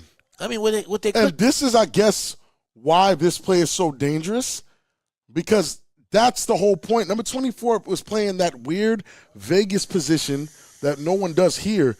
It wouldn't work here. It's cute, but it wouldn't work here. Right. I guess, it's a hook and ladder. Little hook and ladder vibes. I'm not mad at that. Because usually there's another guy there, and he'll pick that thing off. And look, he's still right there. But the problem is, for me, how are guys able to let's do some math. Let's do some quick math. Uh-huh. There's 2 guys rushing the line. Right. There's 1 quarterback, 2 offensive linemen. They said there was a flag on it. 2 guys rushing the line with 2 down linemen, a quarterback, and a guy playing in the backfield. That's 2 versus 4. Right. Are you with me, right? Right, tracking. It's 7 on 7. That means that's 5 guys playing coverage. How are dudes passing the ball on 5 dudes? I mean, it's 5 guys dropping back in coverage. They're going for 2 from the 5. Ooh, good. That's a good pass. You're too small. You're too small. Oh, man. 2 more points for the Kryptonite. And the guys, once again, for the first time ever, the A7FL Championship leaves the Northeast. Join us for the A7FL Championship Weekend presented by A7FL Nevada. Ticket packages include the A7FL Championship game, a pro combine, tournaments, and more at a7fl.com/championship. If you want the secret code to get 25% off on your tickets, just type in A7FL Insider at the checkout or scan that QR code you see on your screen right now, and let's get it going. Yeah, man, I got to get that secret code, man. Yeah, you got to get that secret code, man. We got to get that going. Scan that thing right now. You scanning it? Yeah, man, I'm scanning that thing He right got now. it. He's scanning the QR code. Yeah, man. See what they're talking about. That 25% off is sweet. Yeah. A7, sometimes A7 they don't know what they're thinking about, man, giving away free money. Listen, I just need my A7FL shirt, my polo, my official polo. I'm trying to be like you. You trying to get the corporate polo shirt? Yeah, I'm ordering it tomorrow ASAP. You trying to work at home office just like yeah, I'm trying to get right. I almost want a hat. I just want a beanie, but I think it's too hot to wear a beanie out there, so I'm gonna get the white A7FL hat. They got different level heat too, so it's like dry heat. I'm scared. Dry heat. I'm scared. These guys look like they're ready for it. And here we go. And here we go, folks, on the 3-1 throw off. What you got for me? And this is my man from the Force. See if he got a little shake and bake. Excuse Get that me, sideline sir. to go 1. Cut aside. Just violate his whole shoulders. Look at his back. Ooh, and that's a great run. Look, he's asking for that flag. He hurt. Yeah, he hurt. Yeah, his sciatica nerve. Shouts to Trey Baskerville. Shout to Trey Baskerville. His sciatic nerve hurts right now. It's kept him sidelined today. Yeah, it's definitely pinched. You ever felt that? And I don't know where mine came from, but I don't have it currently. But randomly, it just affects me, and I'm almost bedridden. I try to power through it though. And again, if we're tracking the Mercy Rule tracker, we're still 10 points away, guys. See, they got a chance. It's still 9 minutes of change left. There's one thing to lose. There's one thing to lose. There's nothing to lose by Mercy. Yeah, don't go out like that. Yeah, don't be that guy. Fight. Yeah, you got to fight. Be like the Omegas. Fight. Fight to the end. Yeah, Corey Hammond. Even though they're still winless. They're winless, but top selling jersey still. A lot of. You said top shelf garbage. Top selling jersey. Oh, top selling jersey. Corey Hammond's jersey is top selling. Yeah. I think Corey Hammond would outsell anybody. Only person I think that would sell more jerseys than Corey Hammond is Huff. And maybe Sterry. But still, that's number 1 and number 2 right there in sales. Sarcasm is insane. Back to live action here. Ooh, they're stacking the box. The Force back on offense. He can play. I got to feel when it comes to play action. Oh, no, inside the handoff. Ooh. Oh, Steve Way. Looking too easy. Bye. Too easy. Touchdown. Another one. Oh, my goodness. William Alexander. And he's giving him dap. Another one. Yeah, I'm not shaking nobody's hand. I'm not shaking no dude's hand that just scored. Get out of here. Go kick rocks. Nah, yeah, I'm not your friend, buddy. Not my buddy. You're not my buddy guy. Yeah, give a high five. That's a great touchdown. Hey, thanks for missing the block. Yeah. Thanks, bro. Thanks, bro. Yeah, no. Look at that. That's a great block. He hits that hole. hole. Oh, my goodness. He just doesn't attack at all. That's a good run right there. I'm telling you, I like the Force, man. I know you do because the Force waited till right here to show you that they're good. If I'm them, I go for 2 here. Yep. Put us up. Put them away. Put ice pack on it. Put an ice pack on these and call it an afternoon. Sir. It's 2 points away from, again, another Mercy. They need 1 stop and a score. Like your body language is different. Your swag is different. Your body language is different. Your swag is different.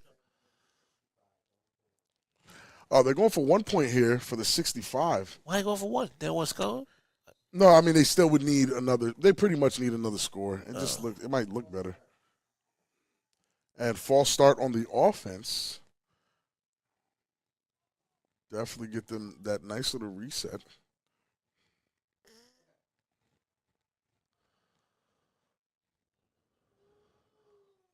And the Force impressing LJ Smith on their debut in front of him. Yeah, man. They're impressing me.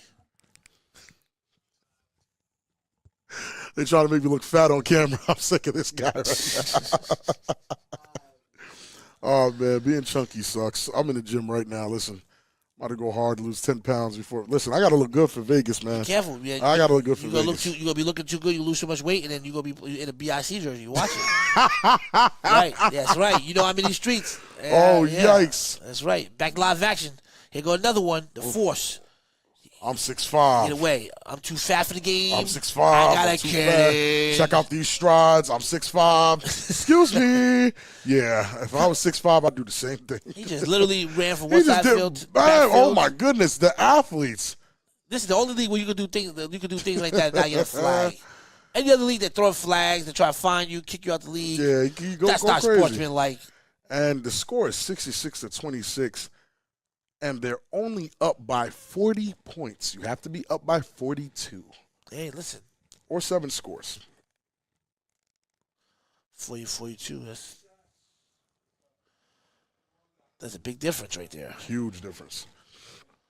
Now, again, if the Vegas Force want to put the Kryptonite away, they force a 3 and out here, score 1 touchdown, everybody meets on the 50, and everybody goes home. I like the energy. Cheddar, get the cheese. That Cheddar's been running that rock. My goodness.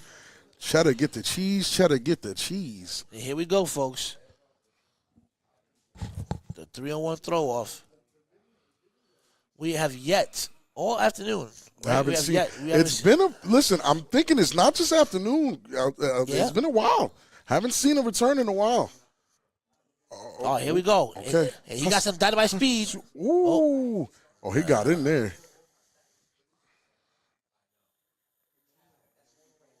And let's see what they got for them right now. Let's see how bad they want to put this away. Your coach ever made you take an ice bath?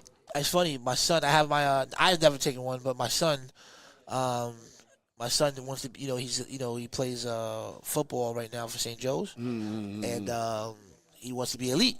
Okay. I put him in that. We went to a hotel, traveling. Put him in a the best thing is the hotel. We use their ice, right? Yeah. And he was in there for, I think they said it was like a minute, and it was like he couldn't feel it. And I put my legs in there, my feet in there, because for my Achilles. Yeah, I'd have fell apart, man. It's like death. Yeah, I would have fell apart. Yeah. I'm okay. I don't know how the athletes do it. I don't know either. Shout out to them who's doing it. I don't know. I don't think I have the mental fortitude. My body is one giant ache. I don't think I want to put it in you're Big Rob? ice. Yeah, listen, do you think there's a tub I can fit in?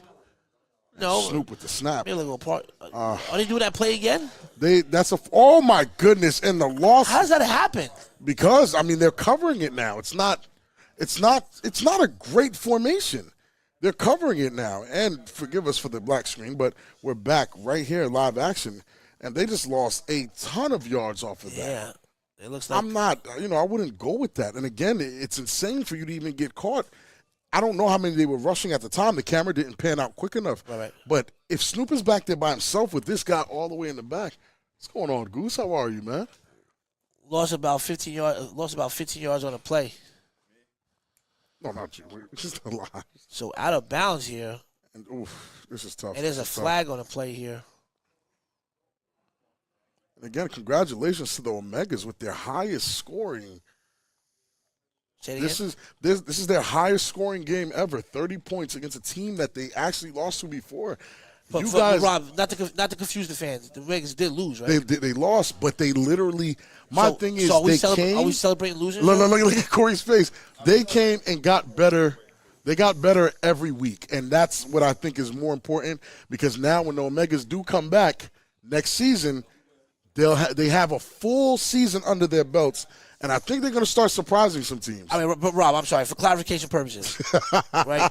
The Omegas did lose, right? They lost. They did lose. So how is it that we're right now on a national stage celebrating losses? We're not celebrating losses. Is that the new wave? We're saying shouts out to scoring. That's the new culture? Snoop is dancing around. Hold on. And he doesn't make it. Complete. Corey is in here with his entire team, ready to beat us up. Corey Hammond needs and this is the problem. This is the problem with football now in Boston, right? In Boston. In Boston. In Boston. Threats. It comes to Boston. Losing is not winning. No, it's not. It's not. Although he may be a better loser, you're not a better winner. Corey Hammond needs to understand that. Corey Hammond needs to understand that? He needs to understand that. Is Corey Hammond trash? He's not trash. Okay, cool. He's not. Corey Hammond's pretty good. He's a pretty good guy. You say he was trash this game? Oh, here we go now. Okay, Snoop. That's interception. That's game. Over. And that's over. That's game. It's over. If he scores this, that's it. He's fighting. Fight for it. He don't want it. He doesn't want it. He doesn't want it. Oh, is that lateral? He wasn't hungry enough, He wasn't hungry. He didn't want enough. He didn't want it. He didn't want it. Oh, the Force are just having. Listen, they're having too much fun over there. The Force. You know what? 71-26. Mercy rule game. This reminds me. Meet at the 50. This looks like the Omegas. The Omegas were celebrating just like this, wasn't it? He said the Force. Right there. Yeah. Whoa! Am I in? Oh, No. You might be in. I don't know. Are No, you? Corey Hammond. Well, look at this replay right here. Yeah, they're calling the game, and that's Snoop throwing that final interception, and that's the dagger. That's the straw that broke the camel's back. And he was fighting. Look, he could have fought. He just grabbed his jersey. He didn't want enough. He didn't want any more. Oh, yeah. And then he pitches it back, and he just walks it in. Yeah, that's a touchdown. That's touchdown. It. And that's your final score, 72-26. That's your mercy rule. You didn't talk about it. Are you sure it's a mercy rule? Rules, they're at the 50. And guys, thank you for joining us for another A7FL Sunday. And for Corey Hammond, for LJ Smith, I'm Big Rob. And I'll let Corey Hammond have the last word real quick. Corey Hammond, please, give us the last word, Corey Hammond. And let me just shout outs to LJ Smith. Thank you for calling my game and probably giving me all the razz that I deserve. We didn't call your game. Well, you missed a great one because LJ, you asked some questions. Yeah. But I'm here with all of my guys from Boston who have every single week drove 6 hours, and we've gotten those beatdowns. But first game of the season, we played the same Animals team, LJ. Well, hold on. We got blown out, didn't make it to the fourth quarter. We were about getting better. Shout out to Boston. And improving every single week. That drive is a far drive. Absolutely. And that's not me. That's these guys. And I want to shout out to all my guys. I got Farrow. I got Terry. I got Goose. Yes. The Flying V. I got Bradley. I got AK, not AK. Because listen, AK. respectfully, the animals who are 30 minutes away would have been folded before that. 100%. And they only won by 14. Did you see the pick six at the end of the game? So as we wrap this great day of football up, let me just say that Boston is here. We got better every week, and we finished that game. You could say what you want, LJ, and you're probably right. But I'm proud of my guys. I'm so proud of my guys, and I'm headed on to next week back into this booth. I'm going to be missing playing with you guys. What's your prediction of your Omega's on me. Omega's on 3. 1, 2, 3. Omegas. We'll see you in 2 weeks, A7FL. Sean Euro. Let's go. Get in here! This has been a broadcast of the American Sevens Football League. Like, follow, and share on our Facebook page at A7FL TV.